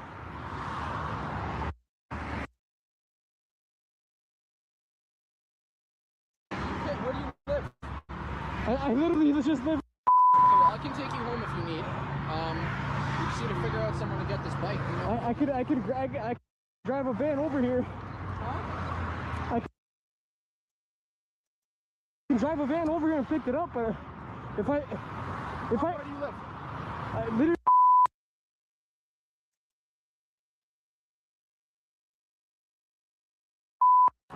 Like, is it 5 minutes away? Yeah, pretty much. You have a van that you can bring? Yeah. I don't want to get recorded. You're fine. This guy's gonna call the cops. So. Oh. No.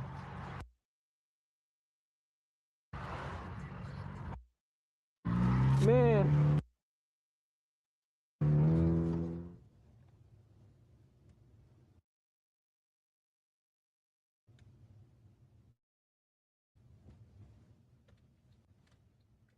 They ask you how you are, you just have to say that you're fine when you're not really fine, but you just can't get into it because they would never understand. Harley Rider dropped his bike at the intersection, and before you know it, the road was completely blocked until he managed to pick it up and move on.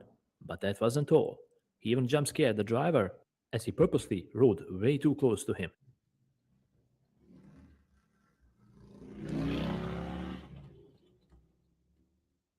Another dude fresh out of the county. Let's go!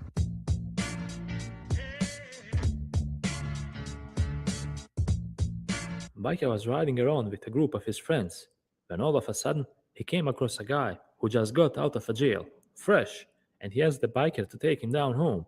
Of course, the biker couldn't deny his request, and they had hell of a lot of fun. Oh, it is.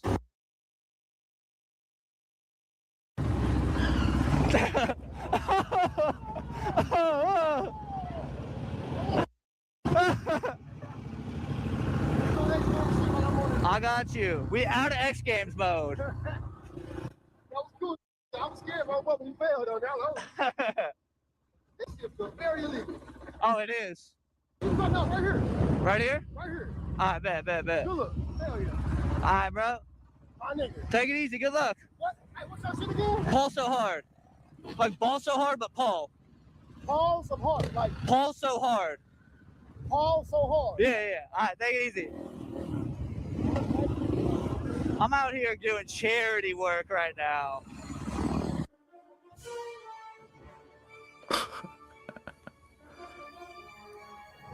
Hold up. Wait a minute. Something ain't right. Gotta give them the hand signals of a U-turn.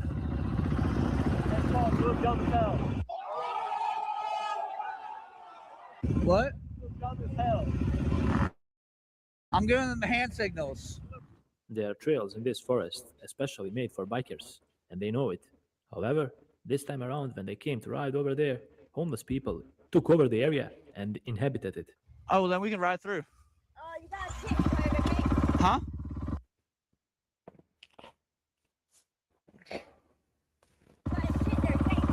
Okay, thank you.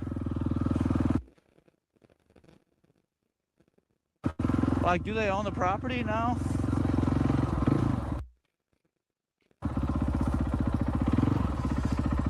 Howdy. Where'd the trail go? It's gone? The fuck? Oh, that's wild. All right, y'all have a good one. Tudo bem, meu irmãozinho? Como que é seu nome? It's sad to see someone brought to the point where they have to beg, especially if those are children. No one deserves this, and the only thing you as a human being can do is to help out as much as possible. Não é muito, mas é de coração, tá bom? Deixa esse dinheirinho com você. Ficou feliz?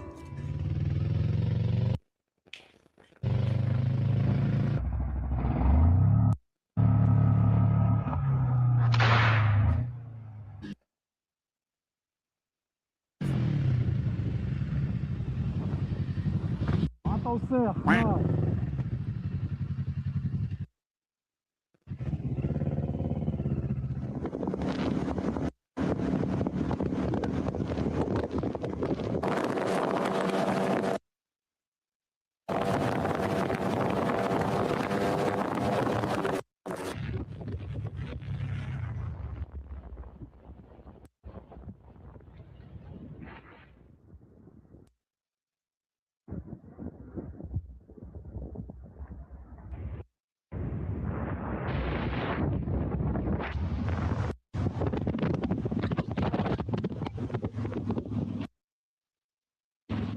This biker is a huge dog lover, and he does not hide it at all. As he was moving away from the parking lot, he noticed some people selling puppies, and he couldn't resist but to pull over and pet them. Hello. They are Mastiff Shepherds. Came to check out your puppies. Hey guys. We got 2 females and 1 male. Hey. What are you doing? Arlo, that is Ava. Well, you temporarily named them. Just so we could tell them apart. And then the one with the pink color is Rebel. Hey, you guys are cute. What kind of mix are they? They are Mastiff Shepherds. Okay. Their dad looks like a lion mixed with a wolf, but Nice. he's an imported breed of shepherd. He's a Macedonia Shepherd or Serpulinian Shepherd, whichever one you want to call it. Okay. They are 300 each. They are cute. How much are you selling them for? 300. Cool. Guys. You have a really nice bike. Thank you. Hello. Hello. Just came to check them out. I love puppies. They're cute. Thank you. Yeah, the mom is the purebred King Corso Mastiff, and the dad's the Sarplantic Shepherd. Nice. Well, good luck selling them. They look super cute. I just had to come pet them. No worries, everyone needs to get their puppy fixed on. Absolutely. Makes for a good day. Do you have a business card or anything like that? Like, do you have a Facebook page? Like, if you ever get video, we would love to put it, like, use it. Nomad Moto? Oh, Nomad. Yeah. Okay. I'm a videographer. I use music, and I use you guys and the police and cool First Amendment activity. Yeah, no, I fully support it. That's why I'm out here right now. Yeah, cool. I like watching you guys. You guys are the heroes out here. Let's knock it off. Enjoy, man. Thanks, man. Have a good day. That's rad. Oh, hey. Hey, remember me? Hey, yeah. Had the camera. Yeah, nice bike, man. Yeah, thanks. I said next time I see you. Yeah. I'm a man of my word. All right, brother. Oh, you got water? I got some drink. All right, man. Fight me and you'll break him. Your teeth will be vacant. I don't.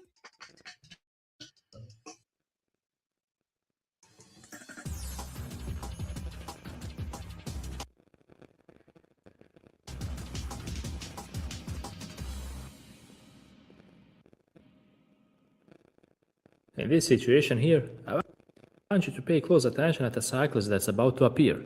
Let's just say that he bit off more than he could chew, and it came back to bite him. Check out this crazy situation.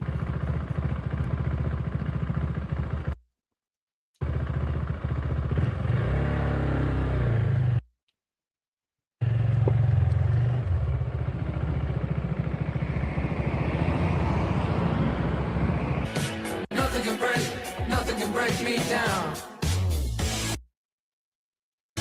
Don't you know if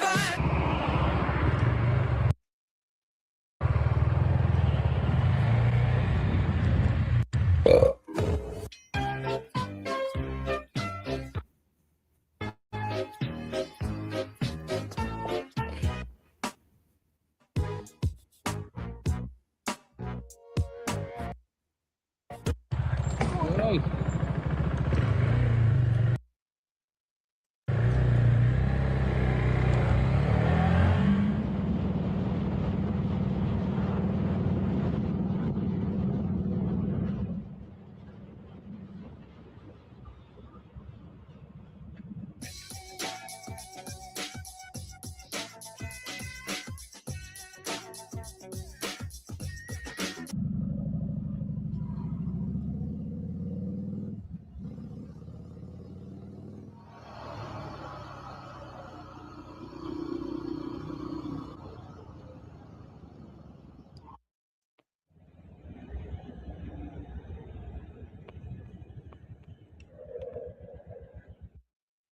Dumb dog.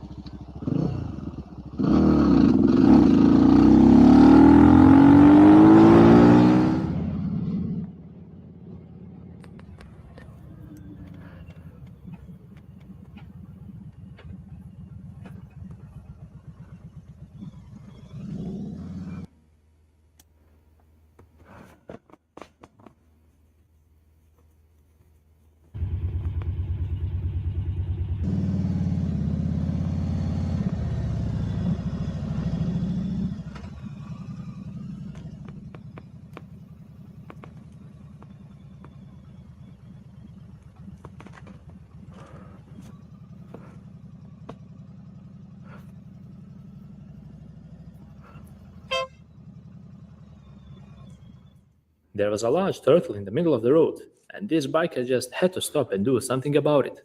It was difficult and dangerous for him alone to do it, but another kind person pulled over, and with combined forces, they worked out a plan. Check it out. How can I help you? Let me just open the side of it. He is snapping?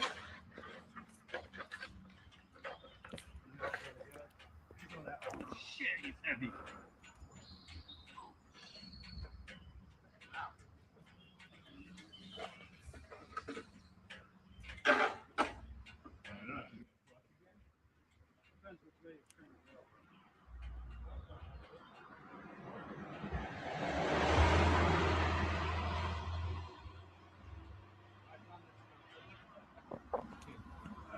This passenger had his arm completely out of the car and he was filming something, and that's completely dangerous because the biker could have nearly hit him. When the biker pulled up next to this driver, he had something to see. This crazy Karen was casually texting on her phone and didn't even care about what was going on in front of her in traffic.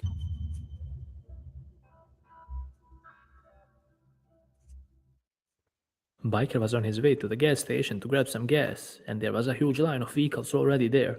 As he tried to filter his way at the front of the queue, one driver was not pleased about that, and he tried to cut him off. To make things even worse, this crazy driver doesn't even have a mirror, or should I say, it's totally broken.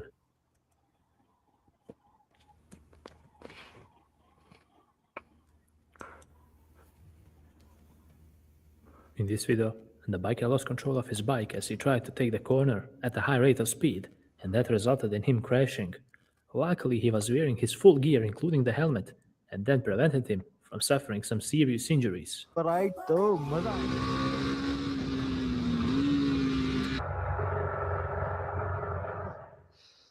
लगी तो नहीं बच गया. Not every girl is a fan of bikes, and especially burnouts. Well, at least we know that the girl in this clip is definitely not a huge fan. Save his life. There. Oh!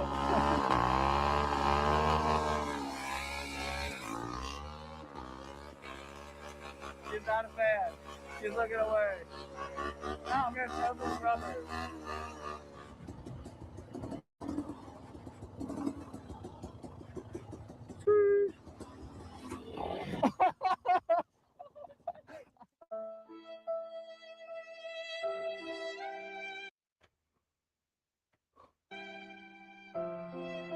I called it.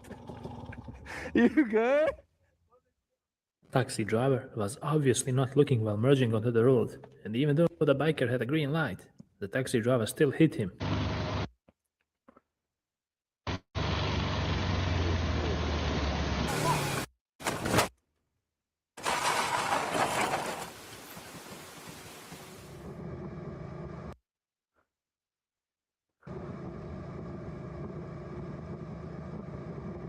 I'm pretty sure that this crazy driver didn't even register the bike nor the biker as he pulled out.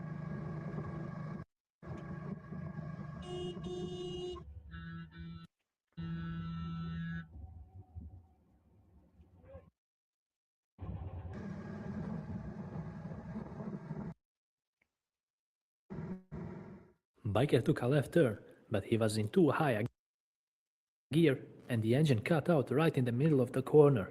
And because he was already leaning into the corner, he had to put his left foot down. But the issue was that there was a big ditch there.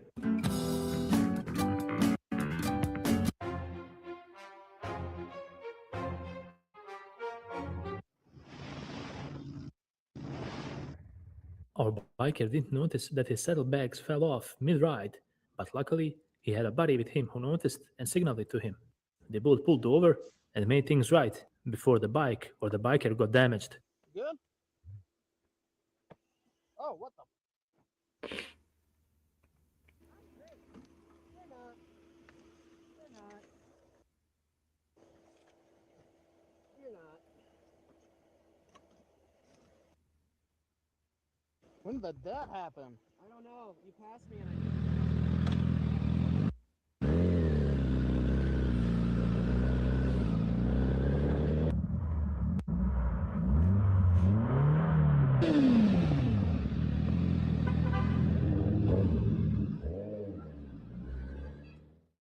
You see what I'm talking about? It only took one moment of impatience and not looking by this crazy driver to cause the biker to crash. He didn't check his mirrors because he thought that no one was on the road, and that was a grave mistake.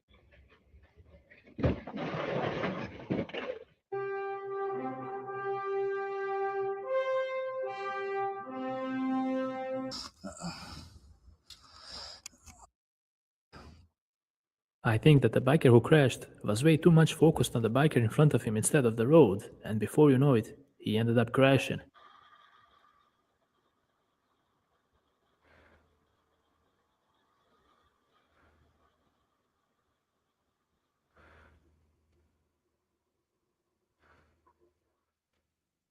Biker caught some rather crazy drivers on his GoPro as he was riding around. Some of them had issues staying in their own lane, while others have issues using their indicators, and they casually cut others in traffic like there's no tomorrow.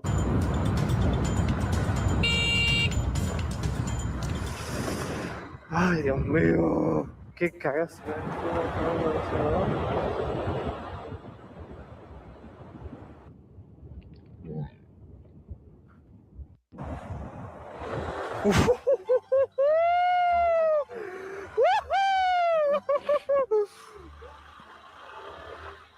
Ay, el cieguito, hermano. ¿Cómo se dio cuenta? This biker already established a name for himself in the world for picking up girls and giving them a free ride. And now he's back in his own country. And the contrast on how to pick girls here and somewhere else is rather interesting. Check out how he fared once again back in his own homeland. Look, I've seen your videos. Yeah, I know, bro. Damn. Are you waiting for someone or? Yeah, for passengers. As always. Yo, just no way. Damn. No way I met you. Yo, can I get a selfie? Yeah, sure. Damn. Oh my god, no way. Oh, yeah. Guys, Perfect. Thank you so much. Thank you very much. No problem, bro. Have a nice day. It was nice meeting you, bro. No way. Now it's time to riz some girls. Hi, girls. Excuse me. Can I bother you for 1 second? Yeah. Do you speak a little bit English, yeah? Yeah. Awesome, cool. Look, I'm giving a free ride on motorcycle. Free? Yeah, absolutely. Just here a little bit, and you can go one by one together, like. Yeah, let's go. It's like one ride, 5 minutes, not more. Oh. Good? Free? Yeah, absolutely, sure. Okay, okay. Let's go. I have second helmet for you.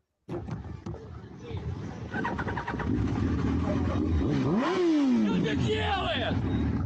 Что ты делаешь? Ну глушишь людей. Ты нормальный? Sorry, bro. Don't be angry. Let's go.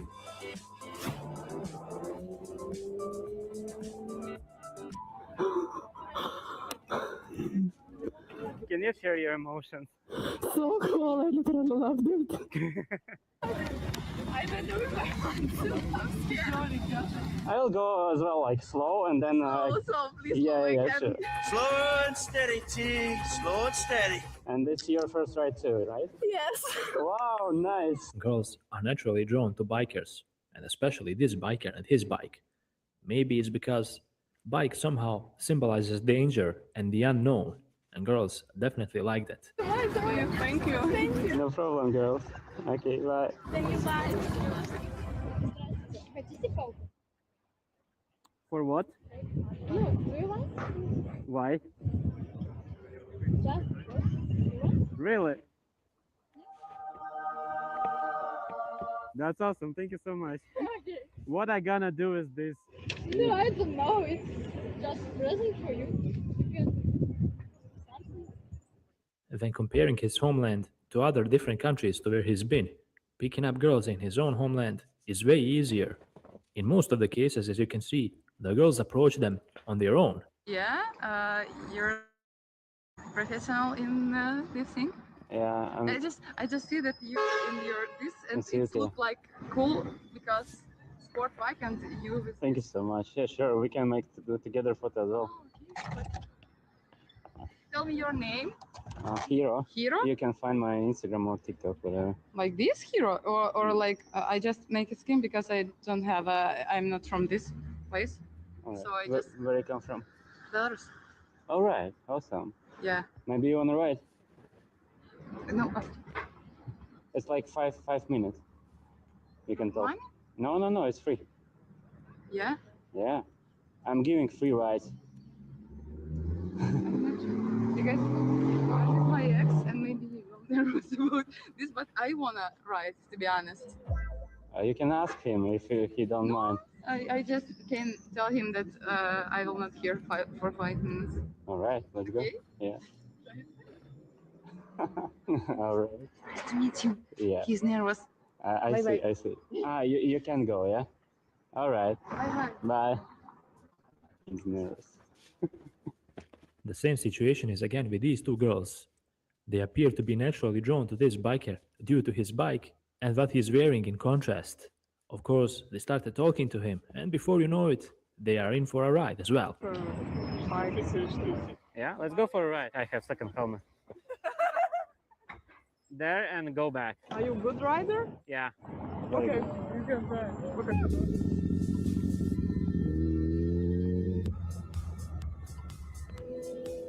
A little bit faster.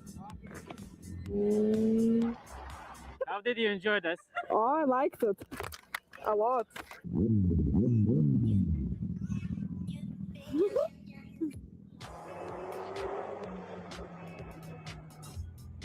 Woo! You're a very good driver. Yeah, thank you so much. В камере, пожалуйста. No, Не смотри на меня, пожалуйста. it's not recording. You're riding like all people. Yeah, mostly girls, but yeah. Yeah? She can ride? Yes, but there will be video. Да будет видео всего. Хорошо. Окей. Давай. А что ты тоже? А, на меня? Да. А ты что? А зачем? А можно без? Нет, одевай. No. Блядь, пиздос. Бай-бай. Ой, боже мой, господи, я заплатилась за это. It's not difficult to notice that this biker has had great success when it comes to picking up girls and giving them a free ride. And this video just once again proves it. He does it so effortlessly and easy. Even some bikers are jealous of him. Ты вообще очень, ты крутой, вообще очень. Thank you so much. Thank you so much. Oh, you're cool. А ты что тоже? Да, да, да. Is it your first ride? With the professional, yes.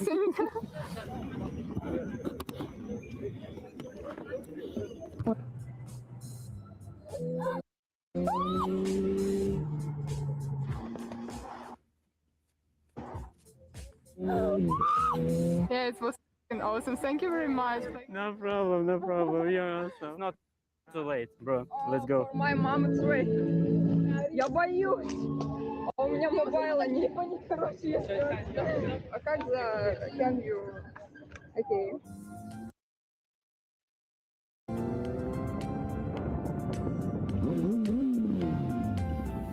You should be at home at 9? Yeah. But now it's like almost 11, yeah? Okay, no problem. So, you wanted to see my face?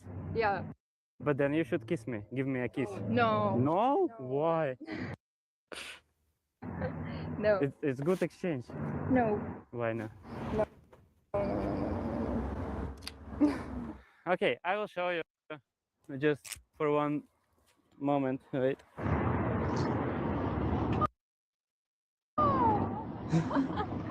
They're so cute. Really? Yeah. So you see, I'm not afraid to show my face. I'm sure in myself. I'm not criminals or something.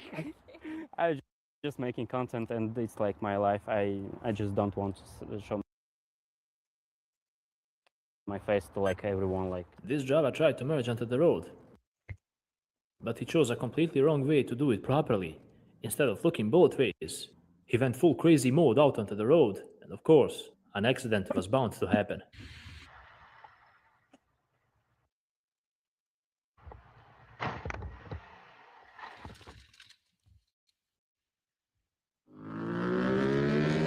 This is a classic case of target fixation, in which the biker was looking where he was heading. Unfortunately, it was nowhere where he was supposed to be.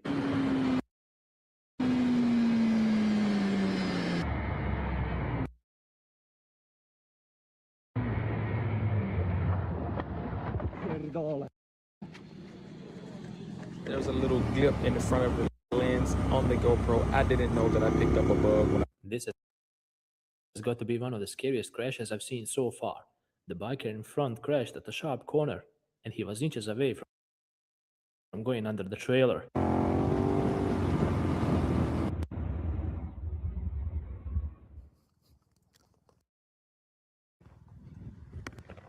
Pay close attention at the driver in front of the biker. The lady gave off a left indicator, but instead of turning left, she cut across and moved right. And the biker nearly got hit. The situation didn't end there, as the biker confronted her.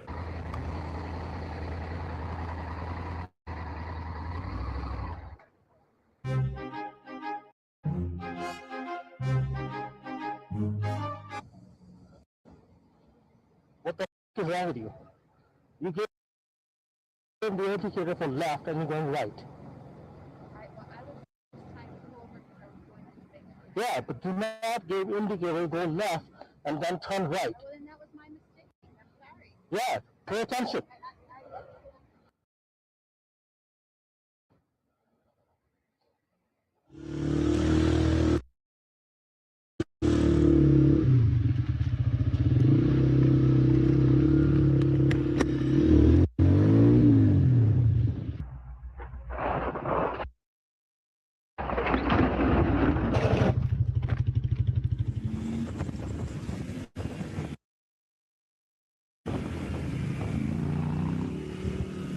Biker in front of the queue didn't take the corner quite as he wanted, and unfortunately he ended up crashing in a ditch.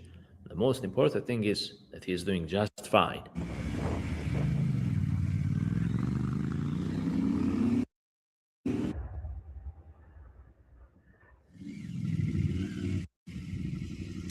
Cyclists are also a part of traffic, but they don't always get that equal treatment. And this is one of those cases. Karen cut the biker off, even though she saw him approaching.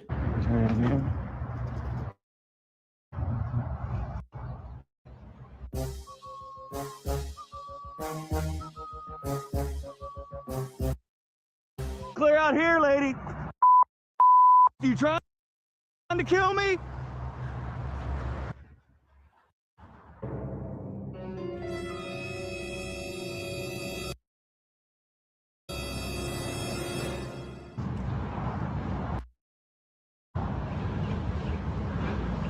All right, let me know how scary this is, because it's scary as to me. Don't block the sidewalk. Wait.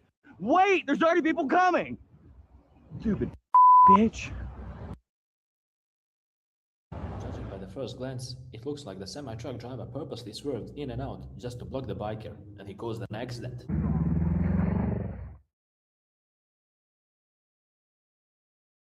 In this video, you can see how a biker loses control of his bike as he tried to enter the corner way too fast. Unfortunately, he crashed, but thanks to his gear, he was left unharmed.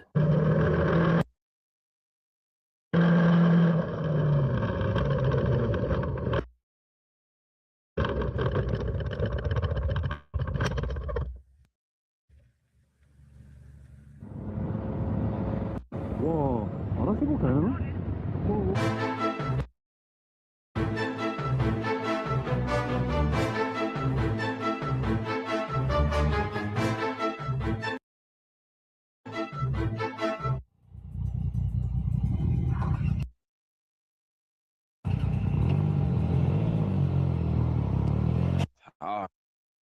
Here we go again. Two boys on a bicycle ran out into the middle of a busy intersection without bothering to look, and it nearly cost them dearly. Are you kidding me? Are you? Get out of here! Oh, you idiot,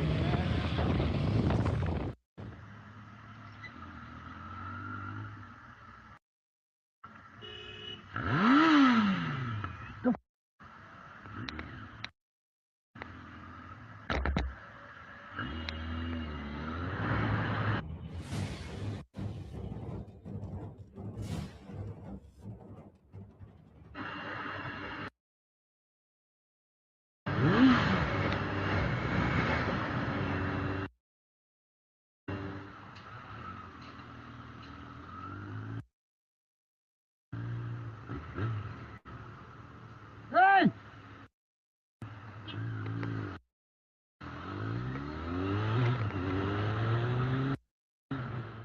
This rude driver did everything wrong a driver can do on the road. He didn't check his side mirrors, he didn't indicate, he didn't do any of those, and because of that, he nearly hit the biker. But luckily, the biker was the one who was aware.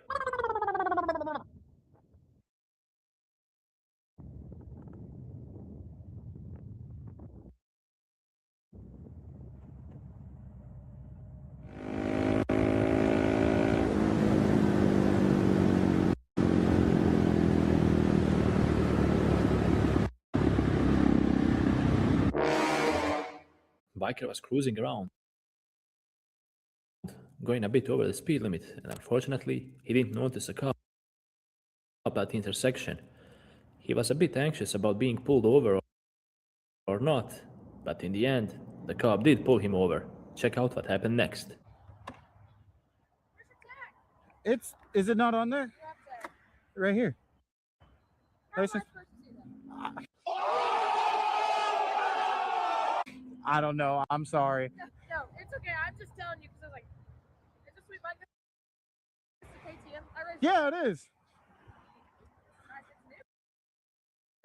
Yeah, it's a 2019, but when I got it, it only had 500 miles on it. It's not an Enduro, is it? Nope, it's the SMCR. I didn't even put this out on the radio. It's not a big deal. Okay. Honestly, I know why. I got on it on the side road a little bit. I wasn't worried about that. I honestly wanted to stop and ask what bike it was, and so I didn't see a tag, and I was like, oh, deal. I have a KX250F. Yeah. And a YZ125. All right, man. Well, I'll let you get back to it. I just want to say it's a cool bike. Okay. Well, thank you. Yeah, no, that's a sweet bike. Thank you. All right, have a good day. All right, you as well. One lane of traffic was completely blocked off, and it came to a traffic gridlock. And when the biker pulled up in the front of the queue to see what was going on, it was a driver who was broken down in the middle of the road. Check out what happened next. Are you okay? I'm just thinking we push you across there. Hey, fellas, don't give him a push off the road.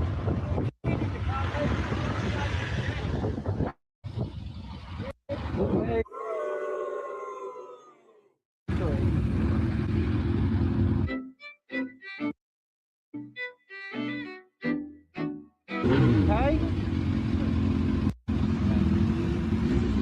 Go lang. Sorry, yeah.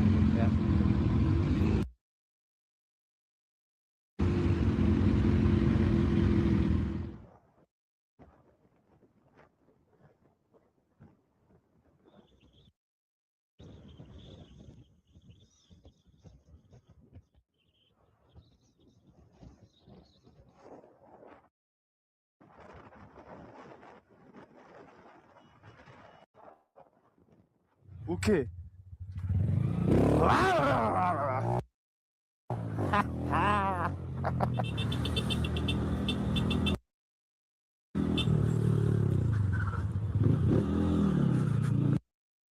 Atenção, cara. Atenção, porra, viado. Filha da puta. Ladies and gentlemen, this is how you properly jump scare a driver. Eu vou comer tudo, comer tudo, comer! Ai, ai caralho. Our biker noticed a fellow biker being broken down in the middle of the road. He was pushing his bike, and of course, our hero biker could not simply move on without checking on him. The biker who broke down was without a gas, and the nearest gas station was pretty far away.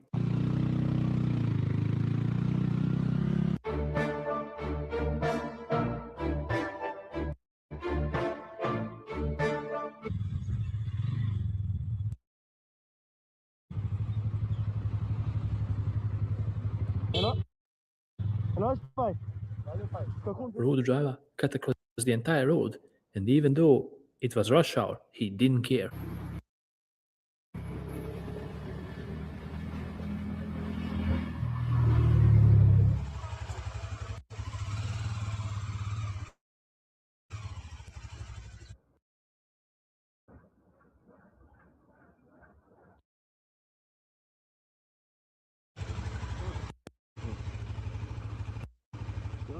Bikers usually end up into crashes or close calls with lots of crazy and reckless drivers.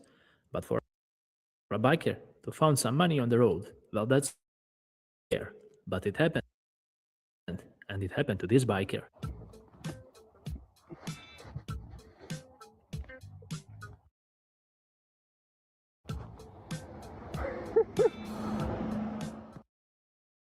We don't know what led up to this road rage, but the moped rider was far from pleased with the driver here.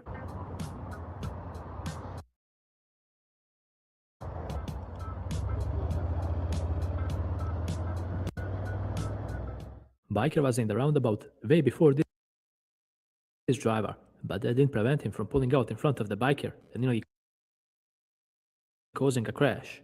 The biker was furious, and when he pulled up to him, well, the driver at least had some common decency to raise his hand and apologize. Problema, acontece. What about this crazy biker here?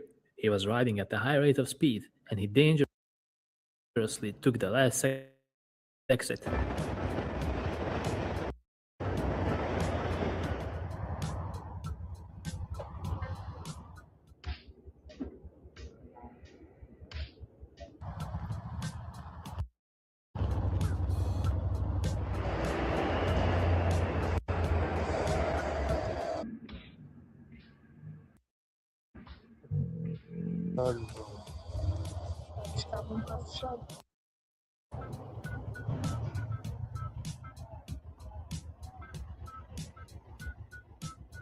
Foda-se, caralho, meu.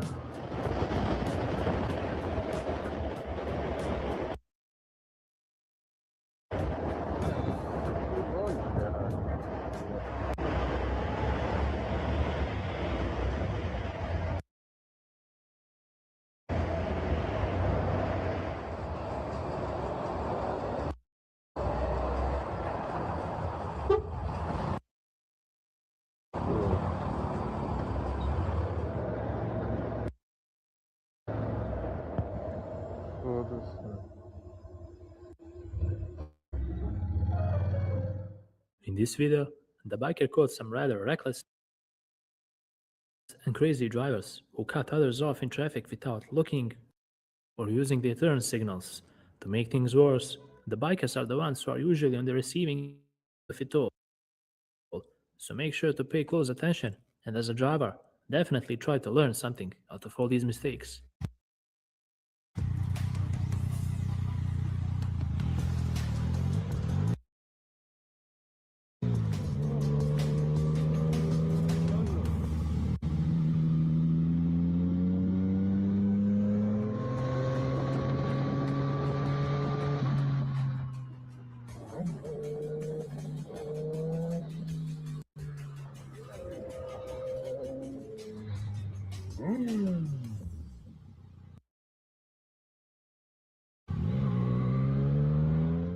Rude driver entered the intersection even though he had a red light. The biker was far from pleased with him.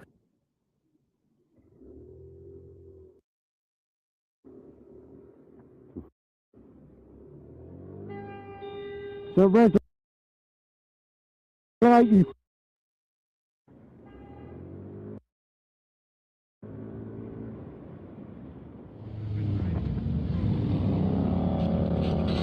This biker skidded out on his cruiser after turning the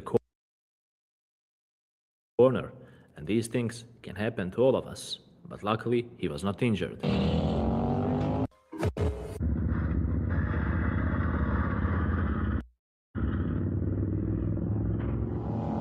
Okay.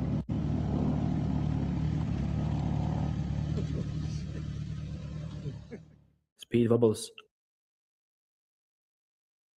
are a nightmare for every biker because they occur randomly, and the biker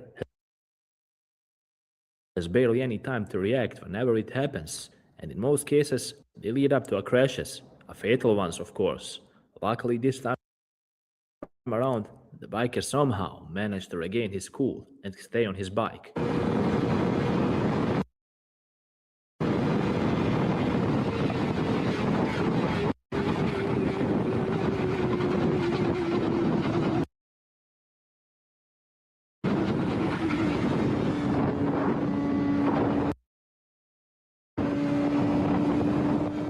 Entering a corner at a high rate of speed is always a risk, especially if you're on your bike. And in this situation, the biker lost control of his bike. He didn't ease up on his throttle enough, and he ended up in a ditch. But luckily he was wearing his gear, and he was not injured. All around me are familiar faces. Worn.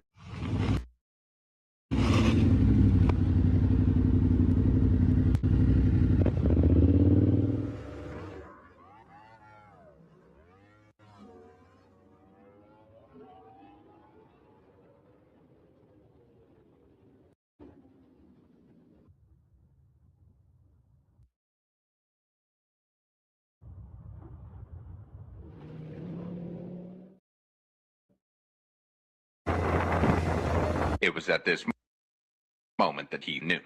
He stopped.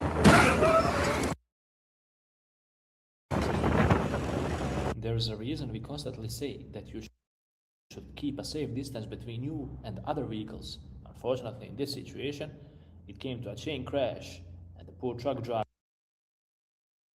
was on the receiving end of it all.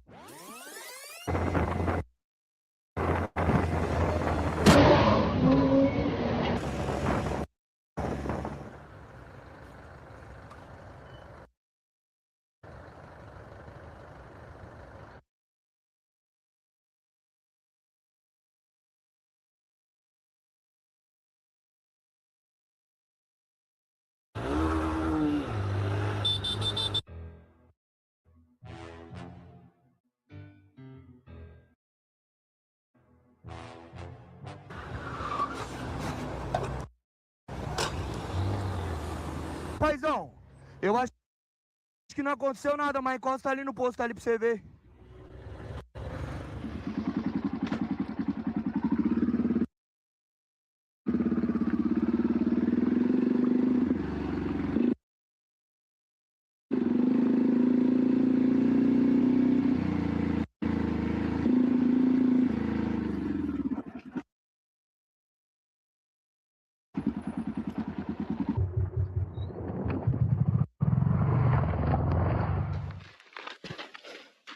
Sei fatto male? No, sto bene, sto bene. Oh, mica, mi hai fatto prendere un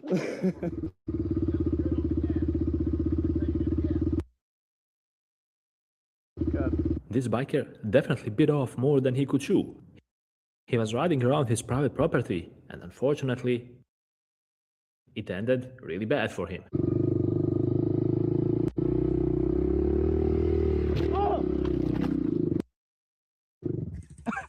I'm good. Oh shit! There's an increasingly large number of rude and reckless drivers out there on the roads, and the bikers have to deal with them on a daily basis. In this video, you will see just some of the examples of how rude and reckless drivers behave towards bikers. Make sure to pay close attention and learn something out of this. Oh, hello.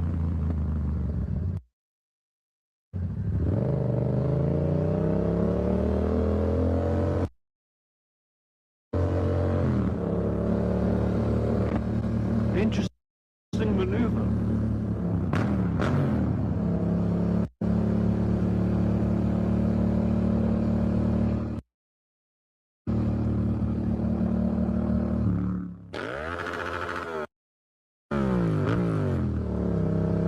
Thank you for that. Whenever you want to open your door, especially facing towards the traffic, you always have to check your mirrors before doing so. Otherwise, you may end up like this driver here. One can say that he was even lucky. You alright, buddy? I caught that on camera if you want it for your insurance. No. Let me just take some details. Yeah, you two got it covered? You good? Yeah, sure. It's always worth. Tail of the Dragon is well known for taking bikers down. And this is exactly what happened in this video as well. Unfortunately, the biker couldn't control his bike at a sharp corner and he crashed.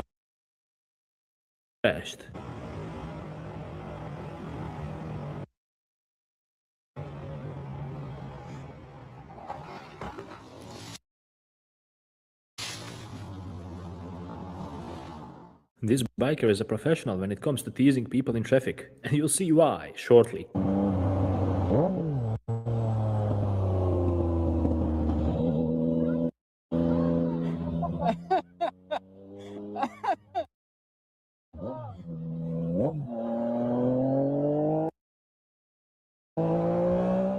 Some grass was sticking out of the trunk of this lady's car, and the biker arrived just on time to let her know.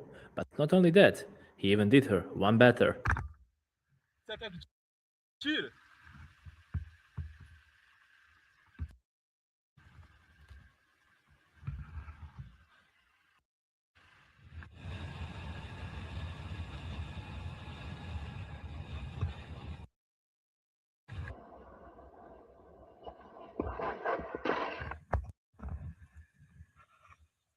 There is always a lot of happenings going on in the urban areas, and whenever the traffic is dense, an accident can occur any moment. And this is why being a biker in a rush hour is really dangerous.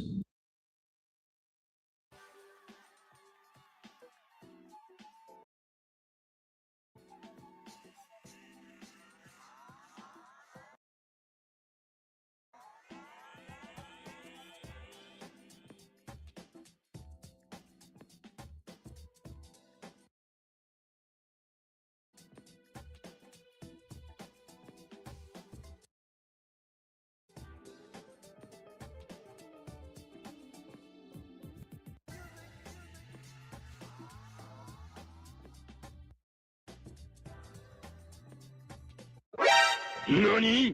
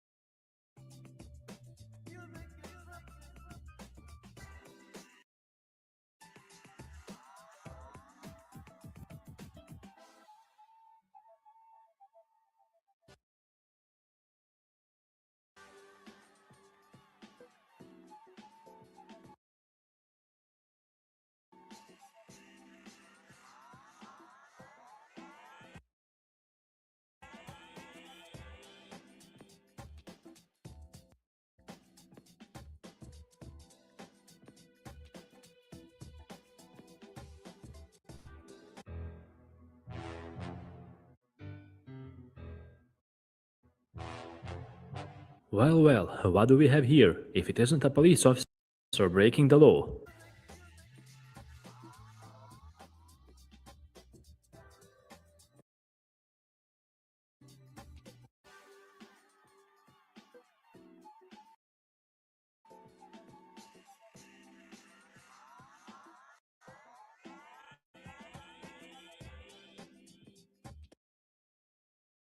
This video is a prime example that even if you use your bike lane, you can always get in a lot of danger simply because other drivers don't pay attention. And that's the case here, as one driver tried to change lanes, but he forgot to check his mirrors and he nearly hit the biker. What the are you doing, man? Please check your mirror, dude.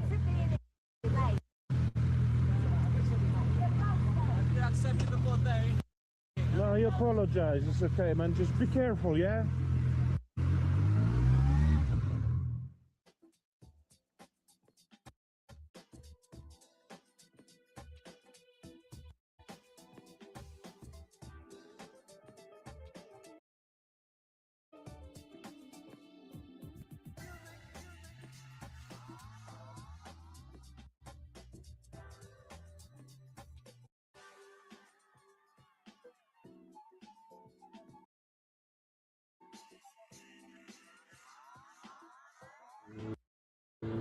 Pay close attention at the biker in this video.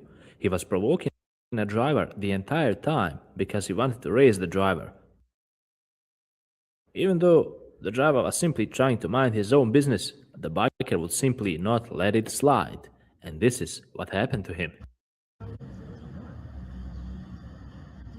Oh, jeez.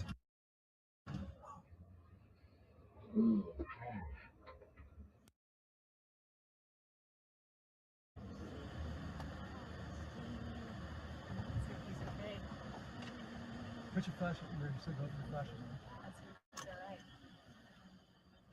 You're right, okay? man? Yeah, I'm good.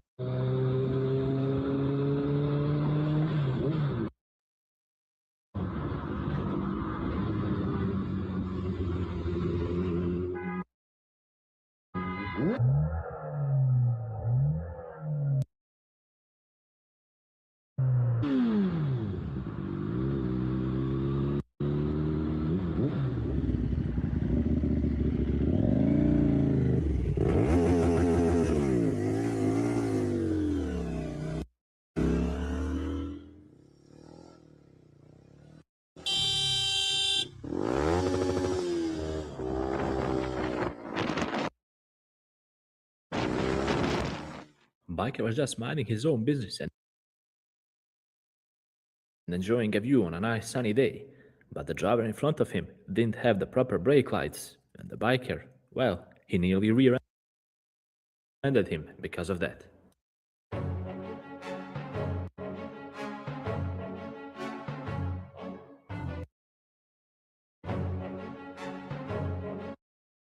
Checking your side mirrors is of crucial importance while making the lane change, not to mention indicating and indicating on time.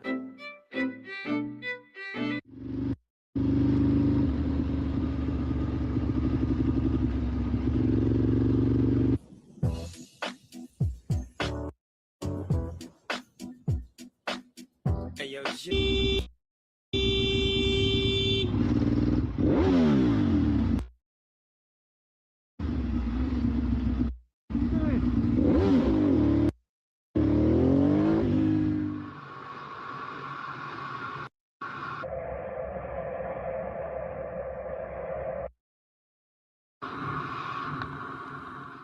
Bikers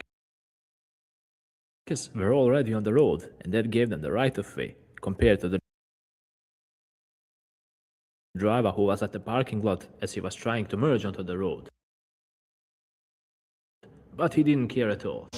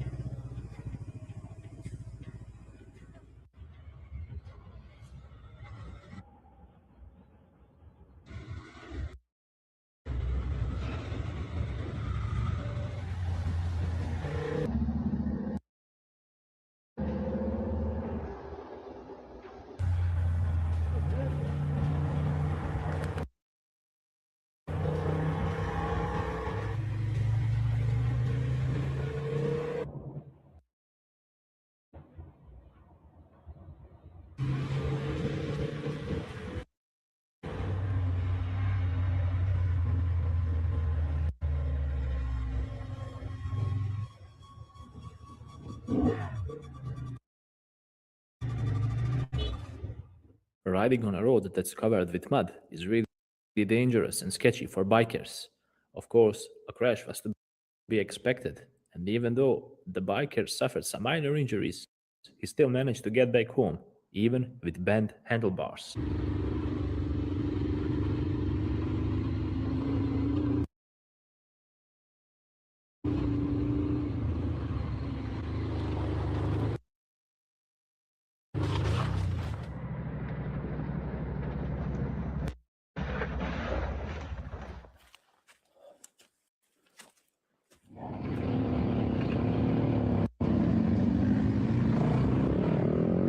Some serious crashes can happen during a motocross race, and this right here is definitely one of them. Check out how this biker lost control of his bike on a jump.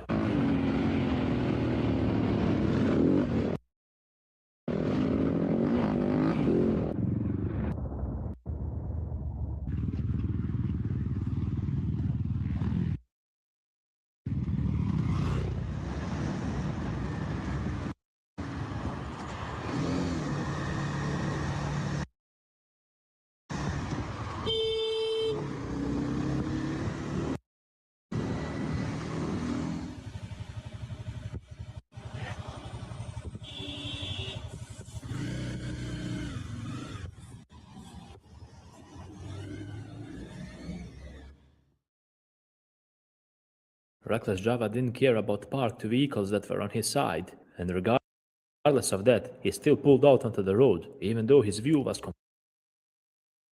completely blocked off.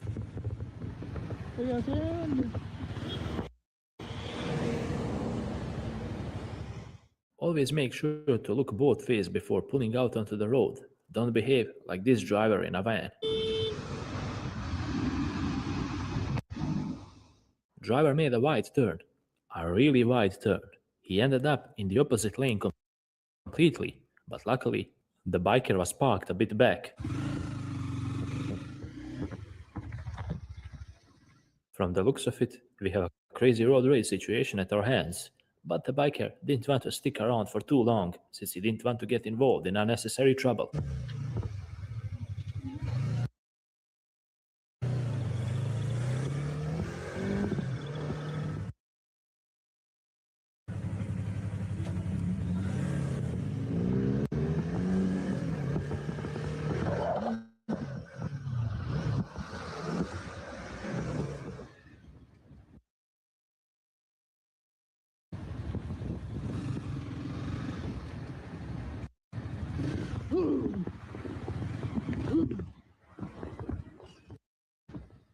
A lot of drivers don't know how to behave at roundabouts, and in this situation, you will see what I'm talking about.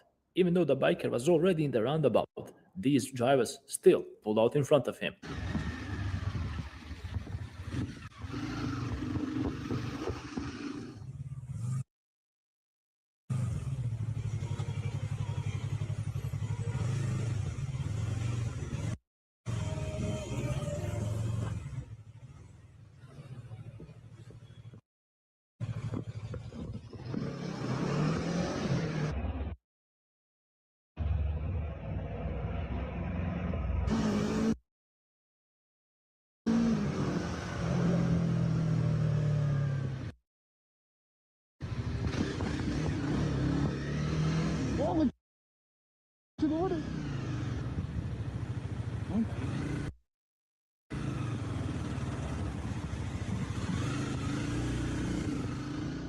There is no excuse for not paying attention in traffic. In this situation here, two ladies were reversing out of their parking space, but they forgot to check their rear view mirrors while doing so, and the biker had to rev his engine to remind them that there are others in traffic besides them as well.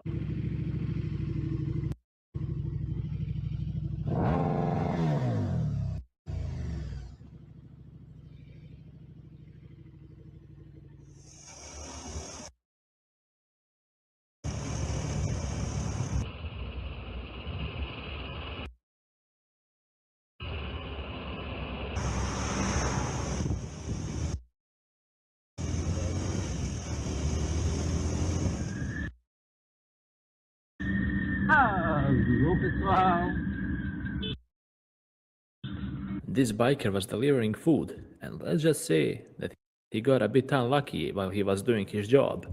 Midway through the ride, his phone dropped, and check out what happened next.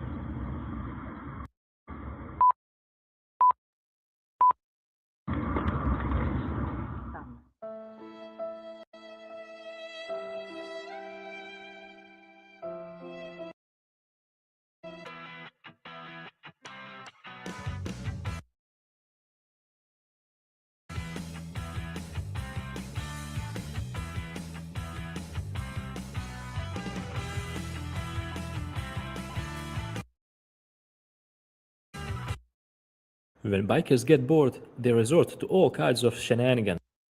Check out what happened in this situation here.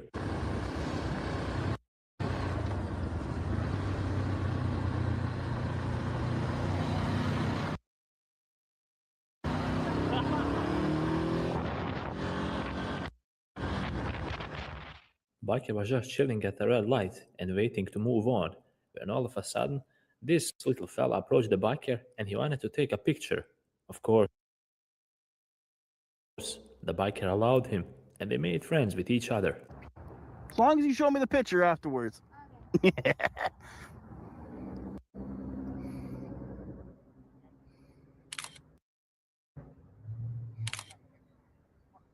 Sure.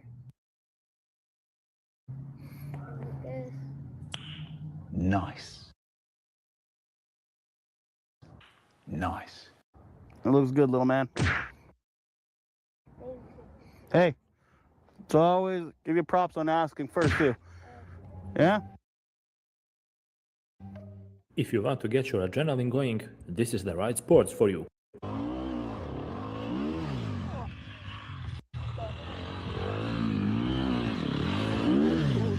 Whenever you notice some trash laying on the road, don't hesitate to pull over and do the right thing. Do it for the environment and for the rest of the traffic. Who knows? Maybe someone dear to you can hit the trash and even crash. Why not prevent it before it happens?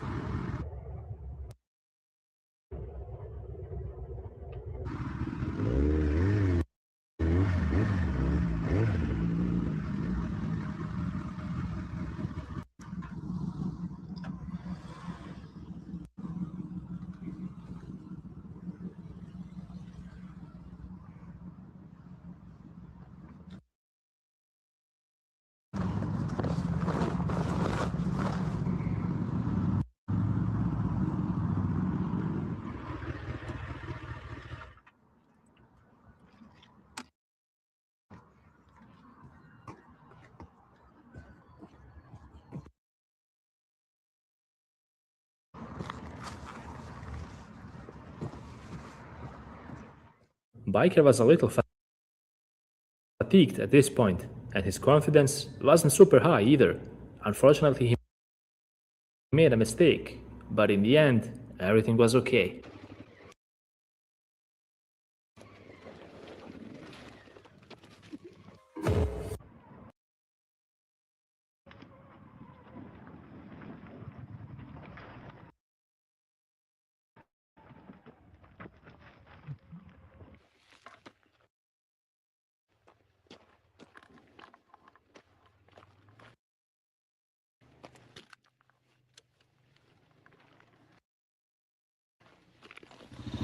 Quad Rider pulled up at the mechanic to get some air for his tire. But little did he know that they prepared a prank on them. I Check don't know it why out. down here it's moving all over the place, bro.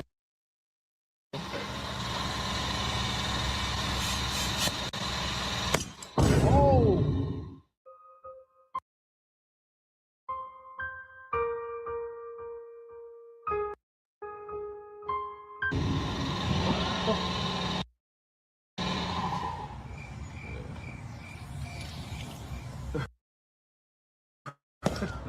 Man, try to fuck it up, man. Seen that before. What the Bobby told me before.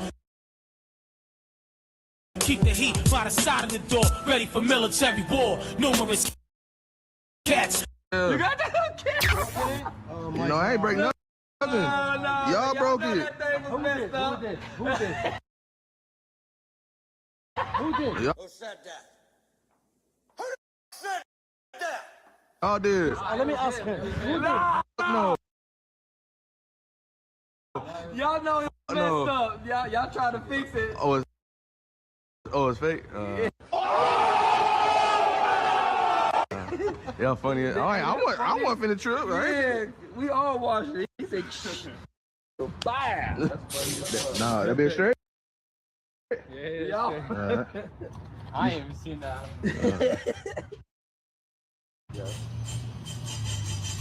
Seen that shirt? Pay close attention at the driver in front of the biker here.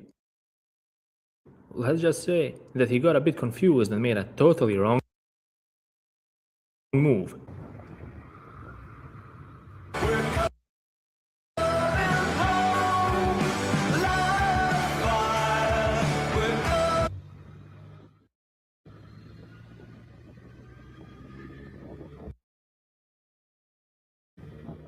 It's exactly because of things like this here that bikers need to be extra cautious.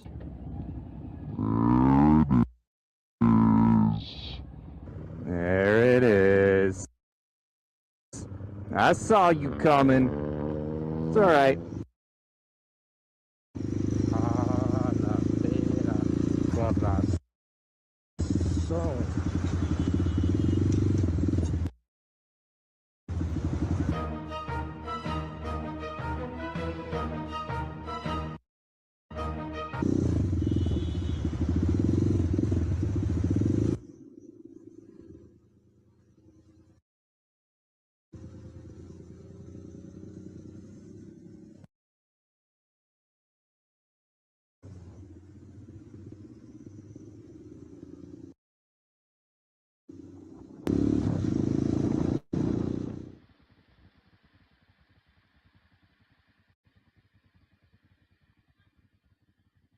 Van driver was not really paying attention at his surroundings here as he was reversing, and the biker almost paid the price for it.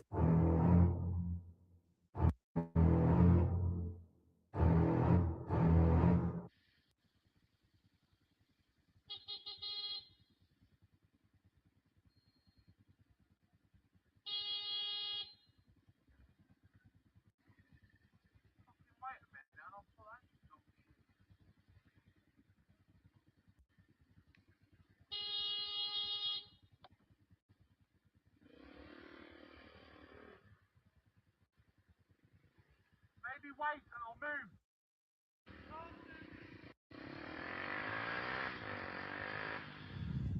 This biker noticed some smoke coming out of his bike, and for a moment he thought that his bike was burning. But unfortunately for him, his backpack got stuck on the rear wheel and caused it all.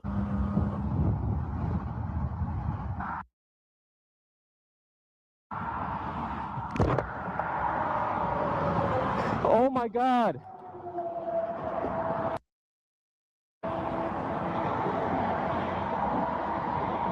I thought my bike was burning, bro. Biker caught some rather interesting driving fails on his GoPro. Make sure to pay close attention and try your best to avoid repeating these mistakes.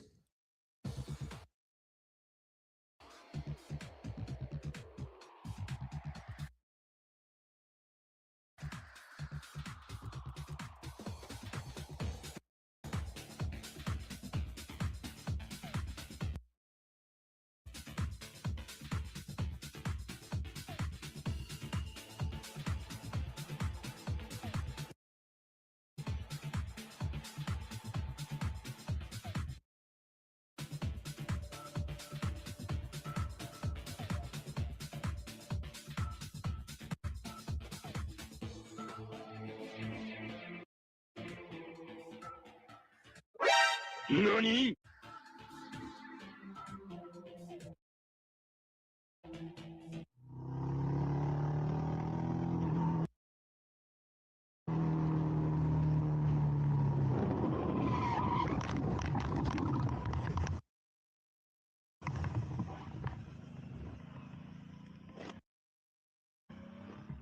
Biker saw a screwdriver in the middle of the road, and he didn't hesitate to do the right thing.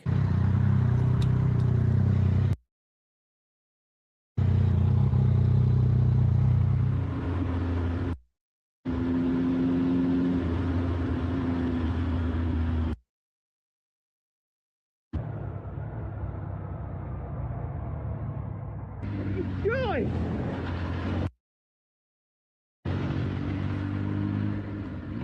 Pay close attention at the driver in front of the biker here. He was changing lanes without bothering to indicate, and of course, that nearly led to a crazy accident.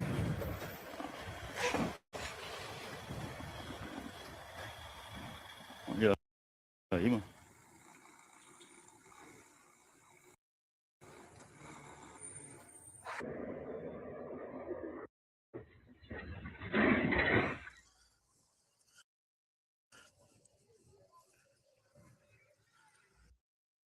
Biker was just cruising around and minding his own business, but he didn't think that he would catch this crazy footage on his GoPro. There was a car on fire in the middle of the road, and it looks like there was no saving it.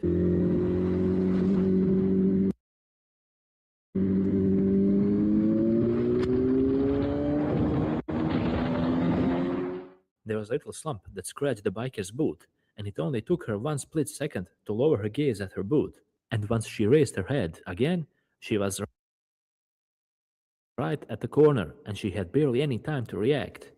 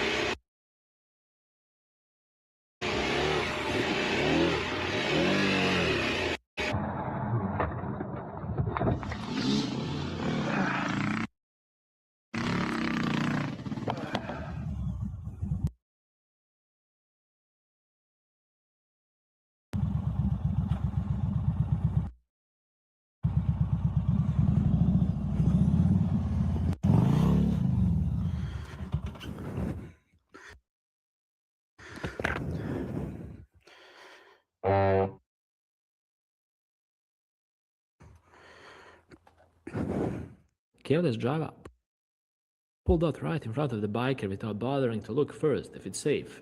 Unfortunately, there are a lot of drivers out there who behave like this, and it's up to bikers to pay attention in order not to get injured.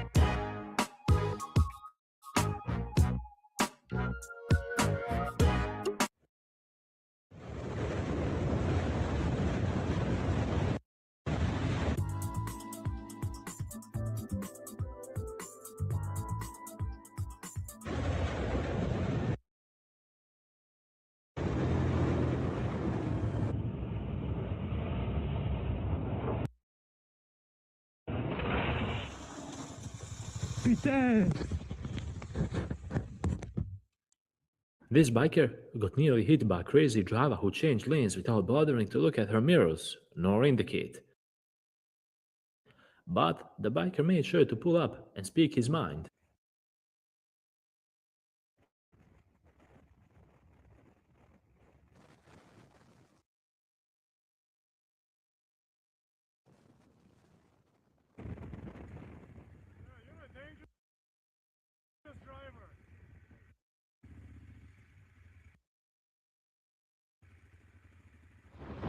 From the looks of it, this driver purposely cut the biker off, and there's no room for drivers as such on the road.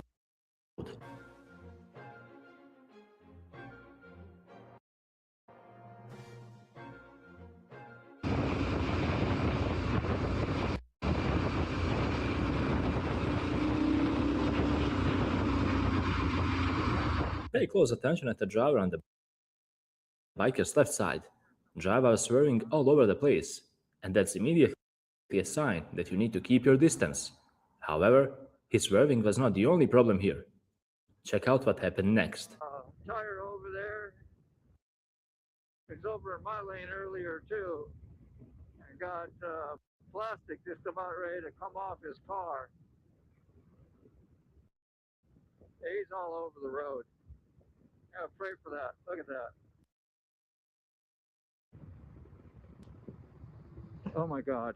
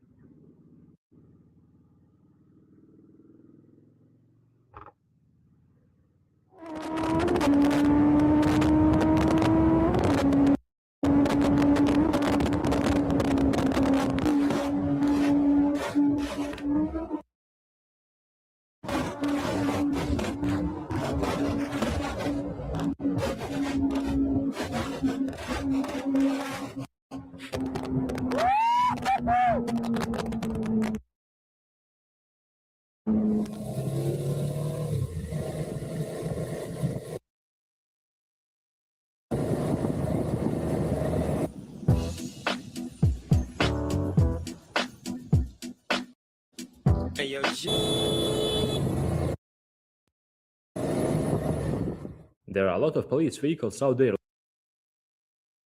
looking for bikers and waiting on them to do something illegal.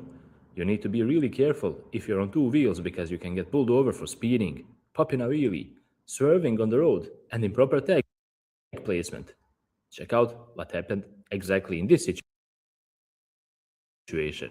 Yeah, it's a couple of rocks on the ground, and the shooters on the roof, so it's that.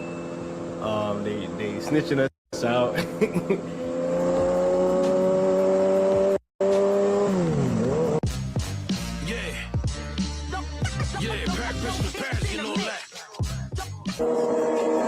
So at this time, I just now noticed the cop when we turned that left corner.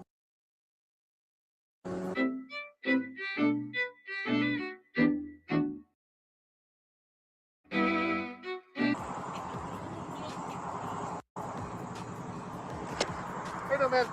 So if I pulled up your tag, it's completely vertical up inside that there. It has to be laid flat for us to be able to read it, okay? Yeah. You have your license on you today? Yeah, I do. Okay. Is that your girlfriend? It's my wife. Wife? Okay, perfect. Yeah. I think what happened is I was doing a video shoot. Gotcha. And I moved it out of the way for the video shoot, yeah. Okay. You got a valid license, right? And a valid motorcycle endorsement? Yes, sir. Okay, it's in here. Sure. All right, for sure. I just did a video, because I do YouTube a little bit, so I be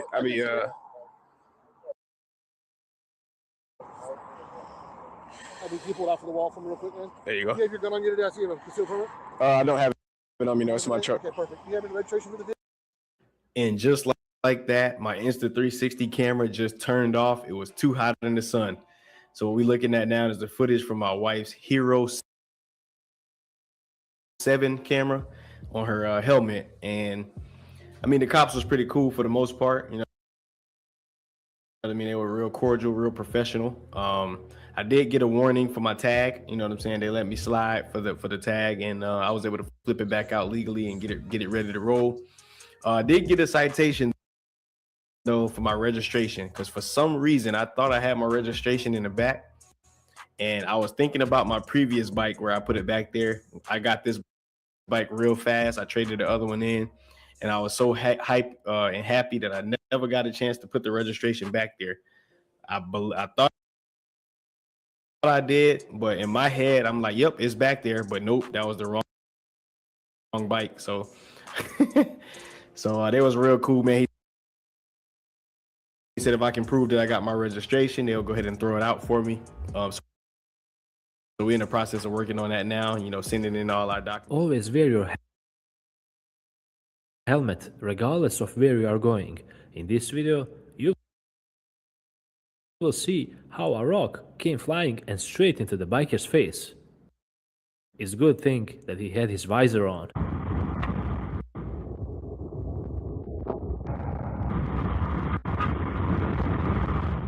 Biker captured a horrific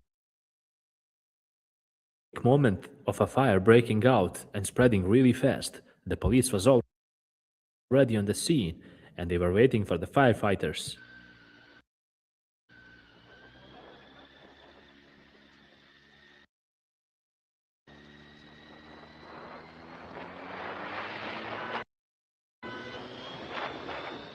Pay close attention at the driver in front of the biker.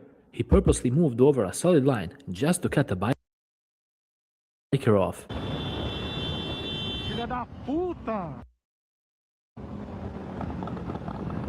Que pau no cu, velho!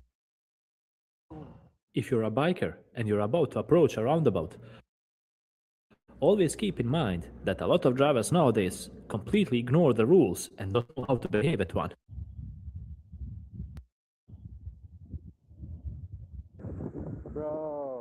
Bro, come on, man. Bro. What? An idiot. Left turn is always the last turn. And a lot of drivers nowadays don't know that. Or perhaps they know, but they disregard it anyways. In this situation, the biker was almost a victim of bad and poor road decision.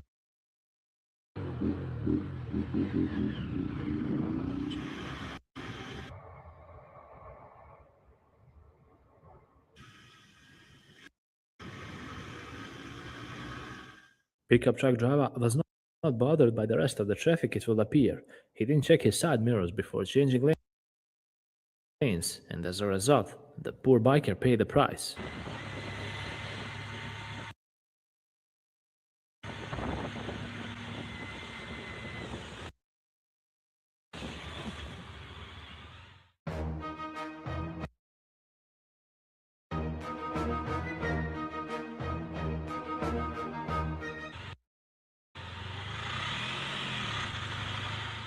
Drivers using the wrong indicators, driving on 2 lanes without bothering to look at others, and cutting across multiple lanes without checking their mirrors.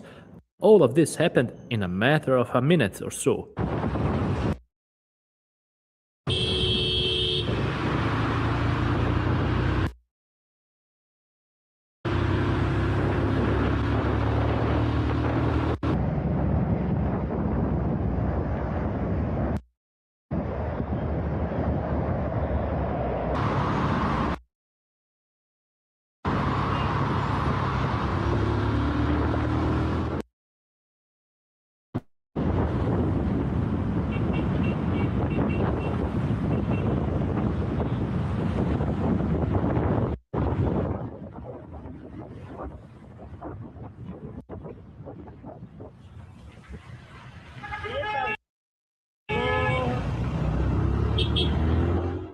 wet road, cold tires, it would appear that everything was against this biker, even though he was just trying to get back home in one piece.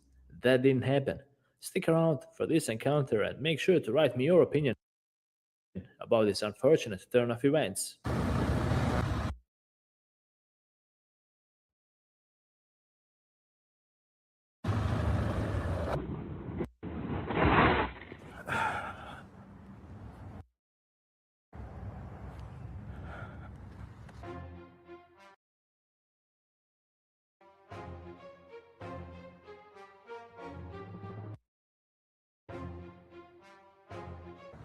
So I need all your information.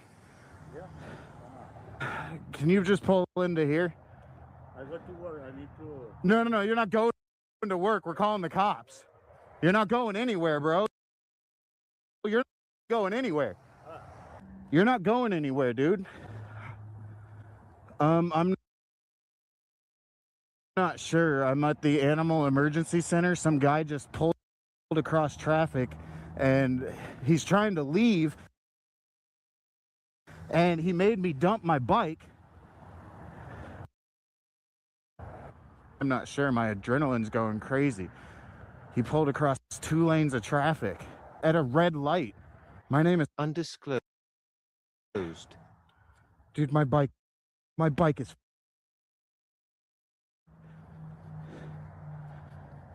Oh my God, dude, the bike won't start. I f***ed everything up. I'm sorry. No, I mean, like, I figured that he was gonna turn, but I didn't expect him to turn across 3 lanes of traffic. Put your belly away. That's what I wanted. Thank you. Oh.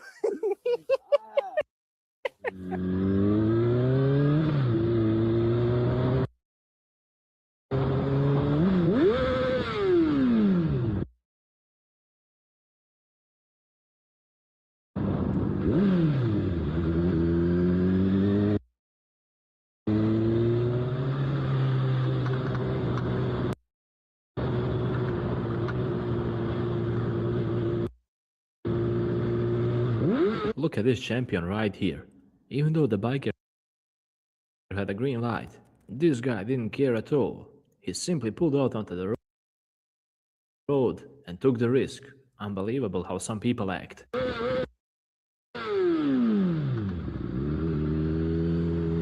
Look. Biker hit some loose gravel as he tried to take the corner and unfortunately he crashed. But thankfully he was wearing his full gear and he immediately got back up. We don't know the damage to his bike, but the most important thing is that he is doing fine.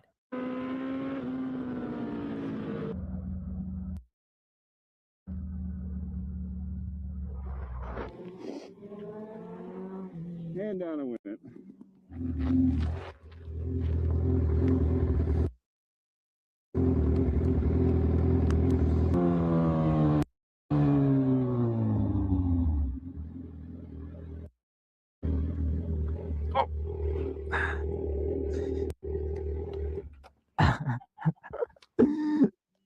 Oh man, I feel so bad now.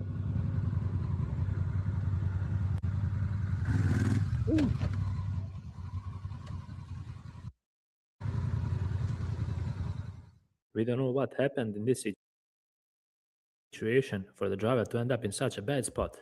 But of course, we can't go without some classic British banter.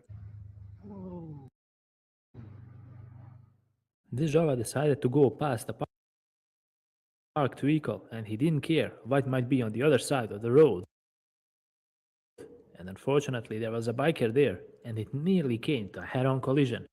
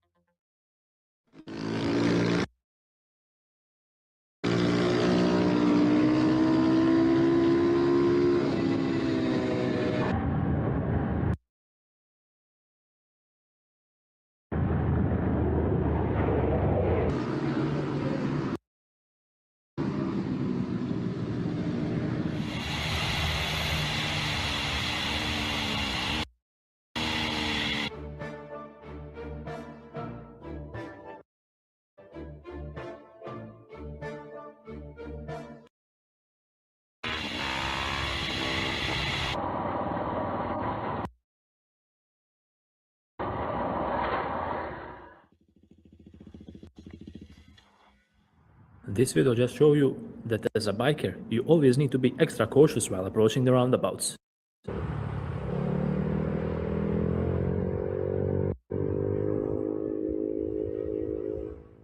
It seems that e-bikes are not allowed on the road. They are only off-road vehicles, and this biker pulled up to the police officer to talk about the issue about them. And of course, this is what the police officer had to say about it all. Make sure to pay close attention. Perhaps we can all learn something out of this. Okay. Basically because it's not a bicycle. Okay. Right? There's no pedals. Correct. Okay. And the CCs are of the same CC that considers this a pocket bike. And Okay. pocket bikes are not illegal on the roadway. Okay. It is an off-road vehicle only, basically. Okay. Okay. So in order to have this on the street, Mhm. it must be registered. Okay. It must have brake lights, turn Okay, signals, Signals. all the junk that it's supposed to have. Correct. In addition to a license plate. Okay. And the person operating it must have an M1. Okay. Okay. So we are right now in this moment, Mhm. we are going to be ticketing for it. Okay. However, so the law states that we can ticket for it, and we can also take it for 48 days. Or not 48 days, 48 hours. A Okay. minimum of 48 hours. Okay. We're allowed to basically impound it, right? So hang on, no. So what I'm saying is, right now we will be ticketing. Okay. In the upcoming weeks, Mhm. because we have to get forms ready and all this other junk, right? Mhm. In the upcoming weeks, we will be taking them. We'll be Okay. taking them for a minimum. The law gives us the ability to take them for a minimum of 48 hours. Okay. Okay. I can't remember the second. This is how a true conversation between a cop and a civilian is supposed to look like. After all, it's the duty of cops to serve and protect the civilians, and this is the display of it. Somebody's going to have to make that determination. Correct. Right? But for right now, it is considered a pocket bike, which is illegal. Now, here's the thing, right? Mhm. As a traffic cop, if I'm driving down the road Mhm. and I see somebody on a bicycle Mhm. that's not doing anything wrong, Mhm. or I see somebody on a car that's, I don't know, you know what I mean, they got a brake light out, or they got Correct. 2 brake lights out. They're not doing anything else wrong. Mhm. Maybe I just pull up to them and I say, hey, your brake light's out. Maybe I just pull up to somebody on one of these and I say, hey, listen, you can't have that on.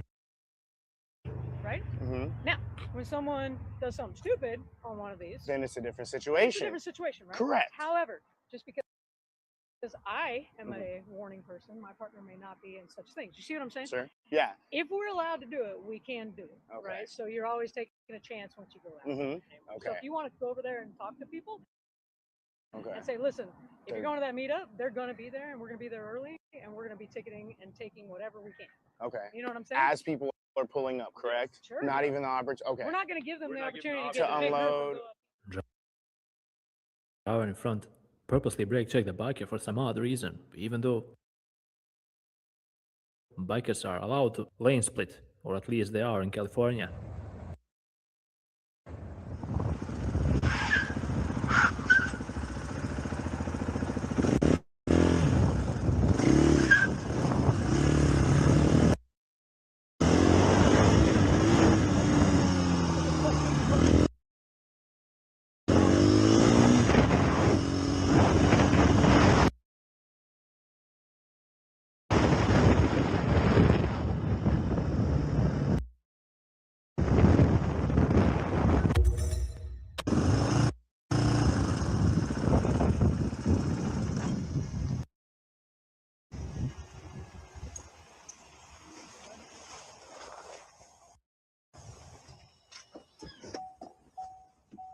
What can I do for you?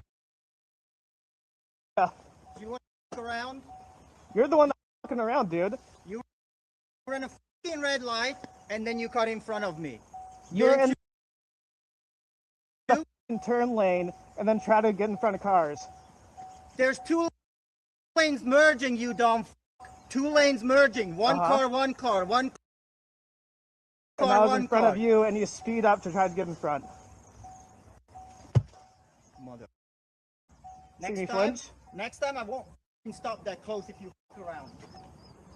Good influence in front of your kids, dude. Yeah, yeah. Anytime you see an asshole like this, fucking knock him over his motorcycle. Fucking piece of shit. You Fuck off, dude. an asshole. You're about to see a really bad examples for all the young bikers and new learners out there. Whenever you get pulled over by a cop, always make sure to stop on your own.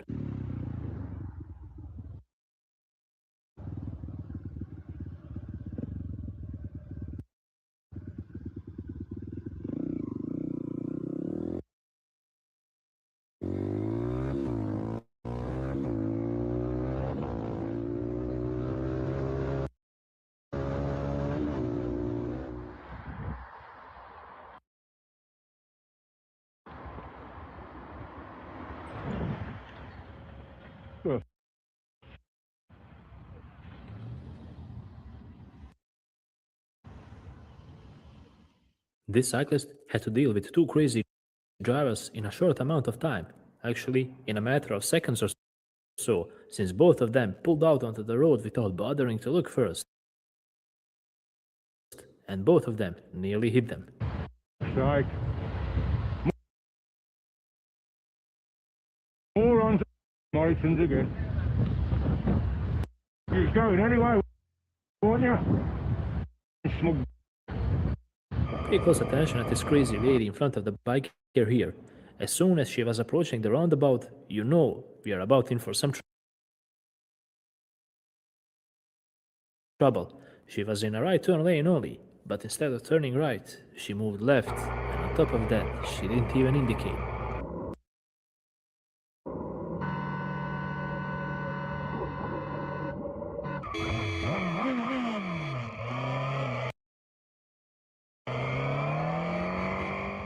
Biker wanted to push his luck by crossing this creek. At first, he thought he could do it, but mid-ride, he realized that he made a huge mistake. It's freaking really deep.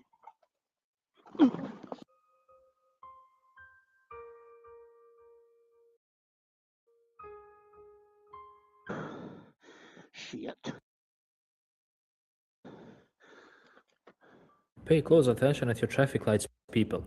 If you run the red light, you might easily end up causing an accident, just like this driver here.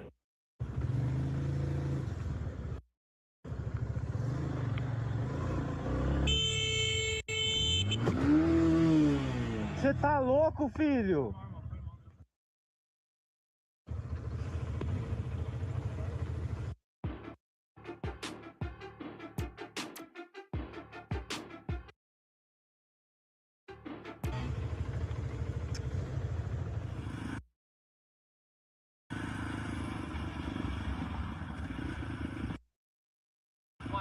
Two bikers were cruising around town, but when the cops switched their lights on to pull them over, one of the riders fled the scene while the other stayed. This left the biker who stopped in a pretty bad spot, so make sure to stick around to see what's about to happen next. Yeah, we were going to my grandparents' house. Okay. We've been cruising like to the side. We passed a few open cops. They went us. We're just chilling and. Where's your grandparents' house at? Oh, literally like right out here in North Professor. What road is this right here? North Professor? Yeah. North Professor. How come your buddy didn't stop? To be honest, I don't know. I don't think he didn't see your lights or nothing. Oh yeah. I don't know. I'm not sure. Well, like I said, we came. Me, I'm 19. 19? Okay. What's your name? Brandon. Cops got a lot of complaint calls from the residents around here about the bike gang causing unrest on the streets, and it's only natural he reacted like that. We waited quite a few officers and they didn't have a problem, so I was just cruising my grandparents' house. My stepbrother's welding some stuff for him, so yeah, those are all non-moving violations. I think the last one was speed. They said in Cleveland, maybe. What's your buddy's name on the other four-wheel? Do I really have to say it? What happens if I don't? Well, let me tell you, I got some other questions, so it's gonna lead on from there, and you've been cooperative up until this point. I'm just respectful and like, you know how it goes. I know how it goes. Like in. Officer wanted the name of the other rider who fled the scene, but his buddy here tried to cover his name and weigh out all the possibilities of what will happen if he refuses to give the officer his name. Let's just say that they managed to find a middle ground here. Okay. Yeah, that too. If you gave him a call, they'd show back up over here. Yeah, will that help out the matters? All right, I'll do that. I appreciate it, man. A young kid? Not that I remember. No. Why? That's why I asked. Just a young kid over there said he's. Hello? Hey, come on back. They just want to talk to us.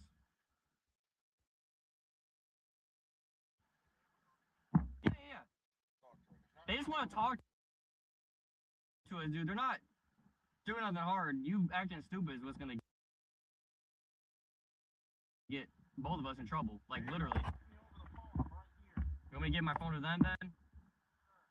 Oh, here you go. Go back that way then? I'm gonna go this way. You go the other way. All right. All right, thank you, man. Appreciate it.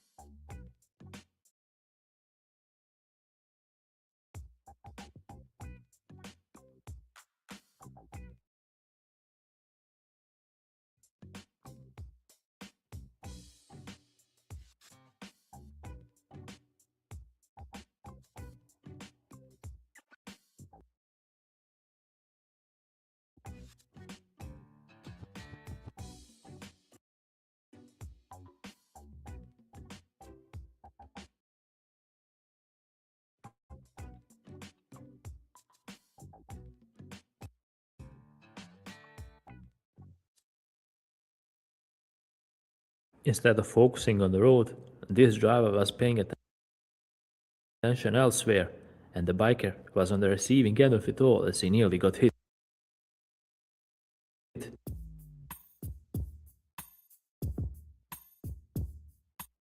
Crazy Mercedes driver overtook a group of 3 bikers and he nearly caused a head-on collision with the driver from the opposite lane. Driving like this is really reckless, and it's something we'd always advise you to avoid. Pay close attention at this careless driver in front of the biker. He almost caused an accident due to his impatience as he tried to pass a truck. But that's not all. Check out what happened further up the road.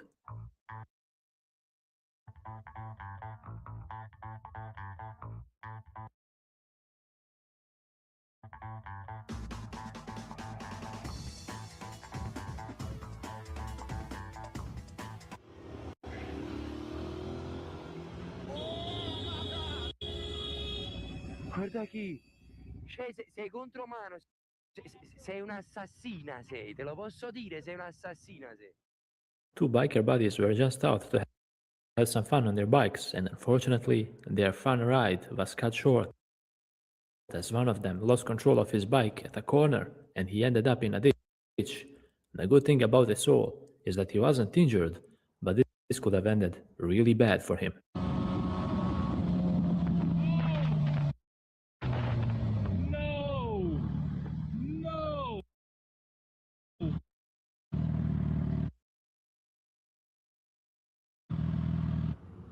What the? What happened? I hit something. I was sliding, so downshift and off. Bruh, no. 2 bikers were out to enjoy their ride and have a fun on this cool track, but unfortunately, one biker got stuck in a rut as he was riding, and it caused him to lose balance as well. Luckily, he was wearing his gear and he was totally fine.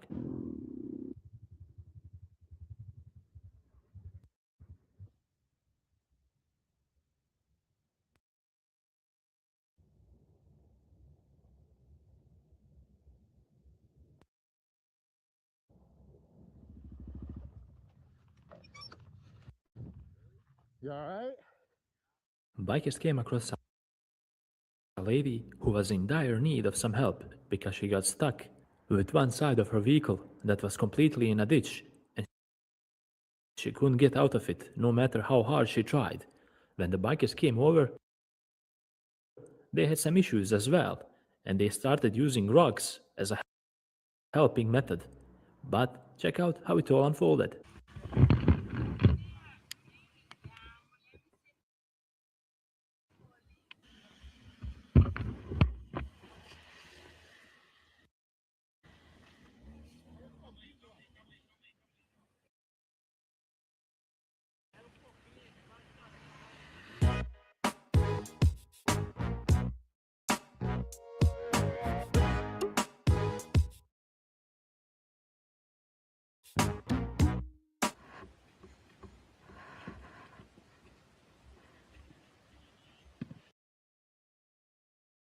Tem outros pequenininhos que eu peguei aqui também.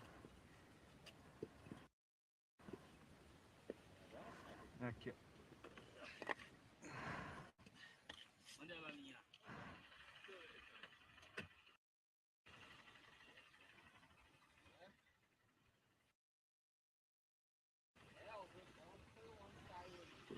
Ontem foi um ônibus. Eu vi o ônibus aí preso.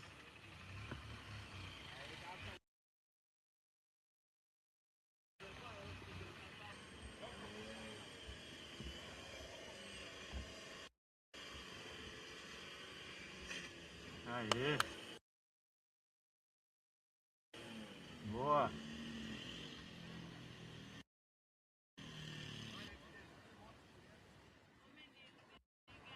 Tornado. Biker caught a live arrest as he was riding around, and it looked something like this. Make sure to stick around and see for yourselves.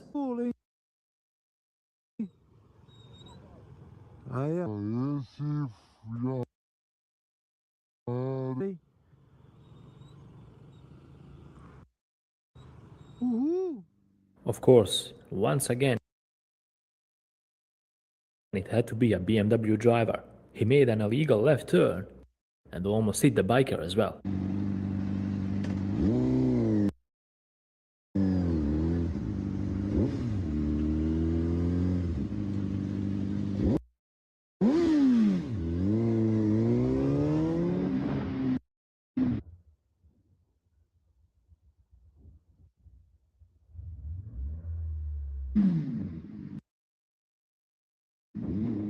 Whenever this biker rides out, it's always something wild going on and happening. And this time, it's no different. Make sure to stick around and see for yourselves. Hello. Hello there. Alright, cool. We didn't slip. There was something burning, and it looked like it was set on fire freshly. These bikers arrived at the scene. They filmed it a bit, and they did the right thing by calling the cops and the firefighters. Check out what happened next. At least I have GoPro footage showing that we didn't do it.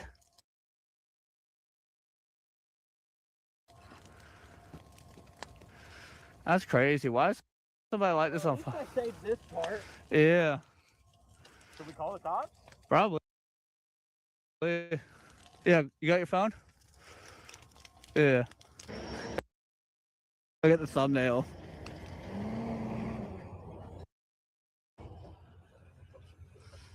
That's wild. Yo, this is like live fire department, bro. We got our TV show. Oh!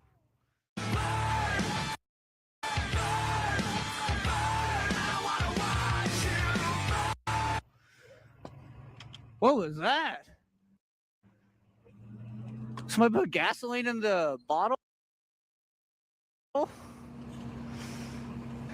Hey, I think I already know the answer to this question, but can I spray the hose? No. Alright, I figured. Never hurts to ask, no worries. Yeah. This driver would much rather endanger someone else's life than stop and wait for a couple of seconds and give way to the ones who have it.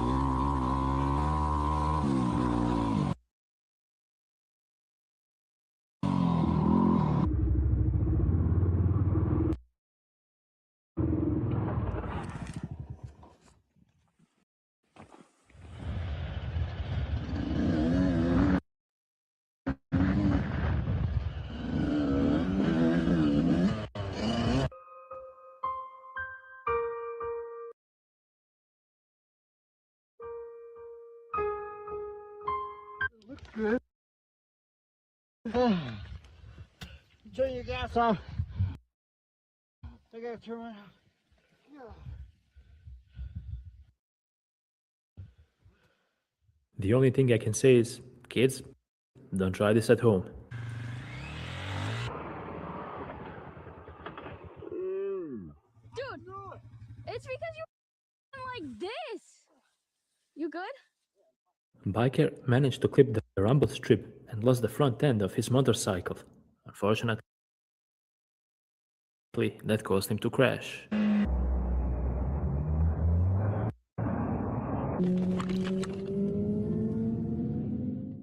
In this situation, a Volvo driver was not paying attention as he was making a turn, and unfortunately, he hit the median and pretty much damaged his vehicle.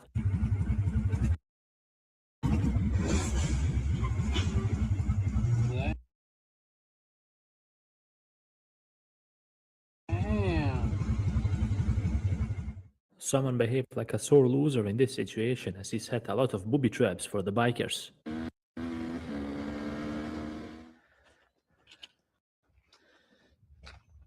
Yeah, so someone booby trapped us.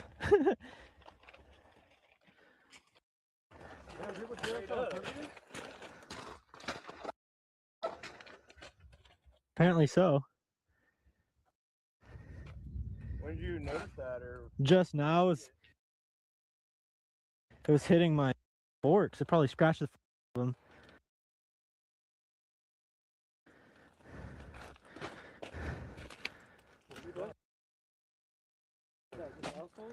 Yeah. I'm gonna have to pull it out. Well, I mean, at least you can ride with a flat front tire. It's not gonna be great. Yep.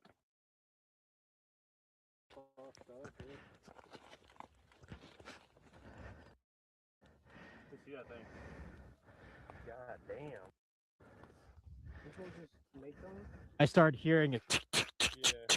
It was hitting my. I hope I didn't scratch the on my fork, so it'd suck. This right here. This biker was not supposed to be riding on a bus lane, and as he filtered through traffic, a cop saw him and pulled him over. Of course, the biker showed class by stopping on his own instead of fleeing.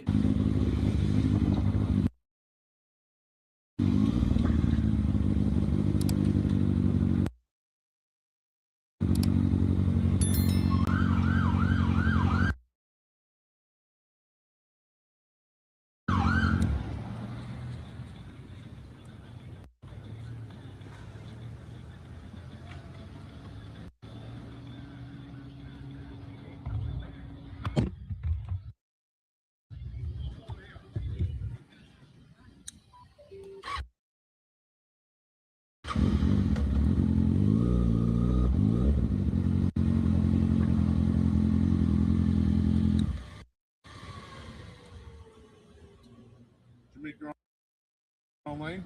No, sir. You know you're not supposed to go down that lane, right? Right? Yes, sir. Let me see the license registration. Where you come from? What? Work. What do you do over there? You got a license, right? You got Yes, a sir. motorcycle license? Yes, sir.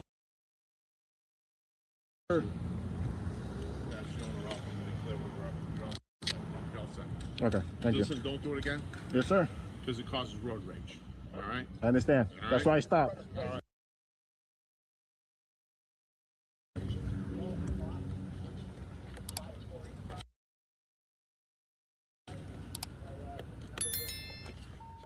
Bikers noticed an elderly gentleman who stopped at the side of the road.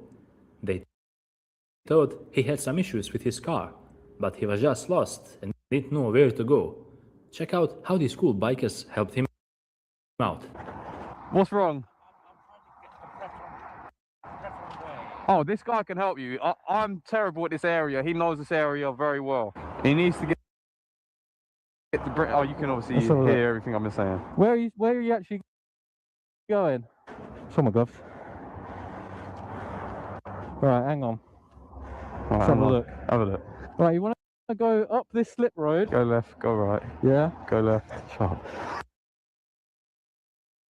And then come back down so you're on this side, yeah? And then go all the way down there. Tell you what, follow us. Yeah? Oh, we're gonna do a convoy. Yeah, we'll lead you there.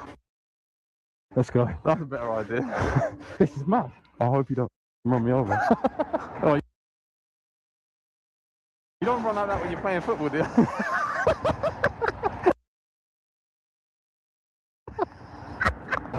Ready?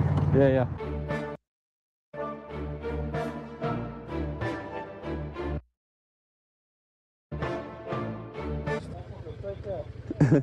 See you later, mate. Imagine you just said, alright, see you later, mate. Have a nice day, and just grab him and kiss him on his forehead.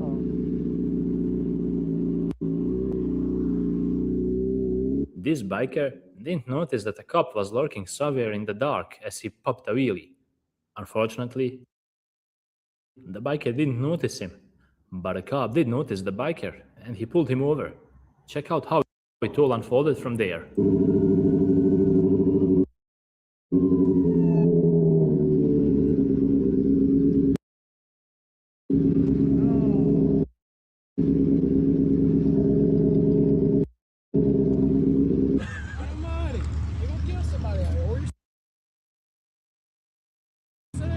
Yeah. You got your license on you, bro? Yeah, I do.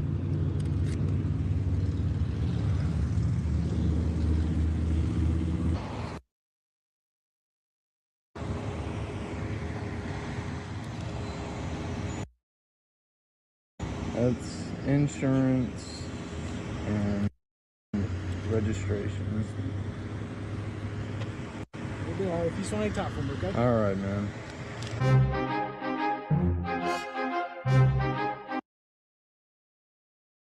Have any previous history that I see? Yeah. Like that.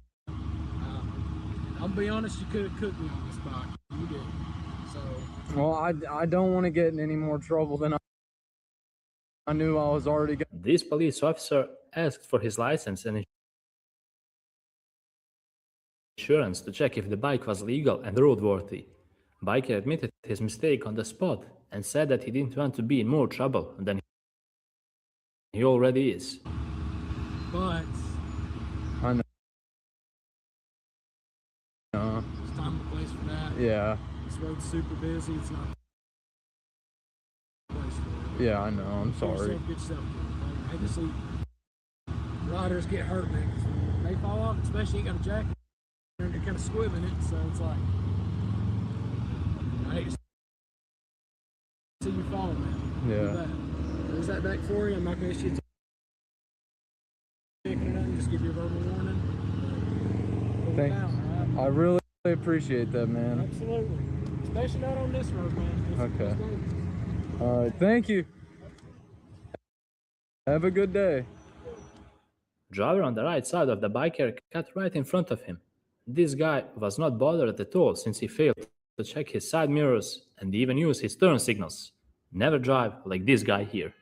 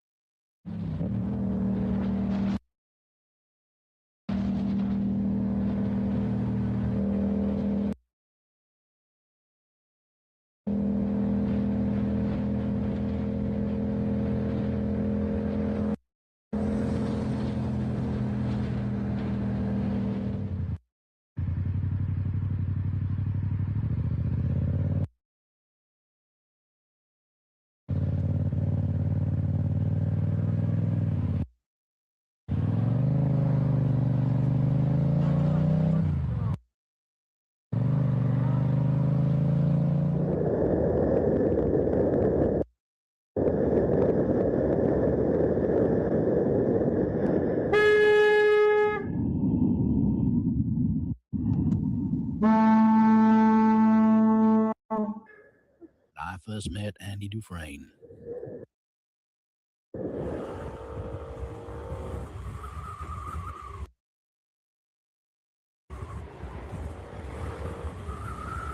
Eita! Opa! Ui! You're supposed to look both ways before pulling out onto the road. Looking one way only is not enough.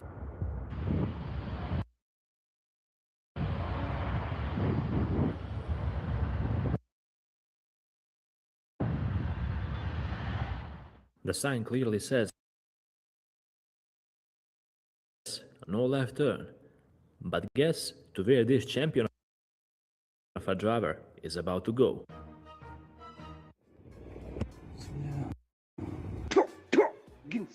اوه فين جيت يا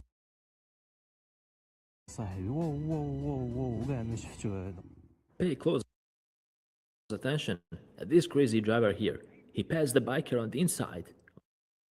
But that's not all. He cut across the entire road without bothering to look at his mirrors or use his turn signals. This type of behavior is totally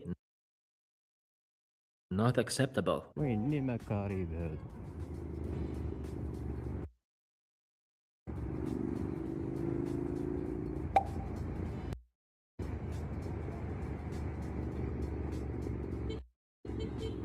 السي محمد السي محمد الشريف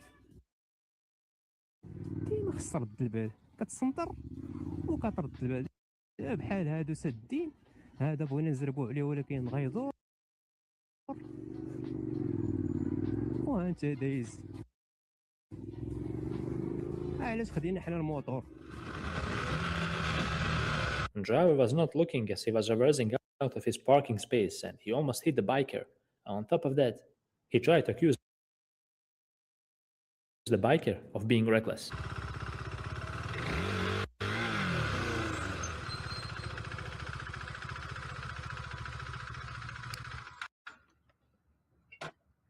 You're a motorcycle and you just slammed up behind me. You might want to be careful. I was directly behind you. Use your eyes. I was doing about 2 miles an hour. Use your eyes, idiot. And then we got a prick here.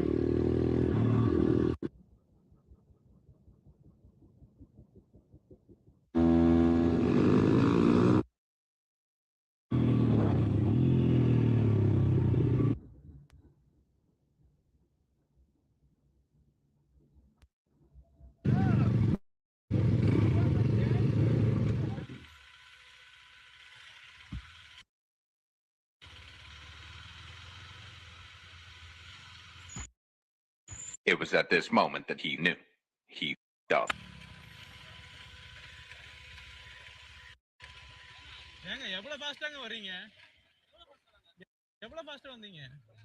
Ladies and gentlemen, you have not one, but two crazy van drivers who passed the biker in his own lane and nearly made him crash.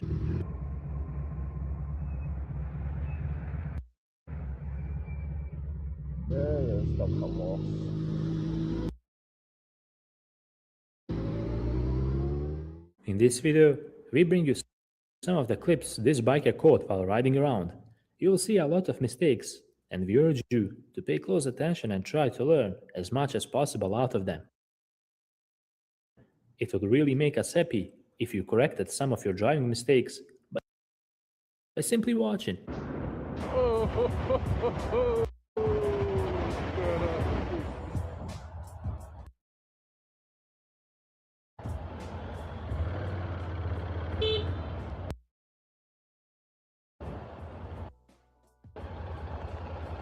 Espelho, não? Um espelho, pisca, talvez, digo eu. Não sei. Abrir os olhos. Abrir os olhos. Não?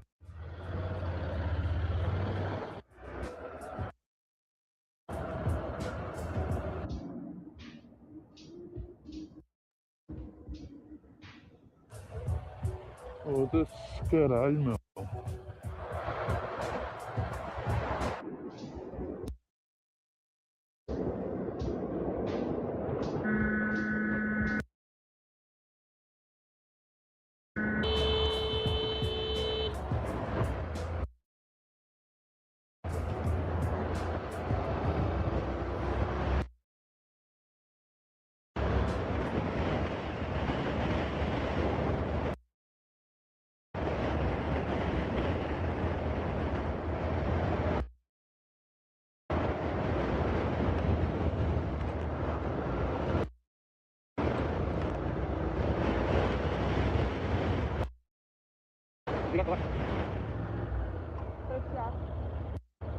Para teatro?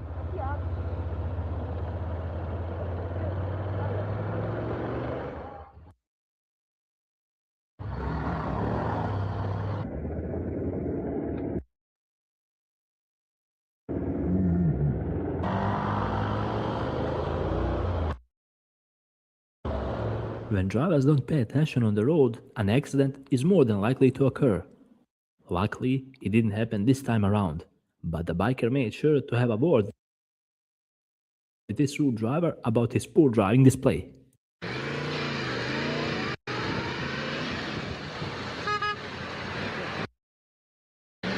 Le feu rouge!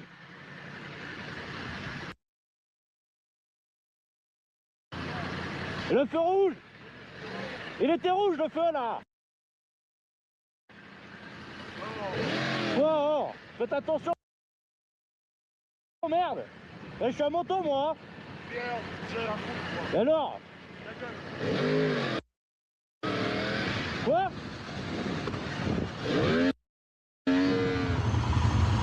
Yeah, the bike looks good. I like those new pegs.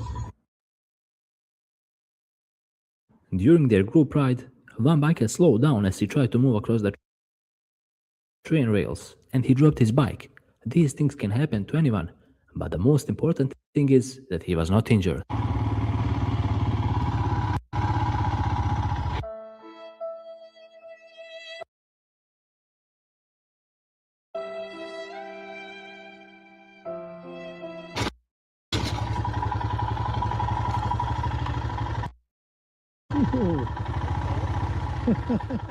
In this video, we have a driver who has a lot of difficulties maintaining proper lane position. As he swerved in between two lanes, the biker got nearly hit.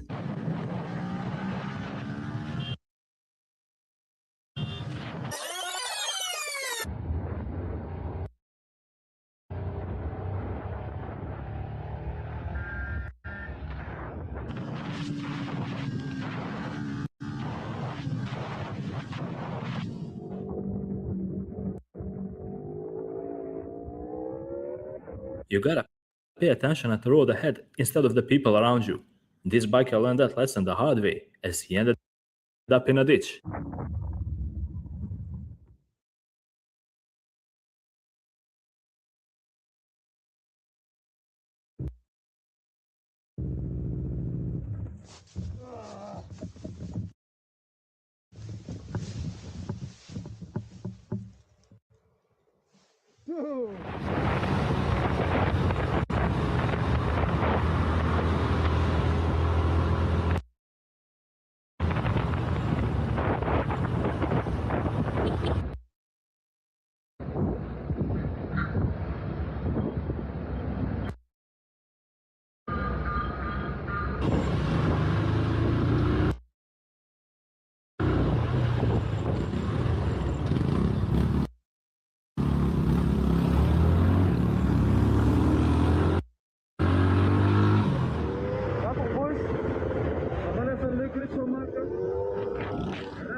Biker got hit by crazy van driver who pulled out onto the road without bothering to turn his head to check if it's safe first. Biker managed to jump off his bike in the last possible second and avoid a fatal accident.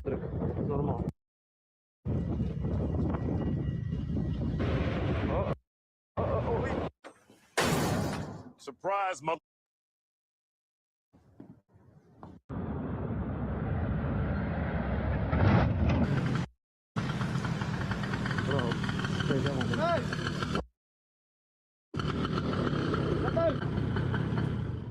This pedestrian did not care at all about traffic lights, and even though it was red for him, he casually walked across the road like it's nothing.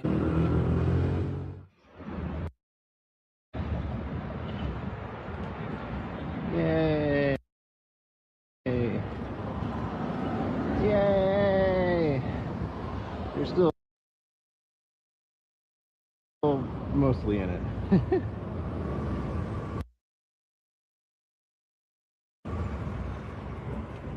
Hanging in there.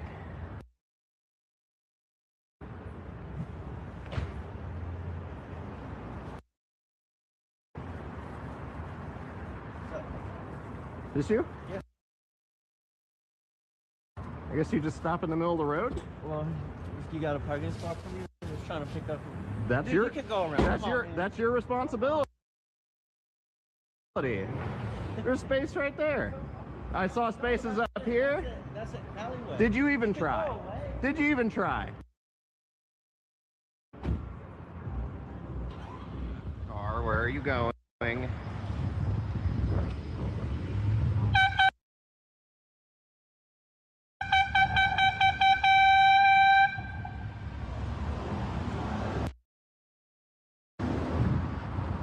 They have a red light.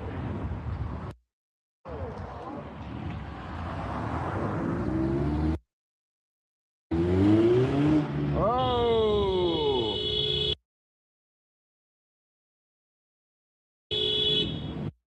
Doing?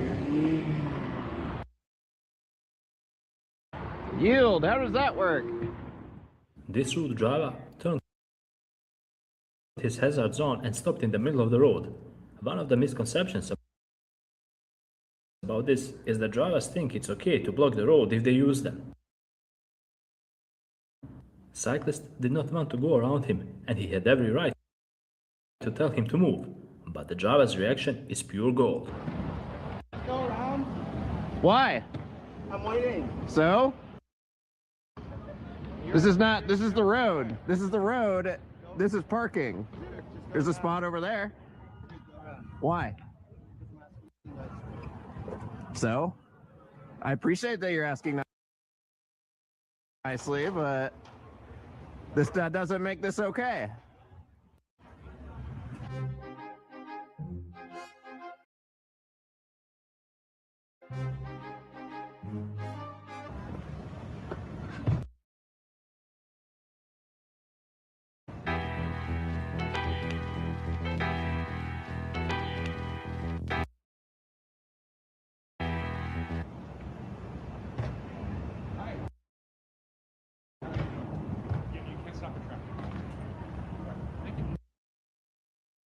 Thank you, sir. I appreciate it.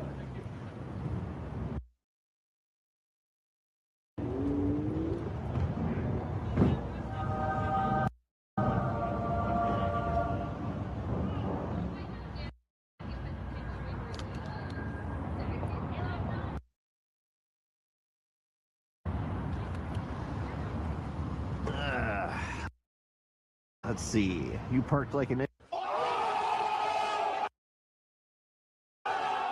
idiot. Double parking? Why can't you find parking, you lazy?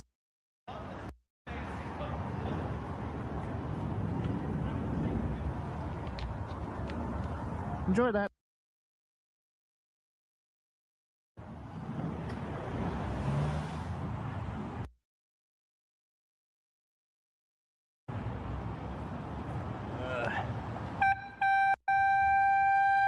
What the?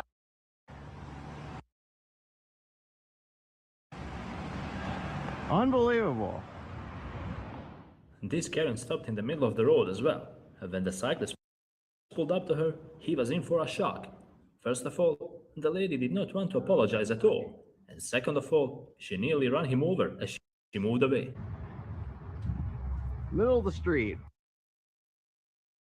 Wrong side of the road, too.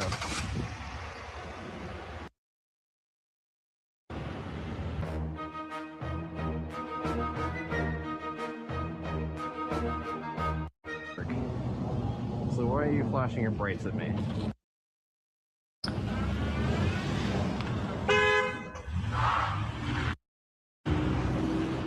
I literally didn't move.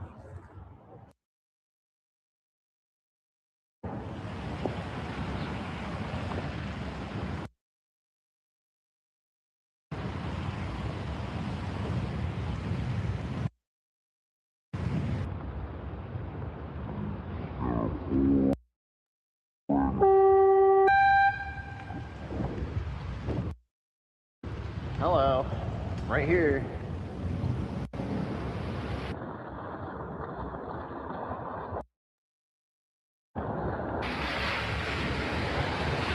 Does it say walk?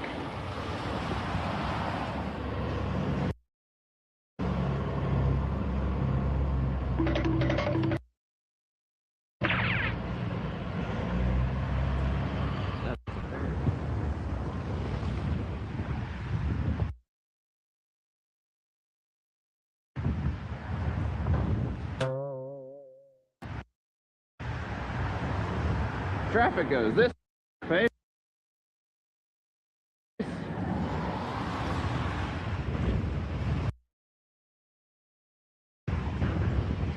Hey, thanks for blocking the bike lane. Good job. You're welcome, buddy.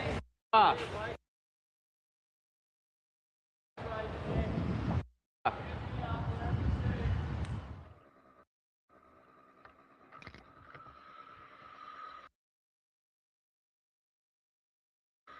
What are you doing?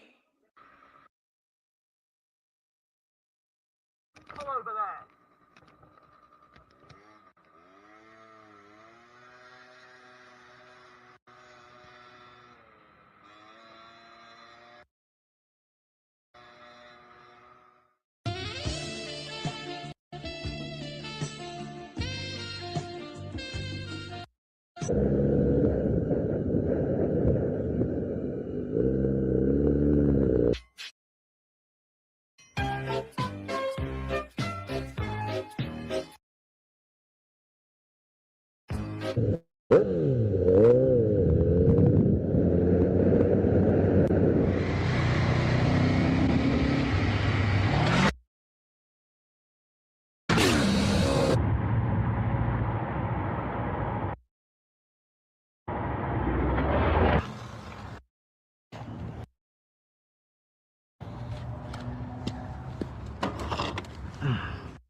Believe it or not, but this biker caught a cop breaking the traffic rules.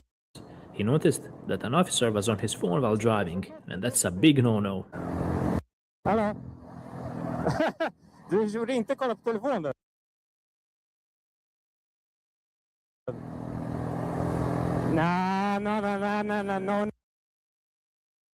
No.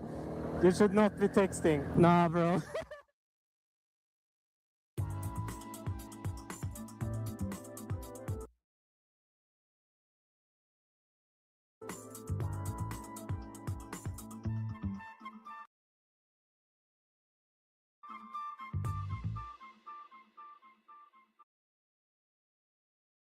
Biker was just minding his own business and riding around, when all of a sudden, this crazy driver decided to pull a reckless move. One of the reckless moves ever, actually. He cut across the entire road and cut everyone in traffic without bothering to look or consider the consequences.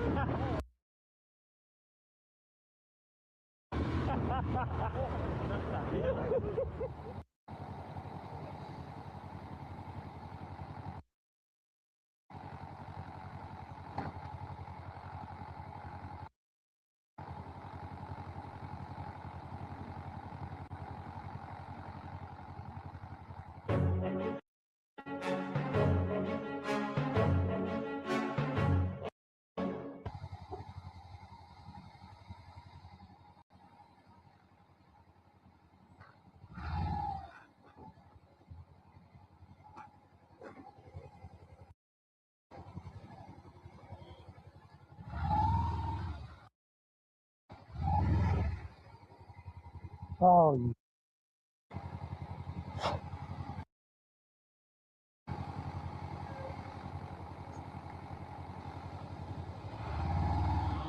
Some moped riders were riding on the fields where there are horses, but little do they know that it was illegal to be there, and the police officers pulled these bikers over to talk to them, even though they were not the ones who did it. Check out how this epic conversation went down.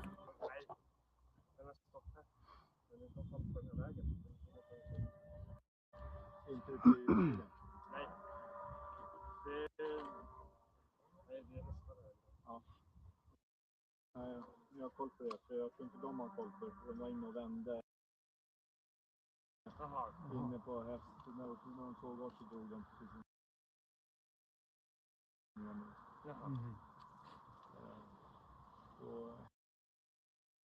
sen när vi fick Sky. Ja. Det var ju de vi ville snacka med helst. Ja.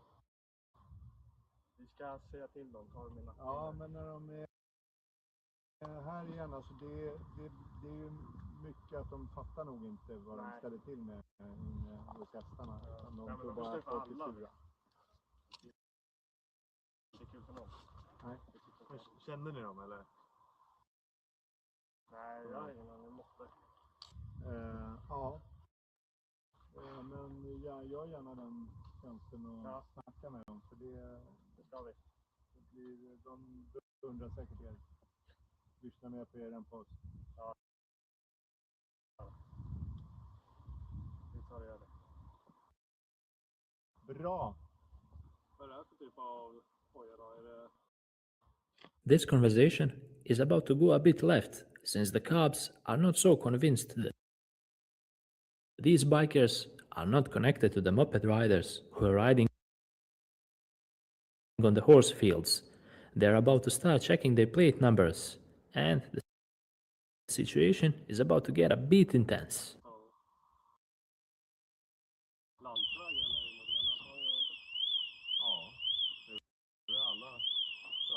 Problemet är att det ligger ju liksom här nere, så man hör ju så jävla väl. Ja. Och hästarna blir livrädda. Ja. Så det blir ett jäkla problem helt enkelt. Men är det andra? Vad är det liksom? Det var någon som drog. Okej, ja. Den här? Ja, det är min. Har du gjort en räckvidd då? Ja, jag har fått ett klistermärke där. Ni är inte nere där och håller på här? Nej, det är inget kul med sån här heller. Plus, ja, hästar och folk blir inte så glada heller. Okay. We don't know if these bikers are lying or not about whether they are connected to the moped riders, but the cops try to intimidate them by checking out their plate numbers and telling them that their plates are not properly placed, but the bikers stood their ground and the situation ended on a good note for everyone. Jag bara säger att det är olagligt att köra med den så. Egentligen är det olagligt att ta den där inne också. Men du ser ju ändå vad det står. Men när man står här, ja. Men om du...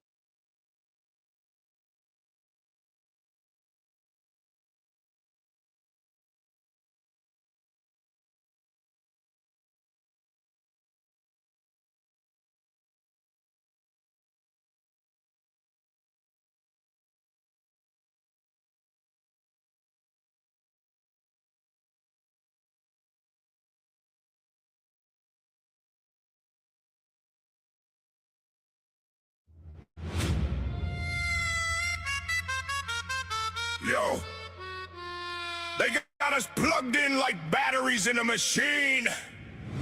Sucking the shine right out of your third eye, fam. Power, attention, energy. All getting drained by the wickedest fools who don't even paint their faces. But we see them. And tonight, we taking it back.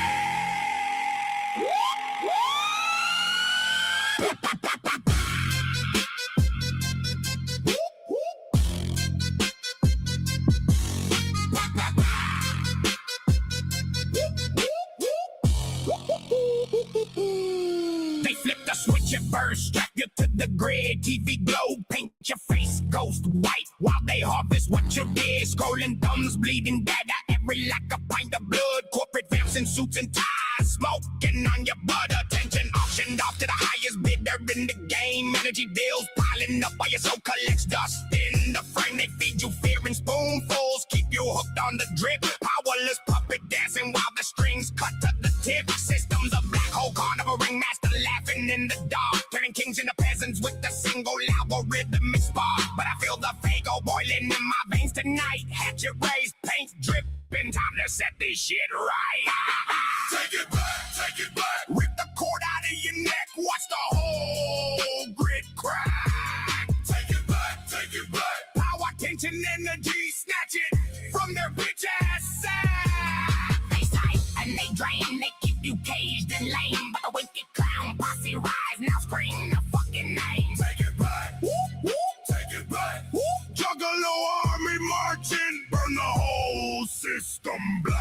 got you chasing lights like a junkie chasing the dragon. While your real power sits in the corner, slowly gagging. 9 to 5 vampire shift, clocking in your life force. Boss man's fangs in your neck, call it corporate resource. Socials got you simping, dopamine drip feet steady. Brain fried, soul tied, walking dead already. They engineered the trap, painted it pretty and bright. Keep you scrolling, controlling, never see the real fight. But I'm the renegade joker with the mirror in my hand, showing you the reflection of the clown who owns the land. Unplug the matrix, let the black blood spray. We taking back the magic they stole along the way. Take it back. Rip the cord out of your neck, watch the whole grid crack. Take it back. Power, tension, energy, snatch it from their bitch ass sack. They siphon, they drain, they keep you caged and lame. But the wicked clown posse rise, now scream the fucking name. Take it back. Take it back. Juggalo army marching, burn the whole system black. Third verse, hearse, coming for the lies they soldier. We flip the script, paint the town red with Fago soda. No more battery for the war machine, no more fuel for the fire. We rise like dark carnival flames, taking it higher with the fire. Every stolen glance, every train dream, every what they stole, we claim it in the mosh pit. Watch the empire troll, hatchet swinging, voices ringing through the night. So cold, power back in juggalo hands. Watch the story unfold. They built the cage, we built the key with blood and bass. Now the system's glitching, short circuit in their fucking face. Feel that pull? That's them sucking the last drop. But we ain't batteries, bitch. We're the hatchet chop. We ain't hooked. We ain't a love novel. We are the Dark Carnival.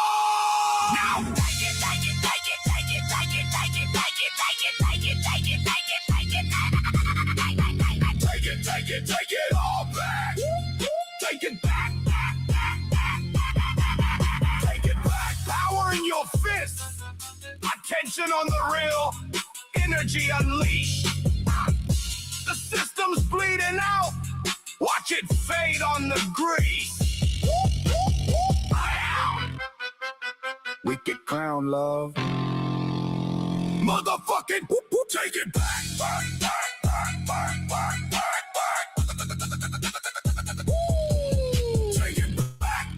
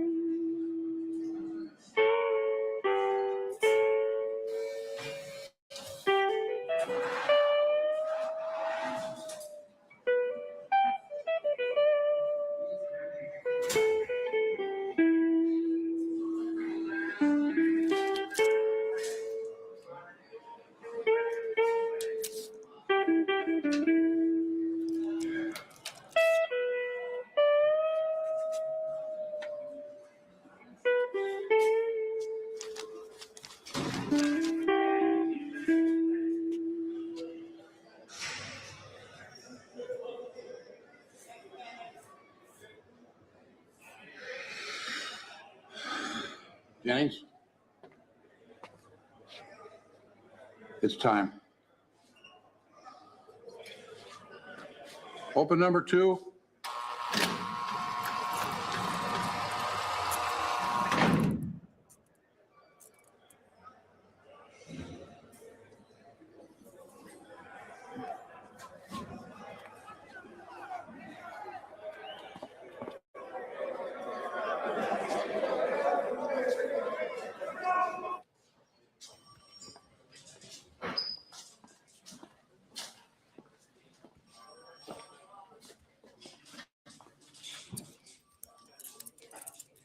Good luck.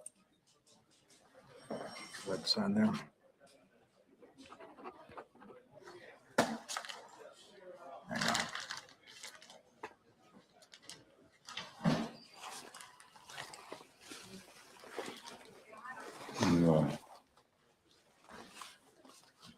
Mail those for me.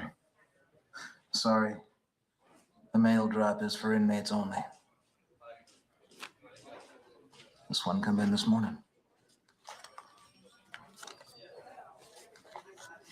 Thanks.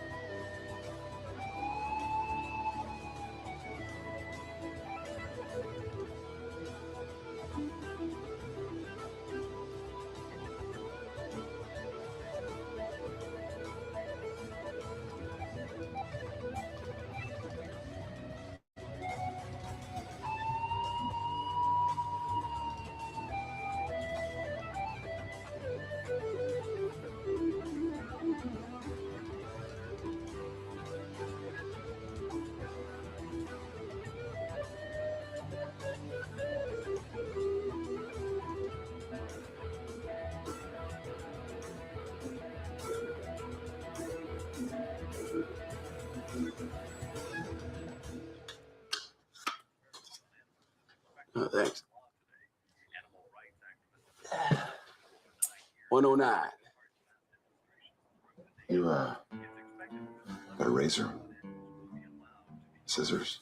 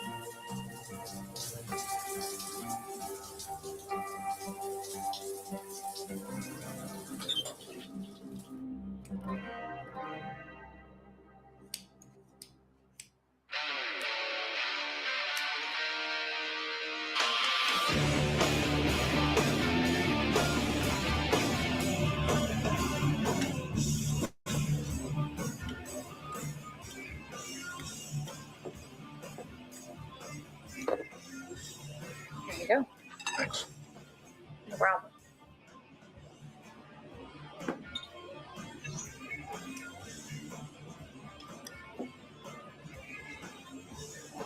Not a local, are ya? How's that? You're not one of them? So are you just passing through town? Something like that. Seems it's always that way. People going somewhere else besides here. Anyway, you just let me know if you need anything else.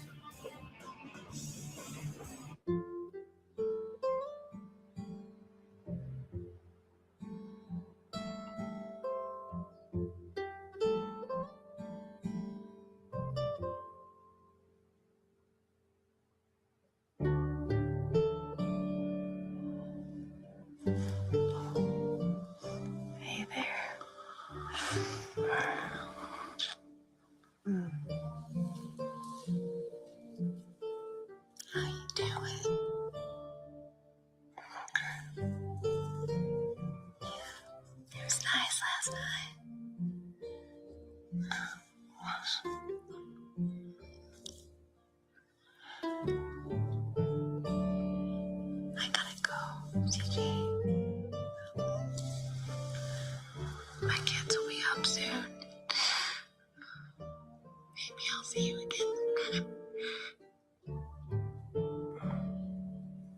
think so.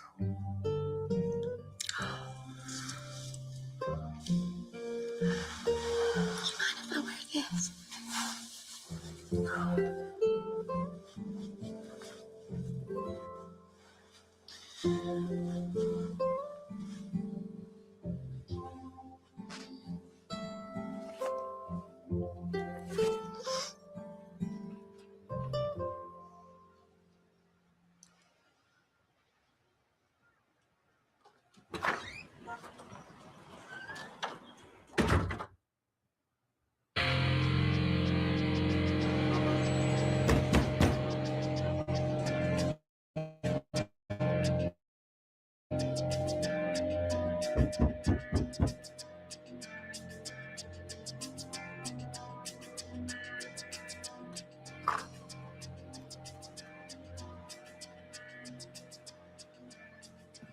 How's it going, CJ?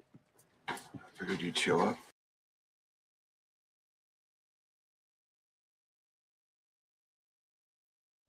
This summer, witness the ride where every boundary is tested.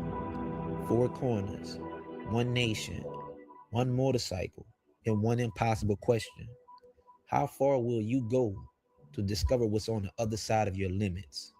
From the border at San Ysidro, to the western frontier of Blaine, to the northern edge of Madawaska, and finally, the southernmost point in Key West. See, this just isn't another road trip. It's a journey to the edges of America, where every sunrise demands another 100 miles, and every storm becomes another obstacle, and every state leaves its mark on you. There will be exhaustion. There will be doubt. There will be moments where the road asks you to quit. But somewhere between the endless highways, the mountain passes, the deserts, the forests, and the people you'll never forget, you'll realize the greatest boundaries were never drawn on a map. They were the ones drawn inside of you. See, this isn't about touching 4 corners. It's about proving that adventure still exists, that freedom still has a place, and that the only way to know how far you're capable of going is to keep riding. See, this is more than a ride. It's a test of endurance, a story of friendship, and a search for purpose, and a reminder that life begins where boundaries end. So when that moment comes, when you're standing on the edge, with nothing but miles ahead, you have a choice. Either turn back or find out who you really are and what it means to live life with no boundaries.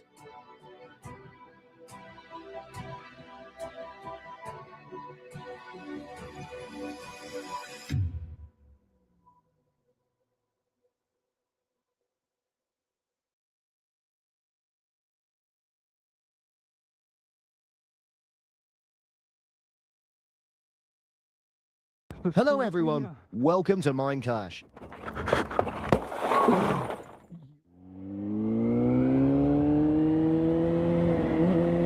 Да, блядь, что ты делаешь, нахуй, ебанутая, что ли, совсем? Все нормально с головой, это, блядь, вообще.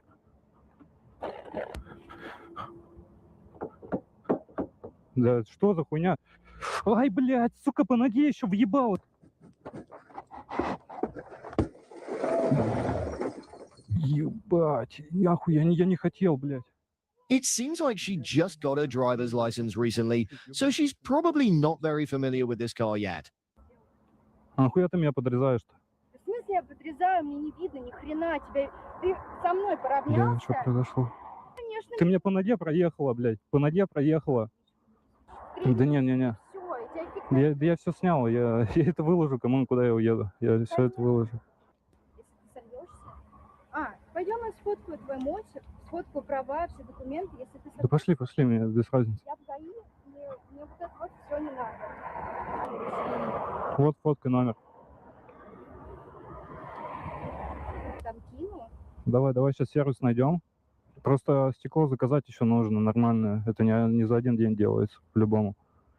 Пиздец, аж сюда долетело, я в ахуе.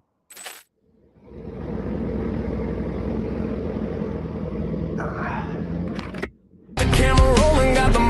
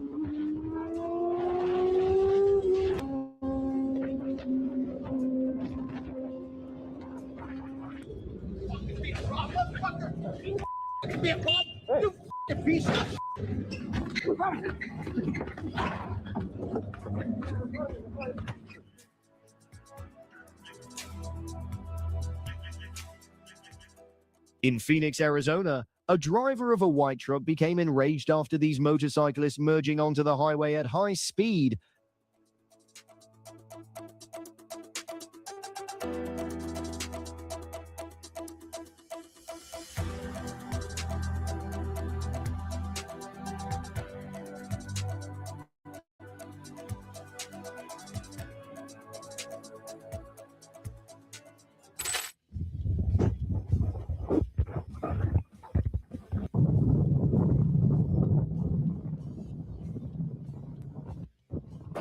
Personally, I always think motorcycle riders should slow down when they see a car turning to keep both parties safe.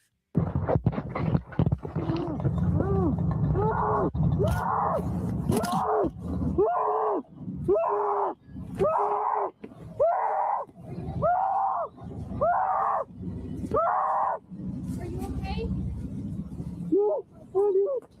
I'm so sorry. Are you okay?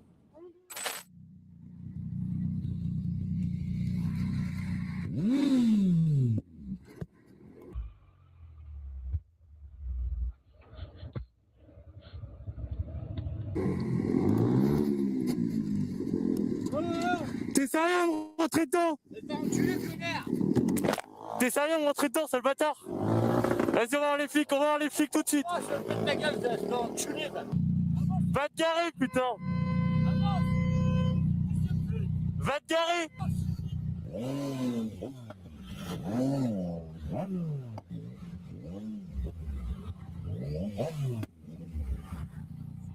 Tu te fous la gueule, c'est vrai? Vas-y. Alors mec, pourquoi t'es bourré en plus? Non, toi, tu ramènes ta gueule, il y a un problème là. C'est pas grave. Non mais il est rentré dedans, il est rentré dans ma moto. Si, il y a un problème. C'est pas grave. Je suis rentré dedans. Mais bien sûr que tu vas rentrer dedans. Pourquoi je suis un gueulette comme ça dessus? C'est pas grave. Il faut appeler les flics, mec. Bah ouais. Non mais il faut le bloquer, Sors pas de là, toi en plus t'es bourré, bouge pas de là.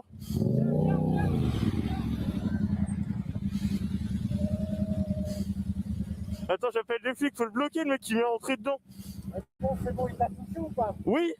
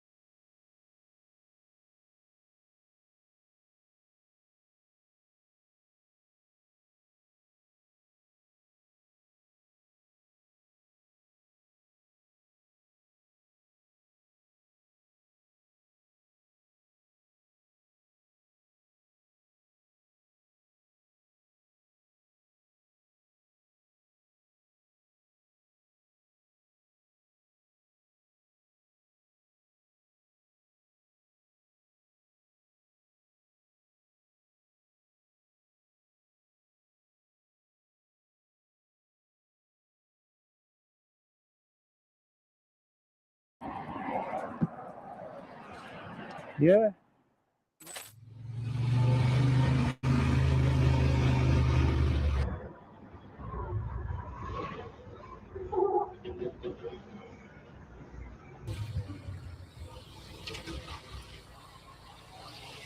La puta madre.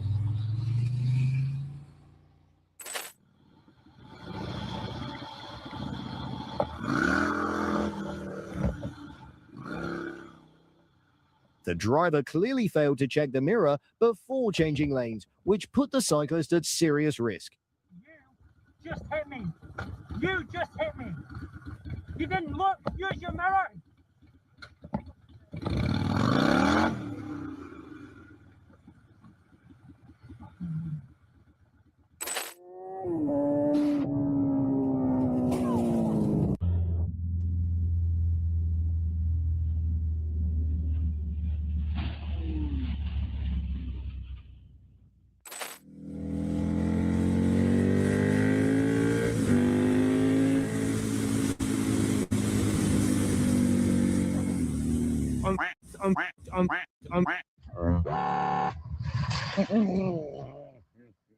To be honest, he looked a little worried about an accident. Luckily, he's safe.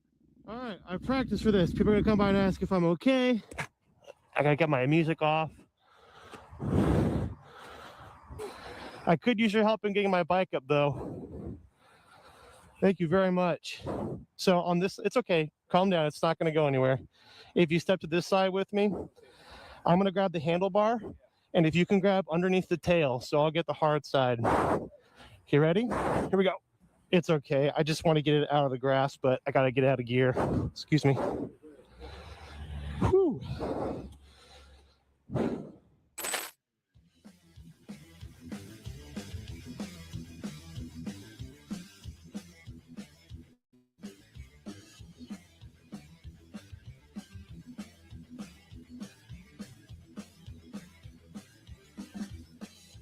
In a hurry, don't take the exit from the right.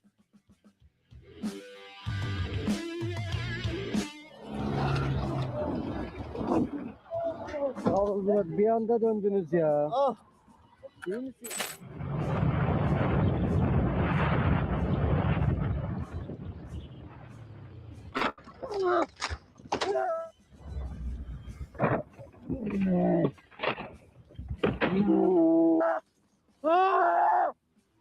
You idiot! Jesus Christ! What the? What? No, We'll sort it out, mate. We'll sort it out. It's all right. No, just wait a sec. Do you need an ambulance, mate? I'm going to call an ambulance, mate.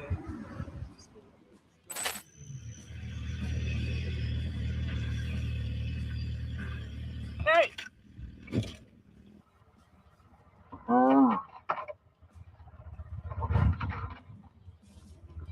Hey!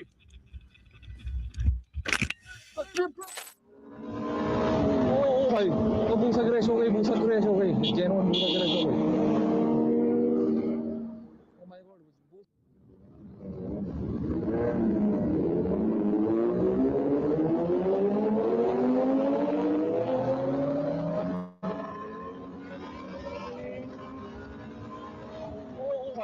Bungsag res, okay. Bungsag res, okay. Genuine bungsag res, okay.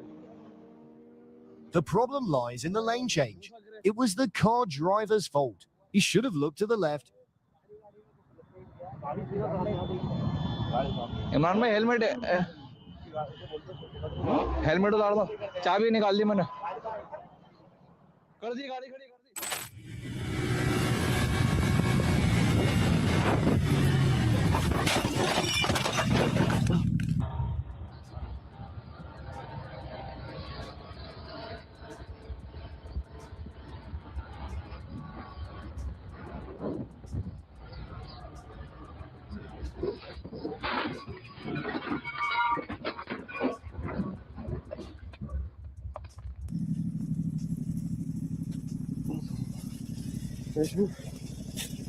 我操！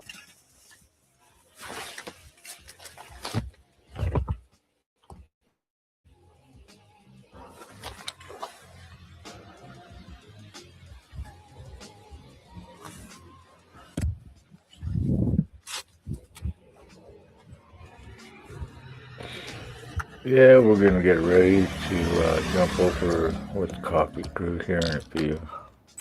So I'm doing good. I've been at it since midnight. So.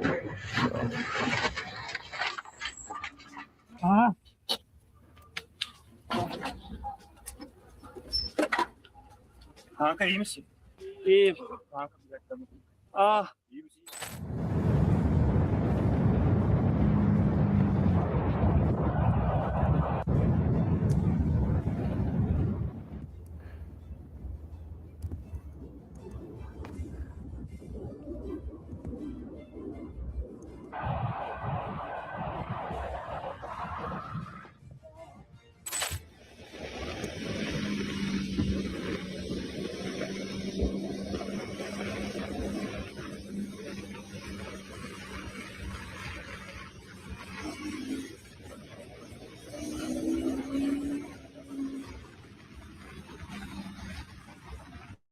One moment of distraction is enough to make you taste asphalt instead of enjoying the ride.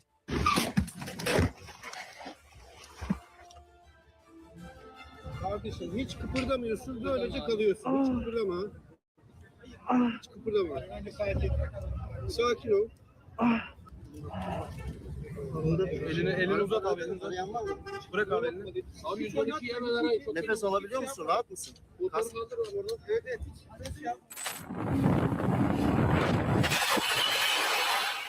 Driving in cold weather is always more difficult because the road surface can be more slippery than we think. Fortunately, proper protective gear did its job.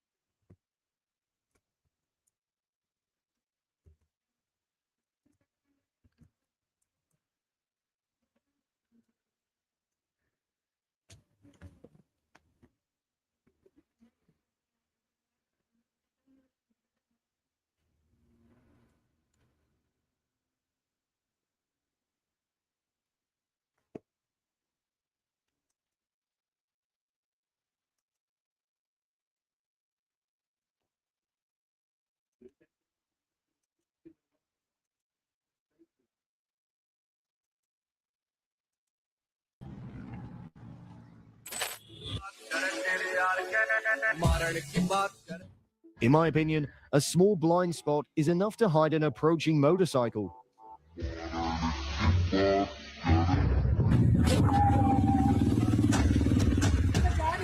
दीदी आप horn बजा रहे हो, आप क्यों पीछे से ले रहे हो बेमतलब की? Yeah, we'll be redirected with over to the coffee crew. अच्छी कमाल है दीदी। भाई साहब सिर्फ एग्जॉस्ट की आवाज है, सिर्फ एग्जॉस्ट। हाँ चल रही है सर। मैम ऐसा है दीदी ने बिना मेरी गाड़ी की क्या पीछे कर दिया। मेरे साइड से तो निकला, वो पैक कर रहे थे। कैमरा में है ना। Distracted driving is just as dangerous as speeding.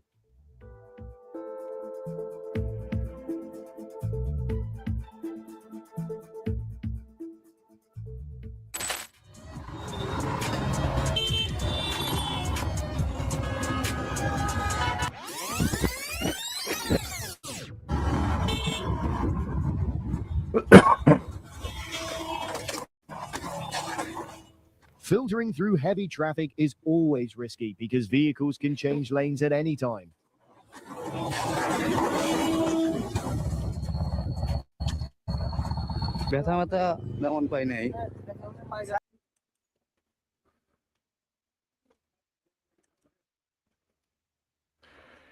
Alrighty, Carny Riders. It's just for the fun, but that's it. That's all. I hope you had a ball. We'll be redirected over to the Coffee Crew show.